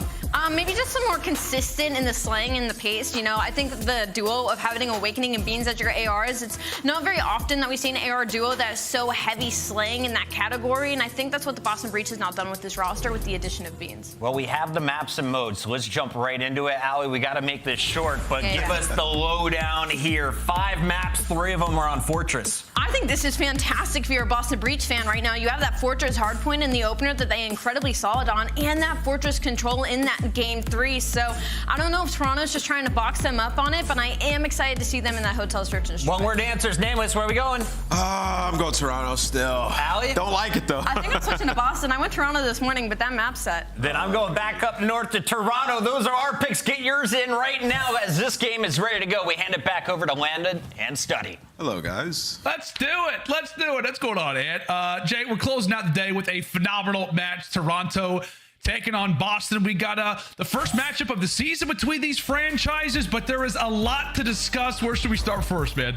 Oh, man, we got to start with Mr. Beans, baby. He make it to the CDL, brother. This is a guy who we have heard a lot about during the offseason that he was the next guy up, with Method stepping down. You know, it's a great friend of mine. I hope he has a phenomenal career in the content creation. But Beans is coming in and he's ready, man. You heard the desk. They said that he likes to smack talk, so I'm really excited. Between him and Scrap, who's going to be talking more at the end of this one? Yeah, that's the fun element of this series, right? Is that you do have Scrappy, who's obviously leading that Rookie of the Year race right now. And now you've got players like Ghost, the intern in the league. You got Beans, obviously making his official debut today with Boston. It could give us a bit of a taste into who could be a front runner moving into the rest of the year as we jump on into map number 1, Boston. Oh no, the Toronto Ultra, and that is not the way you want to start off your CDL campaign, Jay. That's both of our series where a nade is just not going where you want it to be. Unfortunately, Beans takes down Awakening. So now with Toronto Ultra spawning on the better side or getting a lot of time off of this P1, you want to slowly try to work your way out, play for these kills, try to play for this rotation as Vivid is able to find 2, but Toronto Ultra not getting any time. This is exactly what Boston Breach want.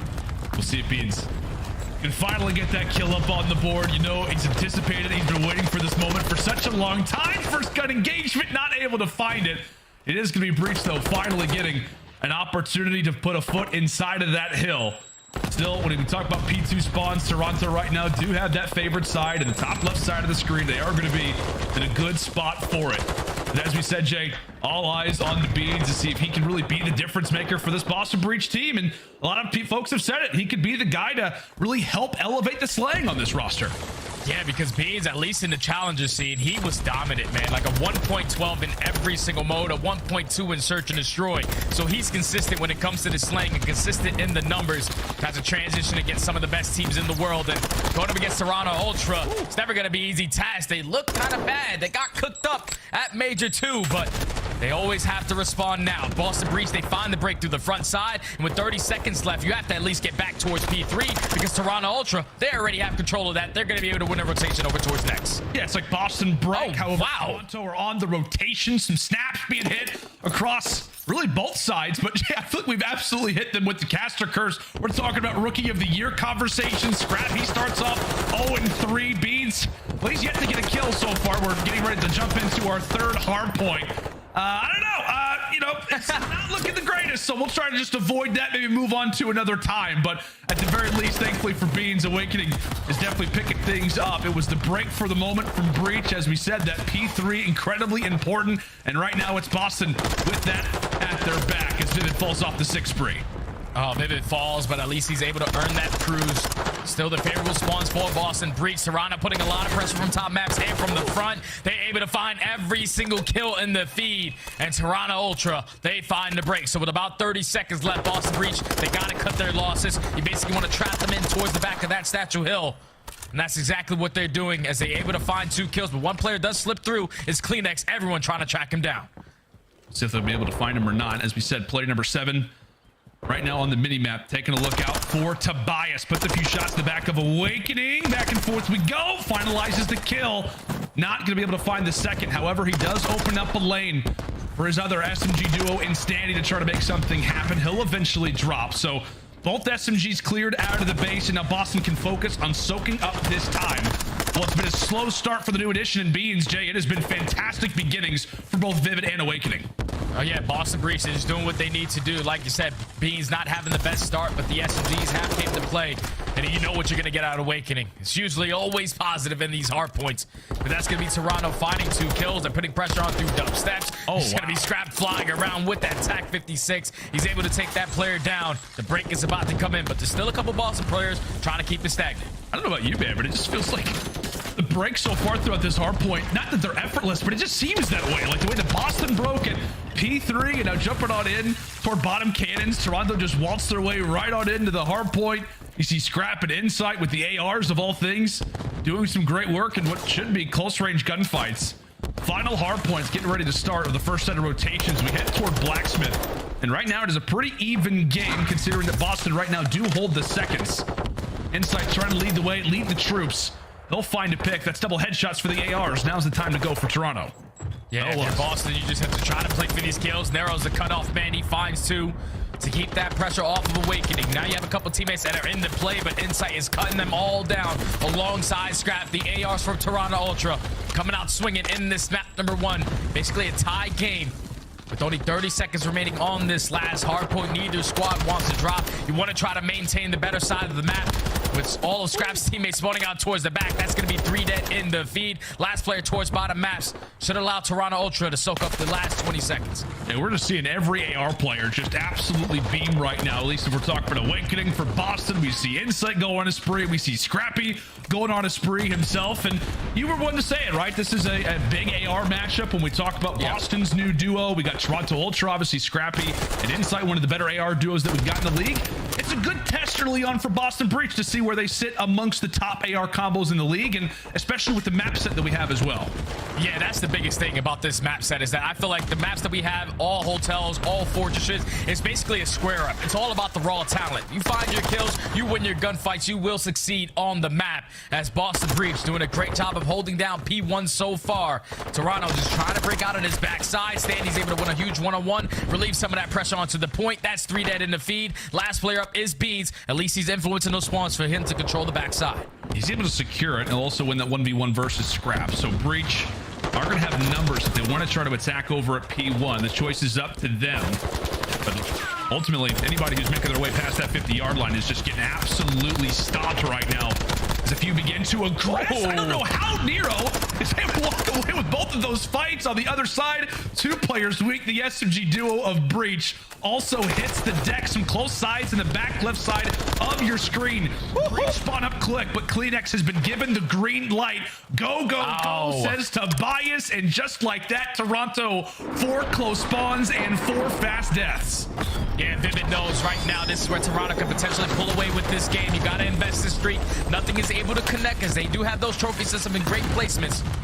At least you find that kill, the player cutting off towards mid. Now you can put pressure on through the arches. Beans is able to find 2. Last 2 players from Toronto. 1 through side door, 1 through the back steps. Beans finds 3. He's still the last player on towards the point. And with 30 seconds left, Toronto Ultra, they need to do exactly what they did last time around, and that's win that rotation, or at least find the break on towards P3, because Beans is not missing. Great time, at least finding that break over towards P2. It's going to allow Boston Breach to get fully set up once again. Yeah, man, it feels like all eyes are absolutely coming into this hard point. A few trophies tossed. There's been some damage dealt between the teammates here. Boston Breach, as Kleenex once more looks to make his presence felt in a high valued situation, but all eyes are onto this hard point. A chance for Boston to absolutely bring this game back, and if it is an early break for Ultra, that could begin to spell disaster. But the team that's down, the team that is looking for a bit of elevation, let's step aside and see how the comms are sounding right now with them. A listening with Boston Breach. I'm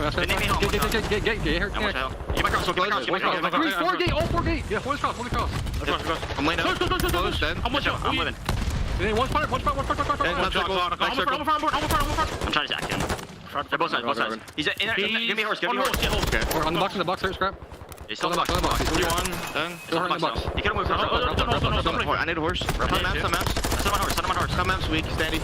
No, dude. Horse is top map. They need you one bottom bar, I think. Open. I saw him. He's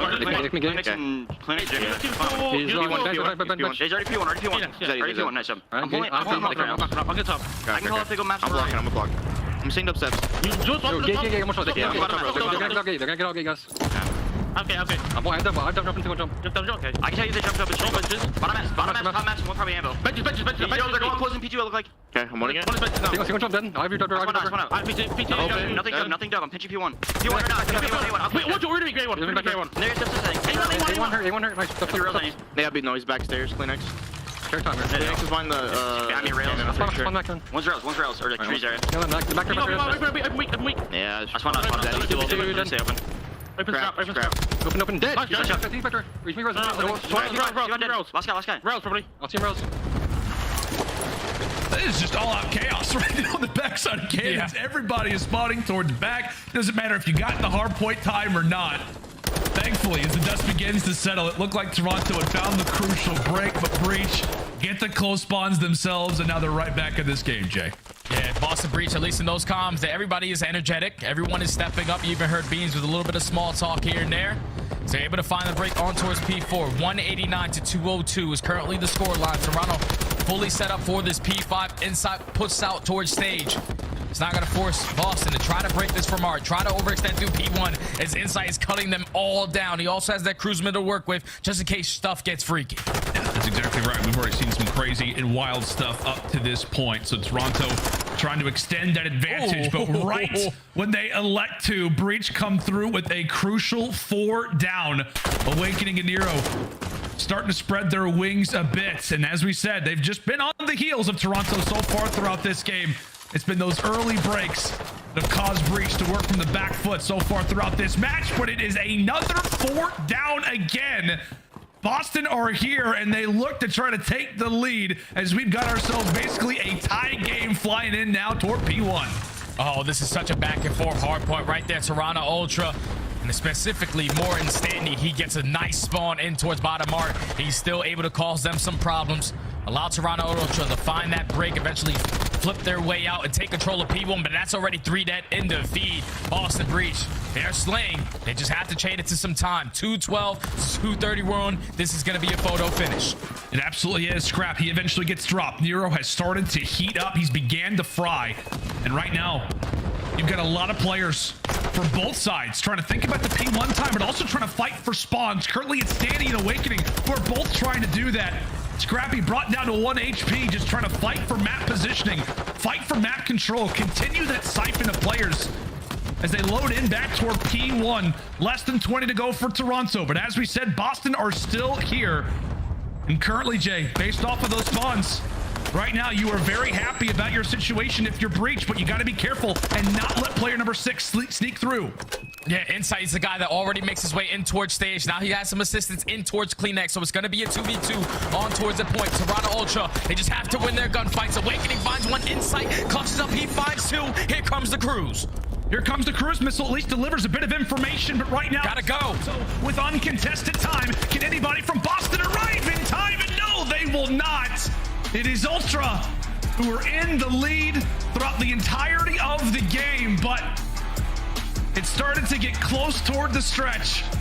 You saw Nero beginning to go on a spree. Bean started to get a little bit more in the game, but we felt that presence off the start, Jay. Toronto came in with a point to prove, struggling mightily in some of their opening hard points. They were 1-4 in their last 5 coming into it, and thankfully they start off this series on the right foot.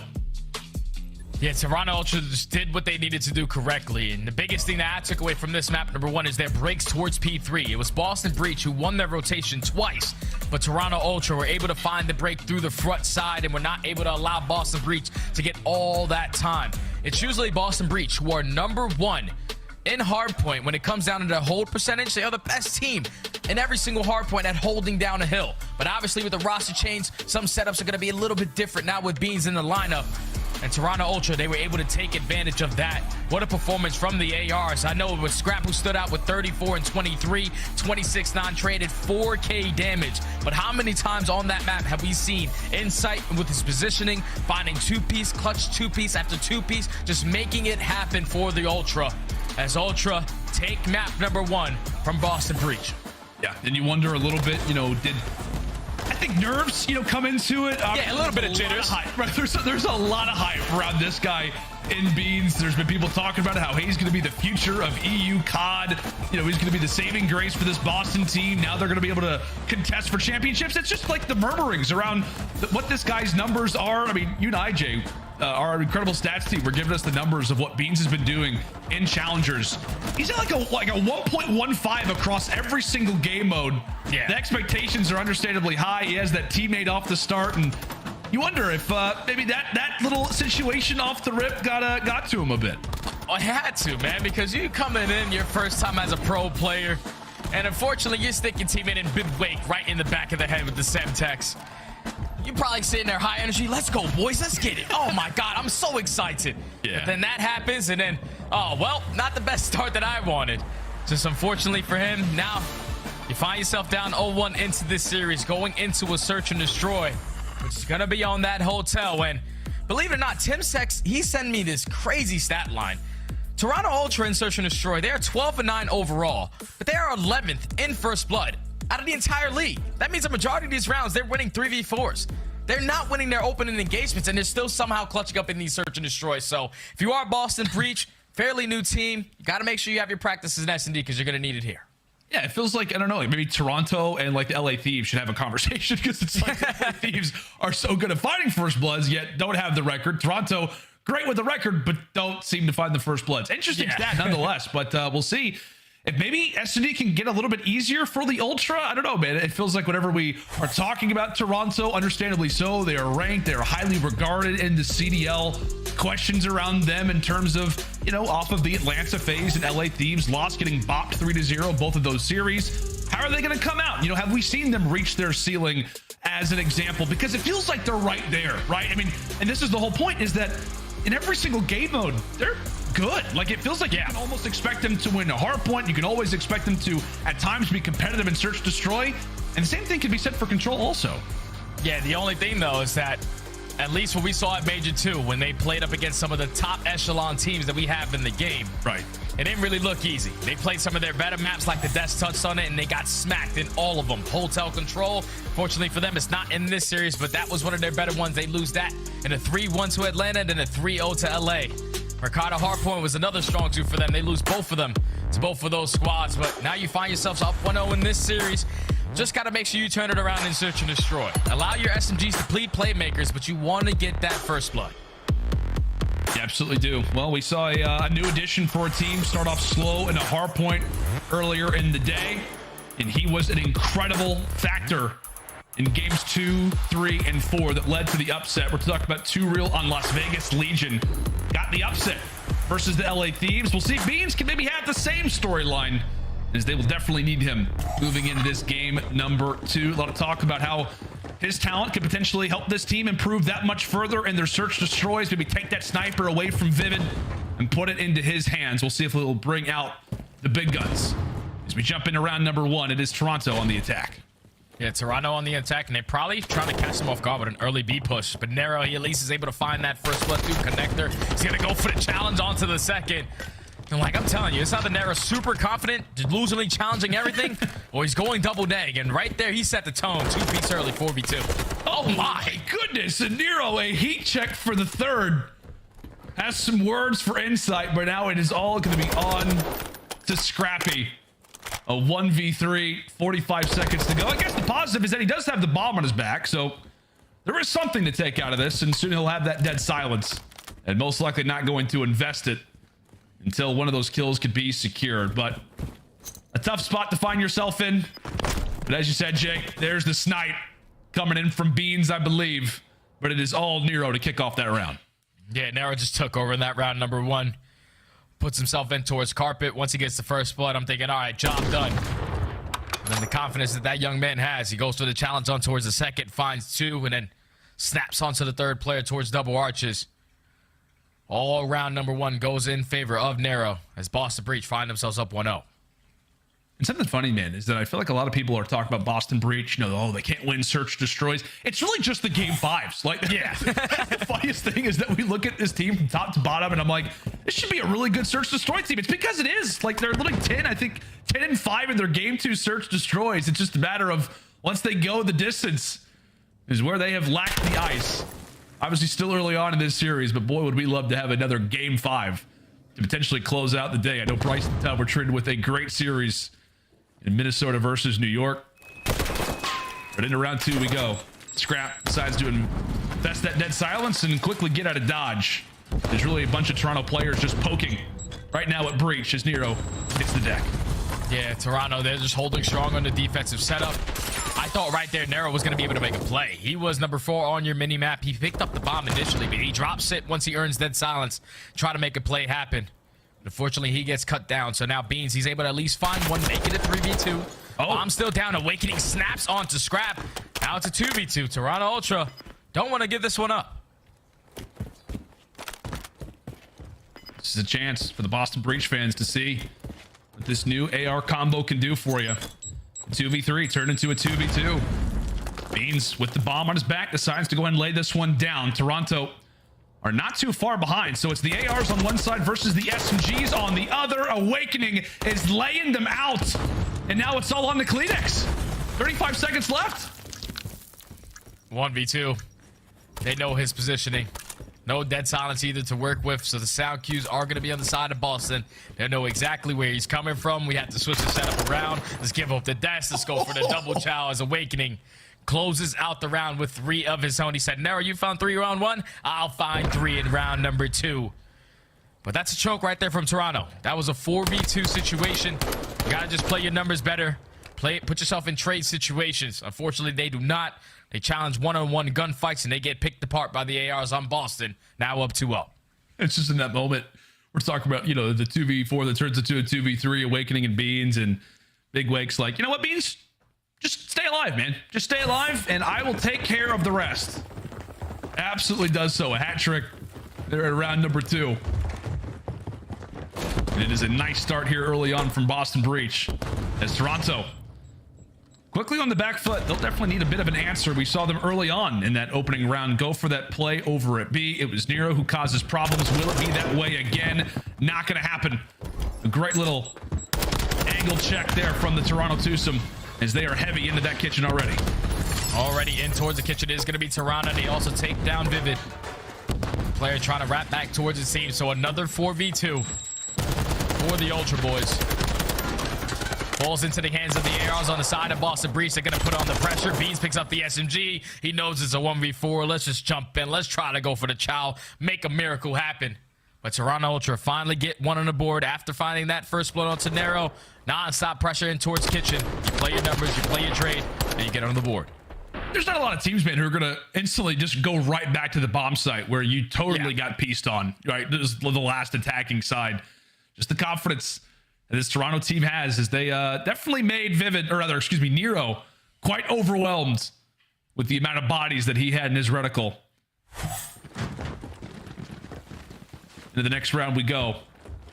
Reach now back on the attacking side. We'll see what their look seems to be on the offensive, and it appears that we are going back to that B site. They've got 3 players here. Only man out on the island is going to be Beans, and very likely with that sniper in hand.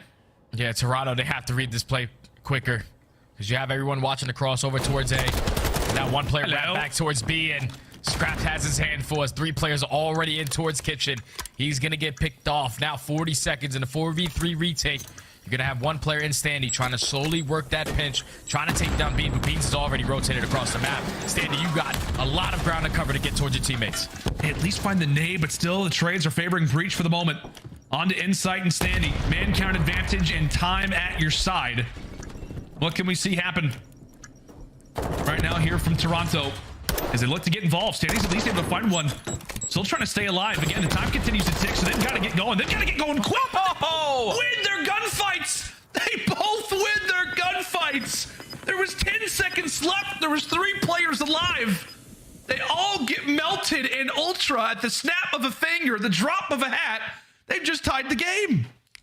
Okay, so I was talking about 3-piece from Nero. All right, Awakening's going to follow up. This time a 2v4 from Boston Breach. It was the other side, though. It was the other side this time around. Boston Breach got the first 2v4, and this time it's Toronto Ultra. What plays out of Standy to make his way all the way from that A site? Find the kill on towards Beans, while Insight was still holding down his back spawn. He opens up with a nade kill, finds a second onto Vivid, and then the sound cues coming from Standy to read that player on the flank. And another round thrown away. 2v2, 2-2 now. Just unfortunate right there for Boston. Yeah, it's a frustrating round to lose. I mean, you're going up 3-1, feeling confident, and right back. It is Toronto on your heels once more. As Beans will look to bring out the big guns. He very well could have somebody aggressing quite early. That is Kleenex in the back. However, it's Beans who's able to snap. Cracks the whip onto Insight. And as we said for Tobias, he will give a nice little handshake there to Standy before he meets his ultimate peril.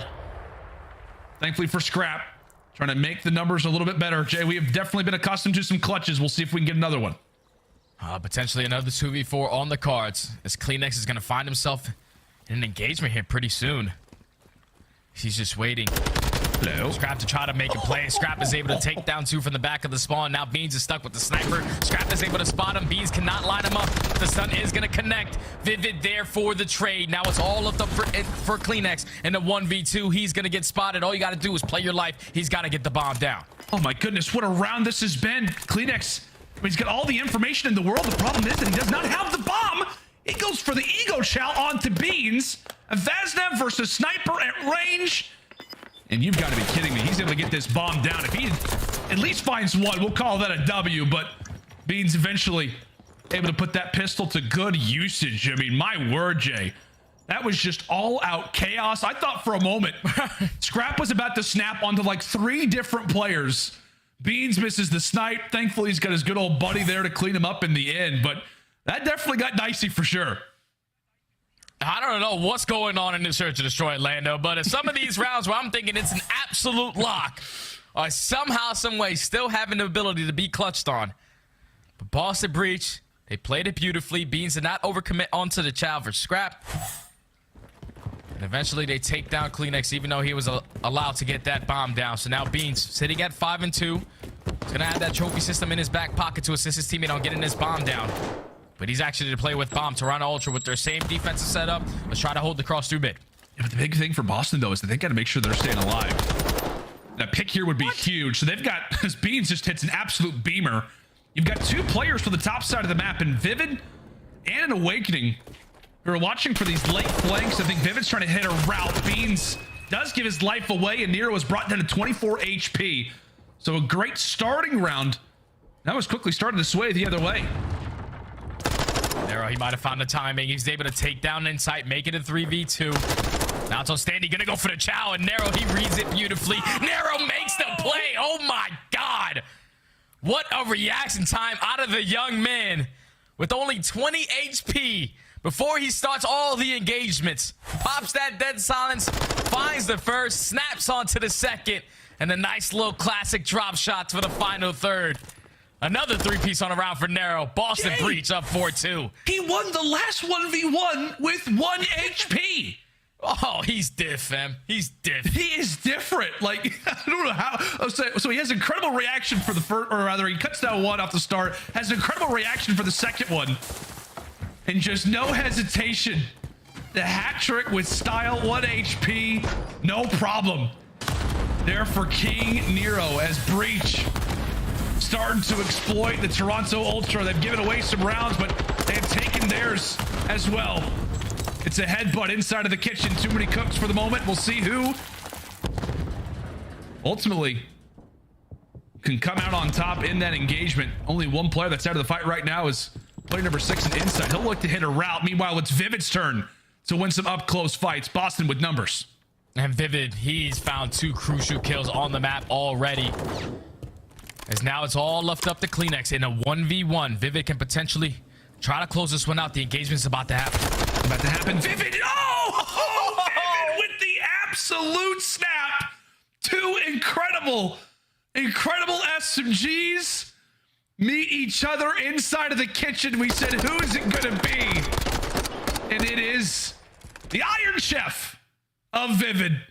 Incredible work there for Reese as he clutches up another major round for Boston. That is 3 rounds in a row and their 5th in total. And now right there, if you are Toronto Ultra, that one sucks because the guy who ended up getting first blood by Vivid was the bomb carrier. So when they took full control of Kitchen, they could not get the bomb down because Vivid was holding it down from that position. So now at game point, all the Boston Breach standing this time around is able to find the first blood, shuts down Nero, but Awakening with the immediate answer. Insight with the trade, 3v2 already. We'll see what Breach can do now in this 2v3. I mean, you got 2 guys who are just on the opposite side of the map from each other. So, of course, the idea is going to be, can we find a pick? Can we catch somebody out and make the situation a little bit easier? The problem being is that Toronto are not going to give anything up for free. That's what you think. Yes, that's fair, Jay. We're talking about how it should be. But so far, this SD has been anything but standard, that's for sure. So now in the 2v3, Vivid trying to be the playmaker. He's going to get picked off by Insight. I told you. 1v3. There's no way we can give this one up. Standy's holding the cross, and Toronto Ultra finally able to stop the bleeding. Get one on the board. Now down 5-3. That's the search and destroy, Jay. That's what. There you go. That is classic right there. You got numbers. Don't move. I think that is really the bullet point. of that's search what and I destroy in did, that round. Yeah, you just stay alive. Especially if they got to play it, like that is fair. Trade. That's fair. Toronto, they do what they have to, man. They're starting to bring this one back, as we said. 3 rounds uncontested for Breach, as it eventually does get spoiled, but it's still got a long way to go. As we'll see what the strategies look like from Ultra. I saw quite a few players barking out some strats, more specifically, barking was good old Scrappy. He's got a call in mind. We'll see if it can work out for Toronto. Toronto Ultra with a 2-2 split. Just trying to find where Nero's going to attack from, because you know how aggressive that young man is on the map. But he's playing that connector once again. Oh, that's beautiful work right there from Standy. Used that nade smoke to at least get across towards the steps. Unfortunately, does not take advantage of his positioning. Gets first blooded by Vivid. 3v4 now. Yeah, it was a great thought, a great idea, but goes for the reach out. Get made quick work of. You see Dead Silence pop. They lose another member. That's going to be Scrappy. So all up to Insight and Kleenex, the original duo here for this Toronto team. Now it is all on to Winsight. Oh my goodness. Cuts away Nero, but still has 3 more members to go. 30 seconds on the clock, and this one looks to be a W here for the Breach. Can Insight pull off one of the craziest clutches of his career? Or is this about to be a 1-to-1 game? Big Wake puts him in the dirt. And now we've got ourselves a series. Oh, Boston Breach, man, even with the roster change, it just came out swinging in the search and destroy. And the majority of these rounds fell into the hands of the SMGs. Nero was making plays early on. He found himself 2-3 pieces to secure a round. And even on the round where Toronto Ultra were attacking towards B, Vivid finds 3 of his own. That final kill onto Kleenex to eventually close out this search and destroy for Boston. Tie the series up at 1. As you see the first blood column for Toronto Ultra, only 3 to Boston Breach's 6. Not going to win search and destroys, especially when you're giving up 2v4 clutches. Like, that's unacceptable on the side of Ultra. Boston Breach making a series now.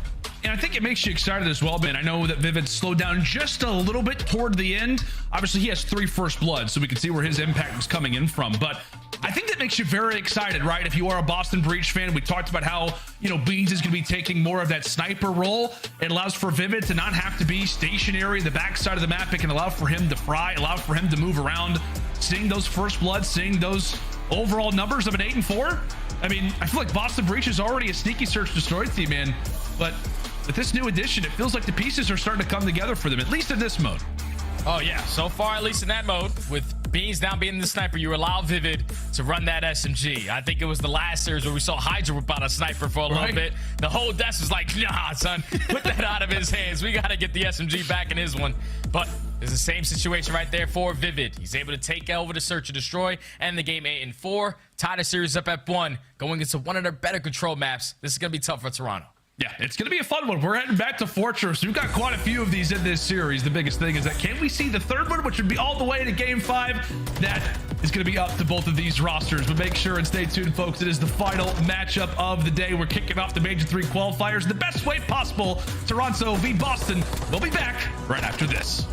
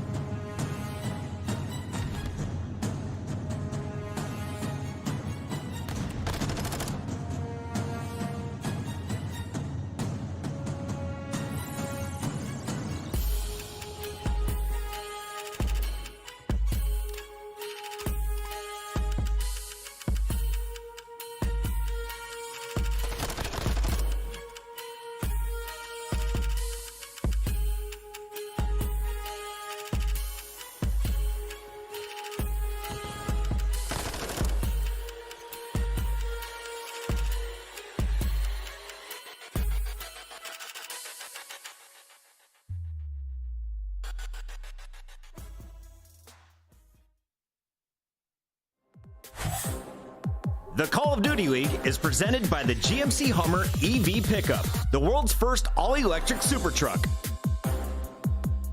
Upgrade your game with the Scuff, the official controller of the Call of Duty League. Howdy, friends, and welcome back. Got to give a huge shout out there to our good old production team there in Columbus, Ohio, doing an incredible job and currently enjoying what is a fantastic series going down right now between the Toronto Ultra and the Boston Breach. Jay, as we fly in for Fortress Control, we've got ourselves a 1-to-1 series. It's the debut of Beans, technically facing off against the franchise that put him on the map in the first place. I think we all remember him, I think for Toronto EU Academy last year at the Pro-Am. Great to see him here. Great to see Scrappy now here.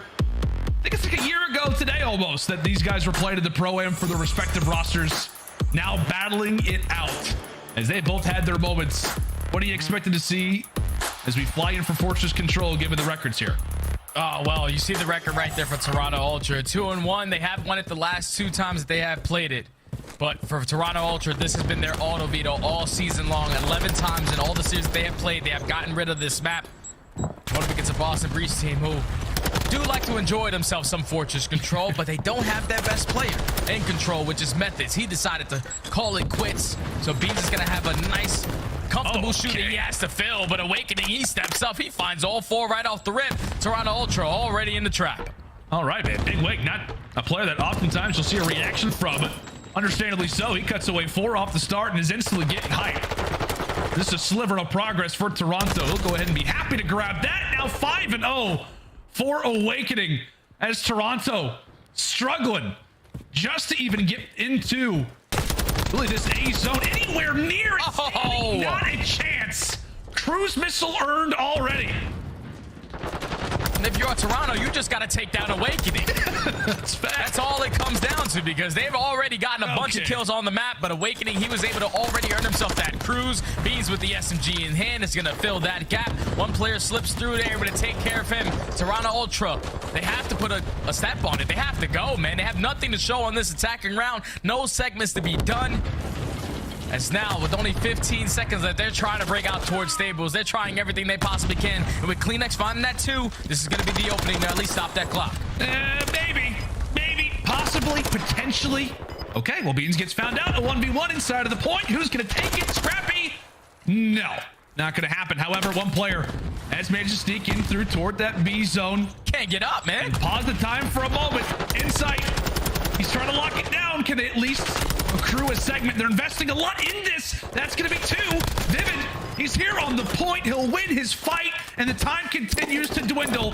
Now it's Scrappy's turn to try to keep this game alive for as long as possible. 1 segment grab. 1 segment already done. Scrap is going to unfortunately get dropped. So now if you are Boston Breach, you want to take him off of this B point. That's 3 dead. Insight now the last player up. He drops. But at least you got something right there from the Ultra. Wasn't the best start to that round number 1. When you can't take down Awakening, he already earns himself that cruiser missile. But that 1 segment could be so crucial just in case we get to that round number 5. Boston Breach hold strong on the defensive end. They do indeed, man. But more specifically, it was all Big Wake. Big Wake. 6-0 start. Jay, we got to come up with the duo name for Awakening and Beans. You have any ideas? Beans and toast? Nah, it doesn't work. I mean, it's kind of like a beans thing. Yeah, it is. How about waked beans? You like that? Waked beans? I don't want to wake up and think about beans. No, but it's like a play on baked beans. Waked beans, maybe? Okay, all right. That sounds good. Let's just go with it. It's going to be difficult. It's going to be difficult. Probably. We'll do our best. It's only the first series. The best. They've got some time. Maybe now is not the time to call them a duo, considering that they are in a very, very difficult trap right now. Toronto has died 1 time and do not show any signs of slowing down unless, of course, it's Awakening to hopefully open up the floodgates. We'll see what Breach can do with this opportunity. And one of the more annoying spots here on Fortress Control, especially for the defense, that's where Kleenex was hiding. Bottom or toward the top. He is there to be a menace, eventually cut down. And now it's Scrappy's turn to go on a streak himself. He'll cut away 3 before dying to the nade. That's beautiful plays right there from Scrap. to shut down that pressure going over towards A. And now it's 35 seconds left, and Boston Breach have yet to leave their spawn. Toronto Ultra have been great on the defensive end. Big kill comes in from Narrow to at least get somewhat maps control. You have to at least find a couple kills on the map. Insight and Scrap, they combine for 2 with only 20 seconds left. Boston Breach at least need to complete 1 segment. And unfortunately, a teammate comes in. You take down your player in Vivid, who was that player stopping that clock. And now with only 10 seconds left, you need a miracle to get out. You definitely do. 5 seconds to go. Toronto. And Kleenex. Okay. Yeah, no big deal. Just a Skywalker right now on Fortress. He eventually does get punished for his bad behavior inside of top maps, but it is a greatly replied round there for Toronto. We talked about how they struggled. They only get 1 segment. Positive is well, you find yourself in the lead regardless of only fighting 1 segment in your opening attacking round. Solid stuff for Toronto. And sadly to say, Jay, standard stuff on Fortress Control. Yeah, that's just how it goes on a little bit of Fortress Control, especially if you've been hopping in rank recently. You've probably been not having a good time if your teammates are not communicating with you. But Toronto Ultra don't allow any segments, so they put themselves in the lead already on this map. Can they get any more to try to guarantee themselves that round 5 defense? That's really the question to ask right now. As you see, just a full-on Toronto attack as they just go 4 strong. Just all dead. Do your best, guys. Just do your best. Try to weather the storm.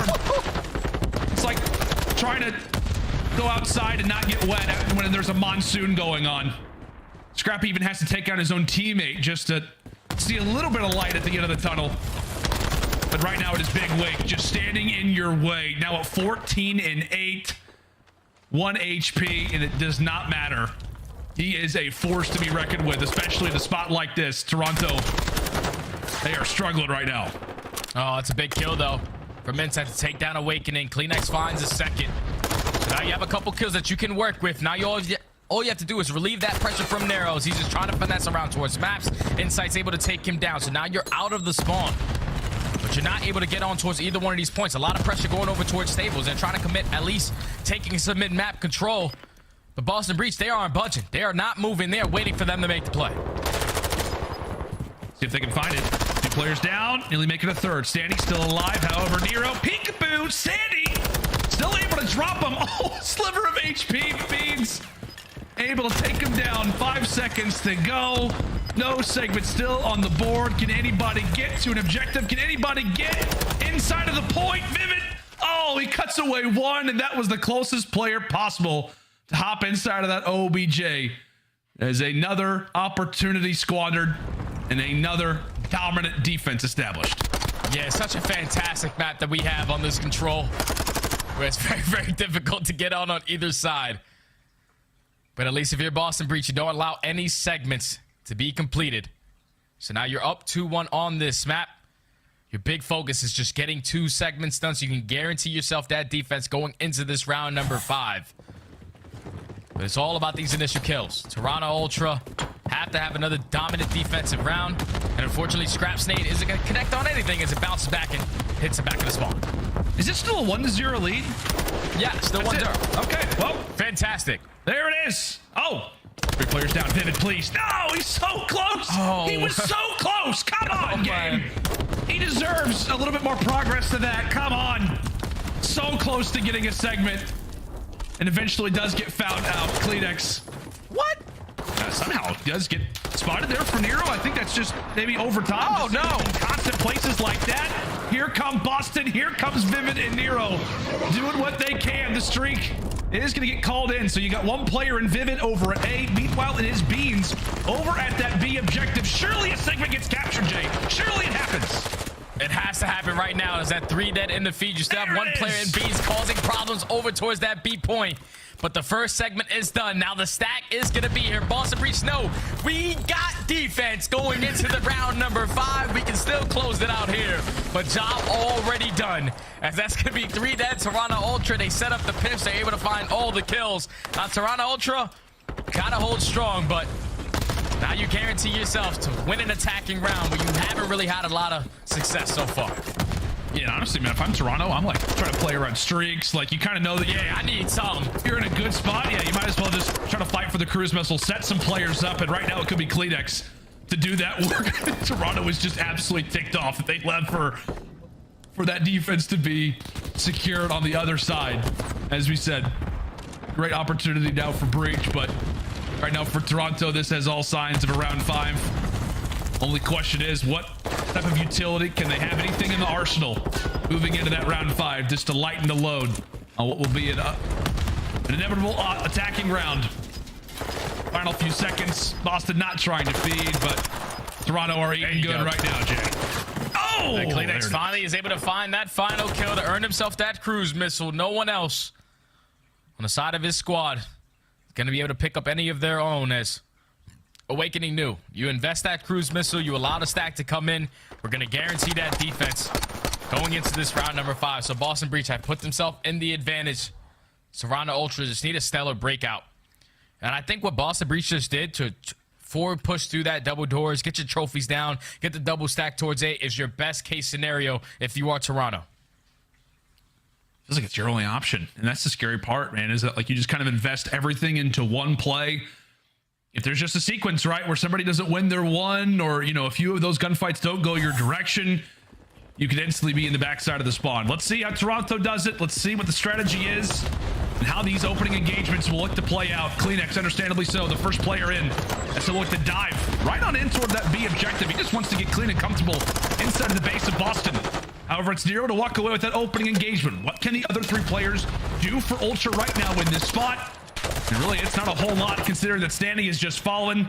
Scrappy, the last player alive, realizing how important that his life is in a spot like this, trying to stay up. He drops as well. A solid job for Toronto, but we'll see if Kleenex can maybe be the difference here. That's a big 2 right there from Kleenex. Now you relieve some of that pressure, try to allow your teammates to get out of the spawn. But now it's on to Vivid. He eventually falls. Standy not thinking about that 8 point. They're going to rotate over towards B. It's free lickings. There's no one on that point. You're able to get on it, stop that clock, and this is where potentially Kleenex can invest that cruise as he finds that kill on Tenero. That's a very good point, my friend.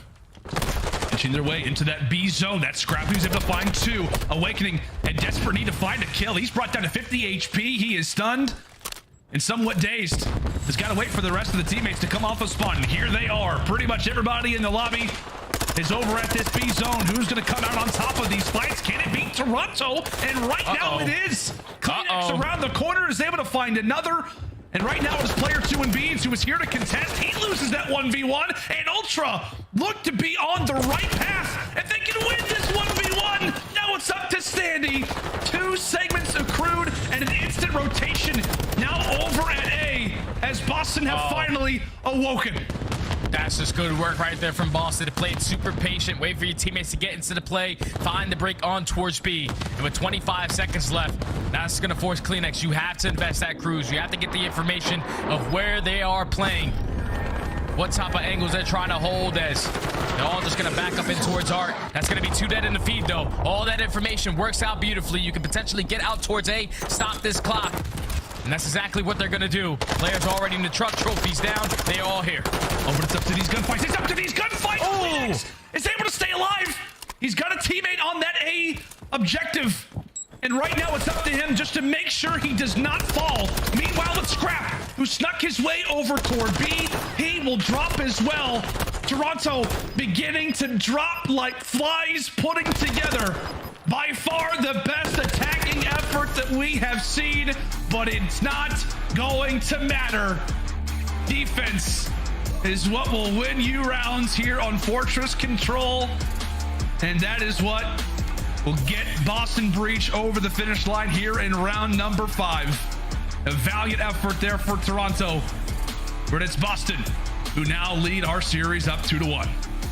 Boston just came out with great defensive setups, great patience from the young players on that side to find that break over towards that B point. I thought right there for your Ultra, you did everything right. The only thing you didn't do right was have more players over towards that B point to close it out a lot quicker. When they were finding all those kills all throughout Art, they were just consistently thinking about the slaying, leaving that one guy on the point. He had to win 2 crucial one-on-ones. Scrap won the first, but couldn't win the second, while his teammates are trying to transition over towards A to stop that clock even more.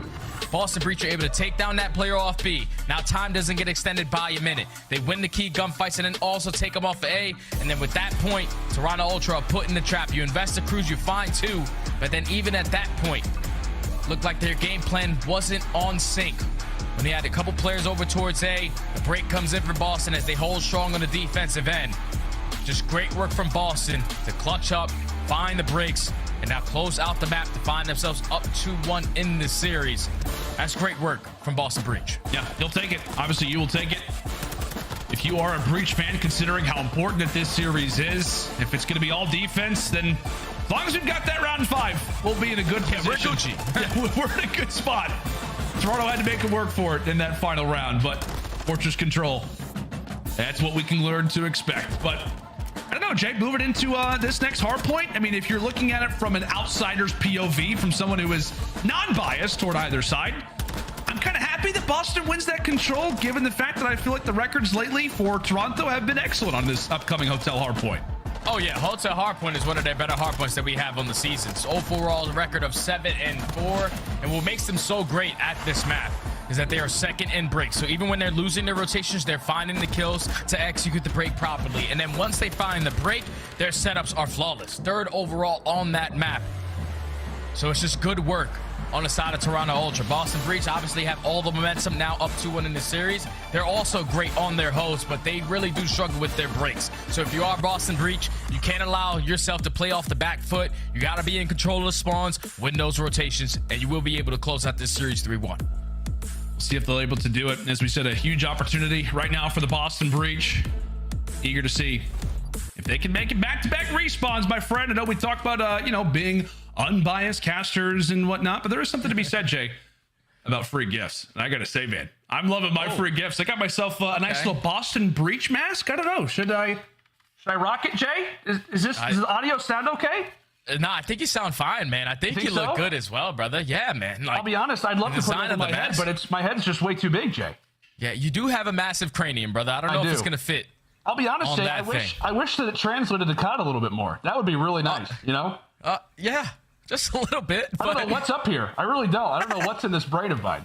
It's not much. Maybe just some just some stats potentially. Obviously, chat, you guys all know Boston Breach is where Lando was going for this series. That's exactly where he's going. Lando might be a player. Honestly, he might just be a player. Who knows? I did go for them in the picks today, and nobody, at least on the breaking point picks, I was the only person who went for Boston, at least on my side. Okay. I invested in Beans. I like the guy, Jay. He's fun to watch. You must eat beans on toast. You must enjoy yourself a nice little beans toast breakfast to start your morning. I, on the other hand, cannot. I've never tried it.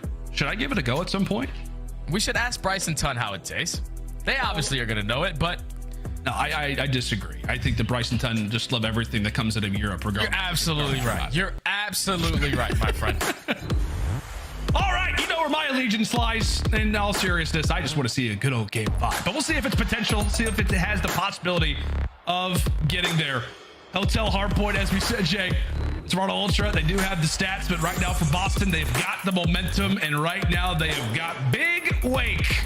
Wow. A very, very solid-looking stat line. Good heavens.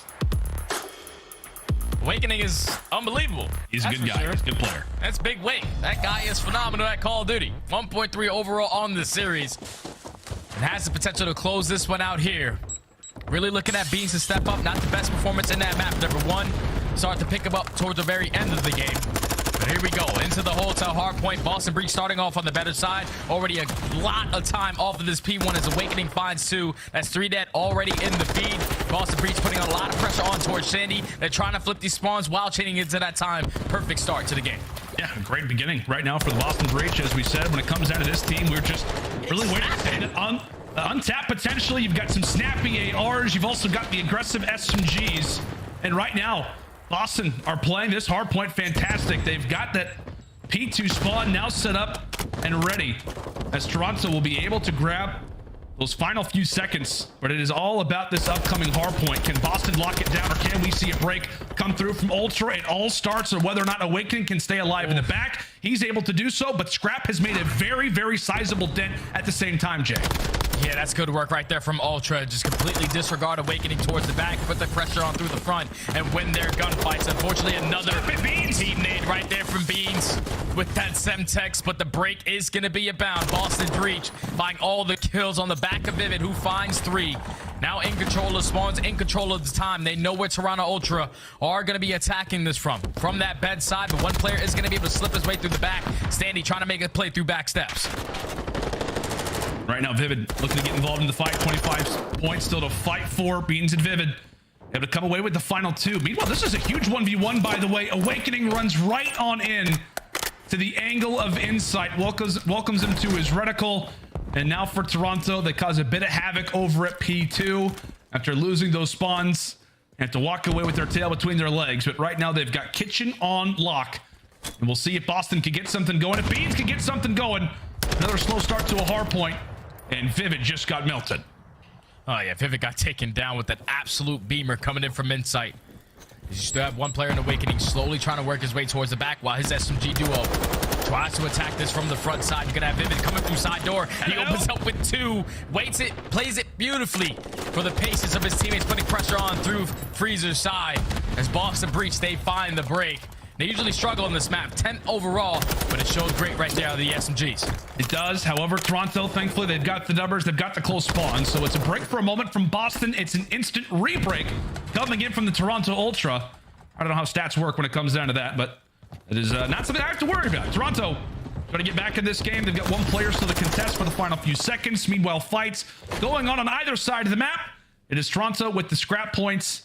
And right now it is Boston who currently have got the setup moving into next. One of the most valuable players on the map right now, I was going to say, is Beans, but he gets just eviscerated. There from the rookie on the other side of the screen. Scrappy trying to get things going and hopefully get Insight towards some streaks. And that's a big kill right there from Scrap. To find a couple of these players who won the rotation on the side of Boston, but haven't found anything to show for it. Finally, Beans connects onto the opposing team with that Semtex. The break comes in for Boston.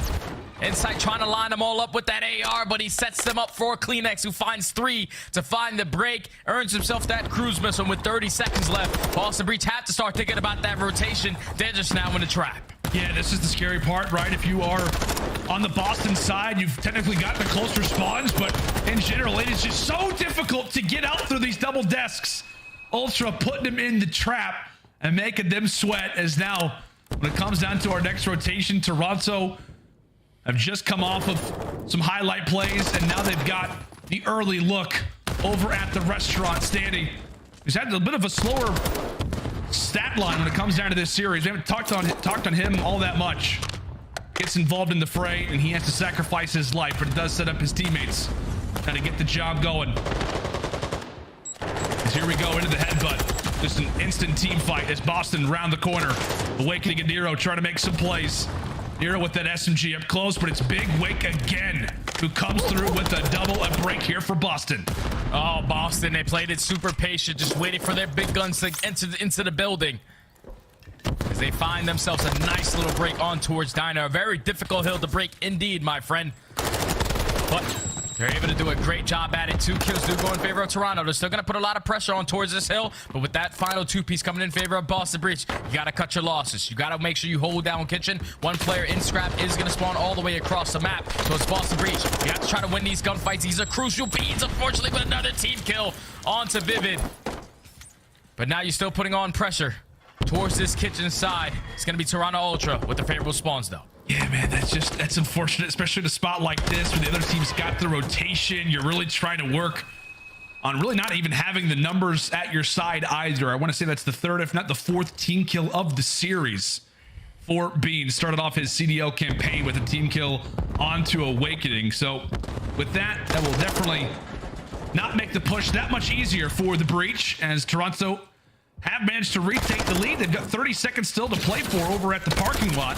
In fact, let's go ahead and step aside and see how Toronto are calming in a big spot, trying to force the game 5. A listen with the Ultra. Both left. In the van. Going back steps. Back steps. Back steps a little bit. Pop up, nice. Pop a van. I'll go. Let's deep right. Wrap him in here. Deep right and front. Go front. One pushed out front, I think. In there. One guy's gonna be D1, D2. Wait, close connector. Connector dead. D1 on me dead. Wait. That's good trade. I'm looking for the guy couches. Yeah, don't think he's couches. I'm I think getting he's like towards bed. Was it the pillar's dead? That's Nice, free. Jerry. I'm in lamp side hill. I'm holding P5, okay? Yep. I'm just set connected right Yo, now. lobby? Lobby? I'm looking lobby. Nice. Lobbing me hill. I need dodge. Carry him, dead. Nice, Jerry. I'm Still square, yeah. Square. P5, okay? He's left side square. What's carry? He's got top cap. Gonna jump with me, Jerry. Top cat dead. Yeah. Look at right side. Deep mid, beans. Deep mid, dead. Let's get up. Close right, you left. Close right. Close right. Let's get up. P5 dead. Couch. Oh, nice. Oh, That's me. Remember the cross, okay? There could be I'm going top cap. Stay alive. He alive. Try and hide. P2, I left absolutely side dead. hill. One guy's couches on me. Yeah, it could be just couches in here. Yo, top cat right now. He's going front bed. D2, Jerry. He's going Front bed and D2. square. He's gonna hit lobby. One's gonna hit lobby. P2 right now. We'll play these guys a vault. Yeah, okay? take your time. Where is he in time? I think he's lamp. Close square on me. Dead. Where's the house on me, bro? Let's go D1, D2. Yep, go right. Come on. If it's gonna spawn behind us. One's gonna be here on us.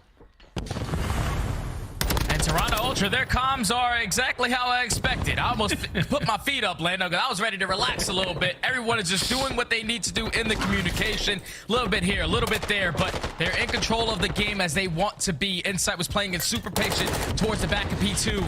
Fortunately, all of his teammates did drop towards P1, and Boston Breach, they're just putting on a lot of pressure. They're finding a break. Even with Toronto Ultra having the favorable spawns, Boston Breach, they are in.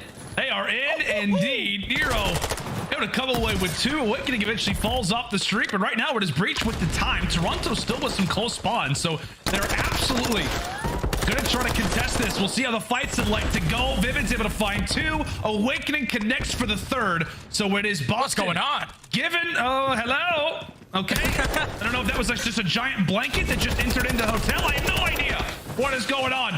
All that we know is that Boston won the ending fights, and now it is Toronto to make that rotation. As we jump on forward, Breach, they've been having some very crucial breaks so far throughout this hard point. Can they find another? This very well could be the opportunity where they can find themselves a chance to close out the game. Beans able to start things off with the first. Nero still waiting for his chance, waiting for his opportunity to pounce on forward. The Dolphin Dive jumps in, not able to find it. Toronto clear the first wave. Yeah, Toronto, this is the hill that they were able to get themselves right back into this game with a flawless hold. Even when Boston Breach were able to find the first break, first go around, they instantly broke it right on back. But with Vivid, great shots to take down inside towards the back. You shoot down the trophy, but now you have to worry about Standy. That's why you got a Narrow. He's able to fly in, and he's able to take down 3. Great plays from the young man. Gonna go for the challenge onto the 4th. Can't win it onto Insight, but this is where your teammates can fill that gap. Boston Breach, they find the break, and with 20 seconds left, Toronto, they're still gonna put a little bit of pressure on this, but you have to be thinking big picture. You have to rotate over towards next. And Jay, you can just feel it, man. You can just feel it for the Boston side, just how confident they are when it comes down to breaks. A 1v1, a sneak off, and it is Awakening again, who comes out on top. A 30-point advantage as we head toward the bar. But Jay, it just feels like the pace has started to level up for Breach. They are just breaking hard points. Players are starting to go on sprees. Unfortunately for Beans, still sitting at double negative, but the rest of the squad is trying to elevate him the best way possible. It is chaos right now as Breach try to breach that 200-second mark. They are able to do so, and right now they've got the numbers as well. Oh, they got the numbers. It was the first time around where Toronto Ultra, they were able to successfully hold this hill from the front end, but Boston Breach is doing a great job of just maintaining mid-map control. Now with Vivid dropping, you know the spawns for Ultra are all going to be towards bedroom. You have to win these gunfights. That player off spawn, which is going to be Vivid, should hit that early rotation over towards next. That's exactly what he's going to decide to do. It's only 15 seconds left on his hill. Awakening does not miss bullets. Finds another 2-piece in towards the feed. Beans is sitting there like, yo, you guys are going crazy in these hard points. I'm going to just continue to kick my feet up. But off the rotation, it's going to be Ultra. Fully set up. You have to hold on. I mean, how many times, right? How many times have we labeled Hotel Hardpoint? Basically the Tuscan of this year. A hardpoint and a map specifically that just nets you to comebacks. And right now at the restaurant, it is a great start. Off the rip here for Toronto. It has got to be a solid hold. And so far, it has started off that way. Insight, who has been really the man of the hour lately for Toronto, continuing to be a turret over toward the carpets. A few players begin to enter on in. No ammo, pulls out the pistol, but thankfully, Kleenex, Standy, and Scrappy are there to wipe them all away. Toronto can take the lead if they grab every second left. Oh, Toronto have had a flawless hold towards Diner. Because now Boston Breach know that they have to cut their losses. They have to rotate over towards top plat because this is where the game can potentially end. Awakening was here nice and early. He's able to cut down too. This is where you put the pressure on towards Kitchen as the trade comes in from Narrow. Last player up is going to be Scrap. Spawns all the way across the map for Toronto. And this is where Insight can invest that cruise missile because you have to find at least one kill. You do indeed. Here comes Insight. However, 2 players do fall off the spawn. Toronto Ultra, how can they work off of it? Nero, he continues to find players. They've got trophies here. Insight, meanwhile, is able to find one onto Vivid. Only 10 more points left for Boston before they can call series. Scrappy, Kleenex, everybody to get involved, and they're able to find the break. It's a beautiful break right there from Toronto. Great patience out of every single player on that side to get all the information that was gained off of that cruise missile, find all the kills, and now flip the spawns. Boston Breach needs a break because Toronto can close it out. 242 to 240. It's game time. But here comes Vivid. Here comes Vivid. Oh! Fight 2. Standy at least able to take him down. Big one. Is there for the trade. Boston, they can still win it here. Toronto, can anybody? Gotta go. It's gotta be a dolphin dive, but it's Boston who are able to take the crazy end of a hard point, and Beans cannot believe it. Went through the ringer in that series, but it's the teammates who are able to lead him through that series.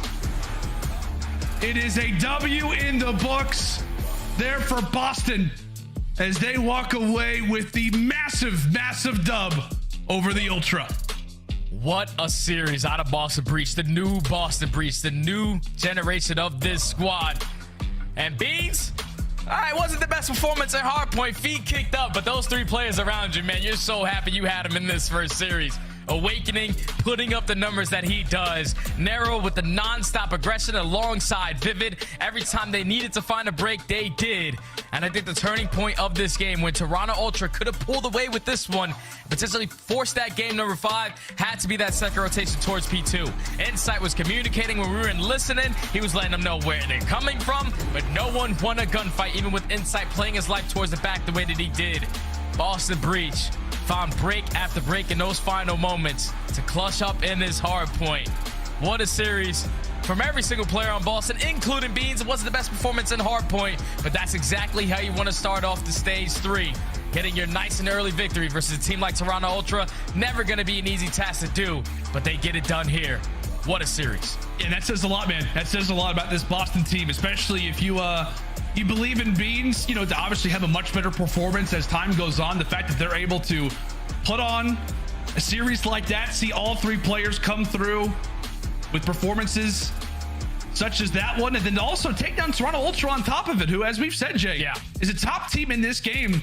You just had one of your players not have a great series at all, yet you come away with the dub. It's also versus a top roster. I think you could look at it from a few different POVs in terms of, whether you're worried about Boston moving forward, considering Beans' performance, but I think most people will be excited to see how Breach does move forward with this team. Yeah, I'm not worried about anything on Boston because I'm not thinking that Beans is going to drop those numbers every single series from now on. Now, it's probably some early jitters, but he played great. They got the series done. Let's bring in a Des. Let's see what they think.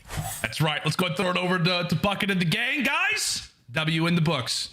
I like your face shield you got there. It's almost like you got it from the green room thanks to the Boston Breach crew. Good old to see Landon there and Study, but let's break down this series. And of course, it was the introduction of Beans into the starting lineup alongside Awakening. But really, this was the Awakening show for me, a 1.3 in that final game. He was the AR to watch. Can we talk about Nero and Vivid, though? Because when it came to the clutch plays, I felt like the SMGs were your stars, especially in that game 4. Yeah, and I feel like that's a continuous tale of the Boston Breach is when Vivid and Nero are on the same page. I mean, it is just a totally different squad. They were having their way. They were playing at their own pace. And against a team like a Toronto Ultra, again, we talk about this as being one of the teams that was a favorite to go into Major 2. They fall to the top 2 that end up on Sunday at that Major. Yeah. And now their first matchup here at the Major 3 quals with a new player plugged into their roster. I mean, just a great showing from the Boston Breach overall. And now all of a sudden for Toronto Ultra, they've lost back-to-back Mercados, which is their second best hardpoint, and now they're losing Hotel hardpoint. So looking a little bit exposed when it comes to the map set. But to talk about the Boston Breach and just how impressive this really is, these guys look so good in this series. I mean, look at what Vivid was doing on the map. I mean, we're seeing Nero's three-piece. This guy's bottom, bedroom picking up 3. We see Vivid with the huge headshot onto Insight when they're trying to break Kitchener. Every time they needed a break, there was an entry coming from Vivid throughout this entire map. And to that point, we saw a Hotel S&D and a Hotel Hardpoint from the Boston Breach, which is a big rarity. This is usually their auto vetoes. They usually do not put that in their lineup. And the fact that they won it in that fashion that they did on a map that heading into this, at least before Beans was plugged into the roster, were extremely uncomfortable, and to win it in the fashion that they did, I'm excited to see them expanding their map pool. 0.54 from Beans on his opening day in Hardpoint. My God. Don't worry about that, because Search and Destroy is where championships are earned, and he drops a 1.4. But our skunk play of the game comes from the 0.88. Nero, not dropping big numbers, but when he does, they're in multi-kills. Here he is in a crucial round, and he clutches up with a 3K. Hey, he guns the crap out of these guys, bro. He turns around against the last one here at Couches.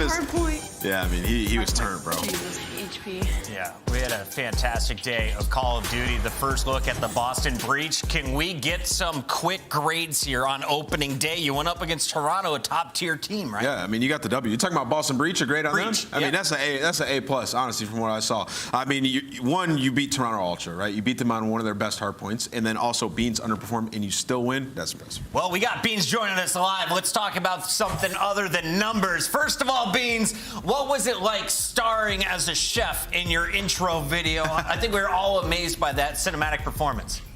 Yeah, it was good. I was cooking up some nice dinner for Zach. He ate the whole lot. He loved it. So that's nice for him. But yeah. What is it like now making your way from challengers? You're on the starting lineup. I know this has been a goal for a while. You finally got your initial spot. I mean, it's great that I've moved up and got to the main team. Obviously, today wasn't a great showing, but we got the job done. I thought, we've been having some really good practice lately. I thought maybe I'll play with my feet for this series, see what happens. Probably won't do that again. Probably actually play with my hands next time, but hey, we got the job done, that's what that matters. Exactly. Beans, fantastic search and destroy, fantastic control anyway. I have to ask, what are kind of your goals moving forward as a player, and have you ever played with anybody on this roster before? Is this kind of your first time? So yeah, this is a completely new roster for me, new guys. Obviously, all from the NA side. I'm a European player at heart, so it's new faces, new personalities to get used to. But I mean, they're all great guys, incredible players. Can I just say, Jesus, they are so nasty. But yeah, and obviously my goals as a player, I want to get that ring. I want to be the first European to do it. I think this is a roster that we could just genuinely do it. I think the talent on this roster is just ridiculous. I mean, just showing I'm playing like a buffoon, and we still got the job done. It's a great team, so I mean, not much you can ask for, really. Beans, first of all, I love the energy, man. Just fantastic out there, especially seeing you get hyped. I mean, even after the game, when you're looking at the camera, I love the emotion. I want to ask you, though, you've been on the academy team for this squad, right? And you've obviously been watching them, even watched Pro League matches. What do you want to bring to this team that maybe you thought they lacked before? Where do you think you can be the biggest asset for the Boston Breach? I mean, Zim was a great player. They were already a really good team before I came in, so I just had to really fill his shoes and try and just maybe level up from what he did. I bring a lot of, obviously, energy, which I think is good. I think it helps everyone. Even when I'm, not playing the greatest, I'll still bring it for the guys, so, we can get hyped, we can bring the momentum up. So, yeah, I mean, that's just my goal, really, just try and get everyone excited to play, happy to play, and obviously try and get some more wins. I know I'm not the only one excited to see you rise up from challengers into a CDL starting lineup, and I wanted to just ask you, you're not a young guy. You're not 18, you're not 19, you're 22 coming into the pro level. What has this journey been like? How did you get to where you're at right now? I've had a crazy career with COD. I was playing in the Middle East for quite a few years as I moved on when I was younger. So played COD over there for a while. Obviously, quite a few guys probably watching now. So yeah, and then I came into the European scene in 2019, I believe, when I was 19. So and then went from there, really, just trying to get my name up there, try and get better, and made it this far. Hopefully we can keep going. Well, I know Brycey and Ton have been super fans of yours for a while. After hearing your voice, it all makes sense. And chat, yes, he is a little bit English. We should say British. Where are we coming from? Yeah, from the heart of England, from Essex, southeast. So, shout out to all the UK fans out there. No wonder Brycey loves you so much. Beans, thank you so much for joining us. We gotta let you go. Any final thoughts for all of your fans that are watching you tonight? Thank you very much for all the support on Twitter and everyone on social media. I really appreciate it. Hopefully you'll see some better gameplay from me in the future, but look, we got the job done, so I can't complain too much. C's get degrees, 0.4s and hard points still get you a win in a game 4. Beans, thanks for joining us tonight. Thank you very much. That's Beans. Love seeing him here for the breach, and the man is bringing the energy they needed, but also a sniper rifle to search and destroy. We didn't really touch on this. Could that be a factor for this team moving forward? Absolutely. We saw him pull it out in that game, too, and that pixel shot he got on Godheady over by Bar was just stunning. He didn't get to use it too much in the series. Again, it was a hotel search and destroy, but I'm sure we'll see it in his hands throughout the rest of the season. We had some new faces from challengers on the day. You just saw the most recent one in Beans, now playing for the Boston Breach, but let's catch you all up on where we started the day and what went down on the first day of Major 3 qualifiers. It all started with LA Thieves, a team that went to the finals against Atlanta. They were the clear favorites going up against Las Vegas, and we saw the Legion coming in here with only 18% of the fan poll. They proved everyone wrong. Yeah, and they were frying, man. Like, you saw these guys with a control and a hard point, and 2Real was popping off. You know, we talked about a lot in the interview with Clay, sort of what 2Real brought to the team, just a rattier player, but also picking up kills when they needed to, really valuing his life. It just brought a new energy to this squad, and the hard point looked clean, like great rotations on that Embassy, and they went up against probably, I mean, one of the toughest opponents, obviously. They're going up against the LA Thieves, and they come away with a victory. Just super impressive. On the flip side of that, LA Thieves, man, online woes continue, Allie. Yeah, unfortunately for the LA Thieves. I mean, I have to tip my hat to the Vegas Legion because, like, what they did in that series, what 2Real did in that series, I mean, that was absolutely a step up from what we saw from them previously. But LA Thieves, I mean, woes continue in search and destroy. That has been a struggle for them, except for, you know, the Major 2 on land when they have that insane run. I think for me, it was really letting that Embassy slip by. Jeff needs to stay in Atlanta. That's all I'm saying. The man was frying from the ATL headquarters.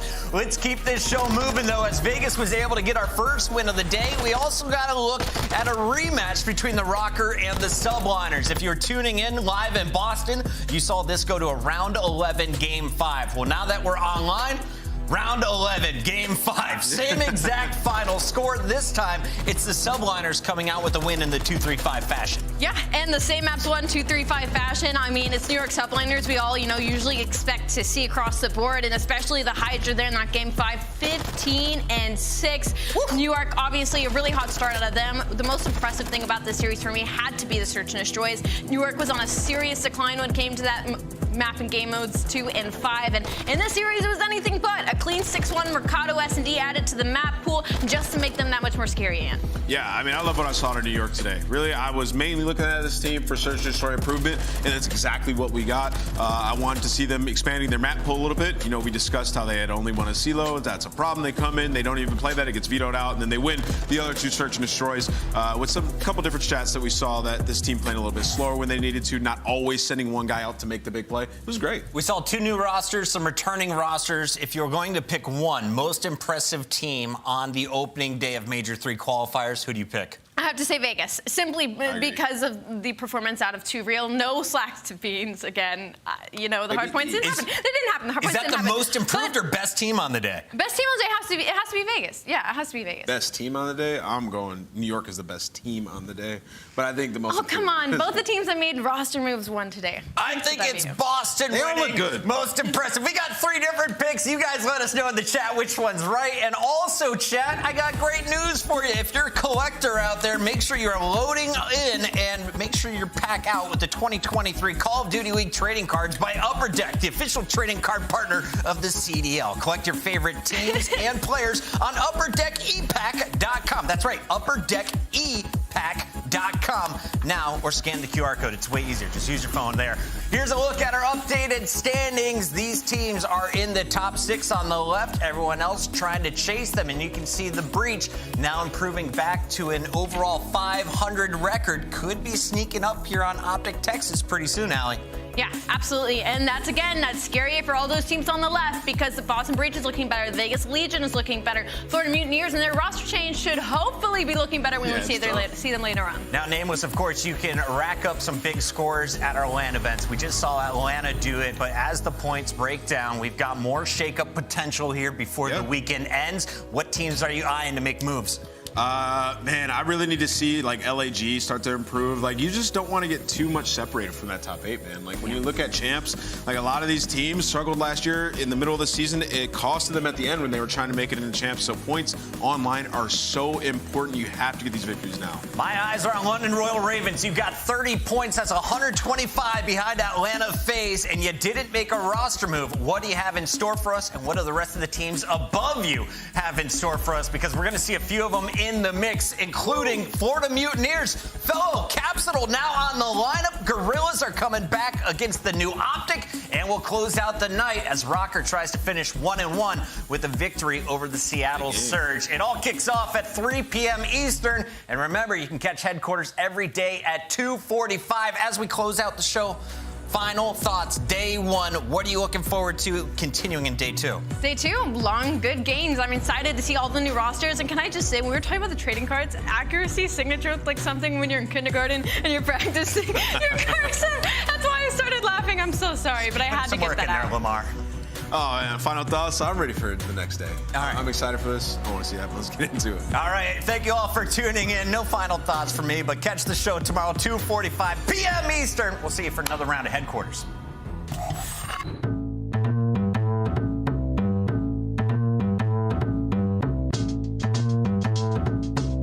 Let's go. Yeah. This an action-packed Rambo rap. No Sambo, I'm strapped. Heart like Geronimo crack. Go black. I just move on them. Advance on them. Groove on them. Then dance on them. Put a trance on them. With this tool on them. Tell all my young MCs. Put some move on them. Mass tragedies when I grand groove on them. Put in long hours over strong flowers. The money's all ours. This is all power.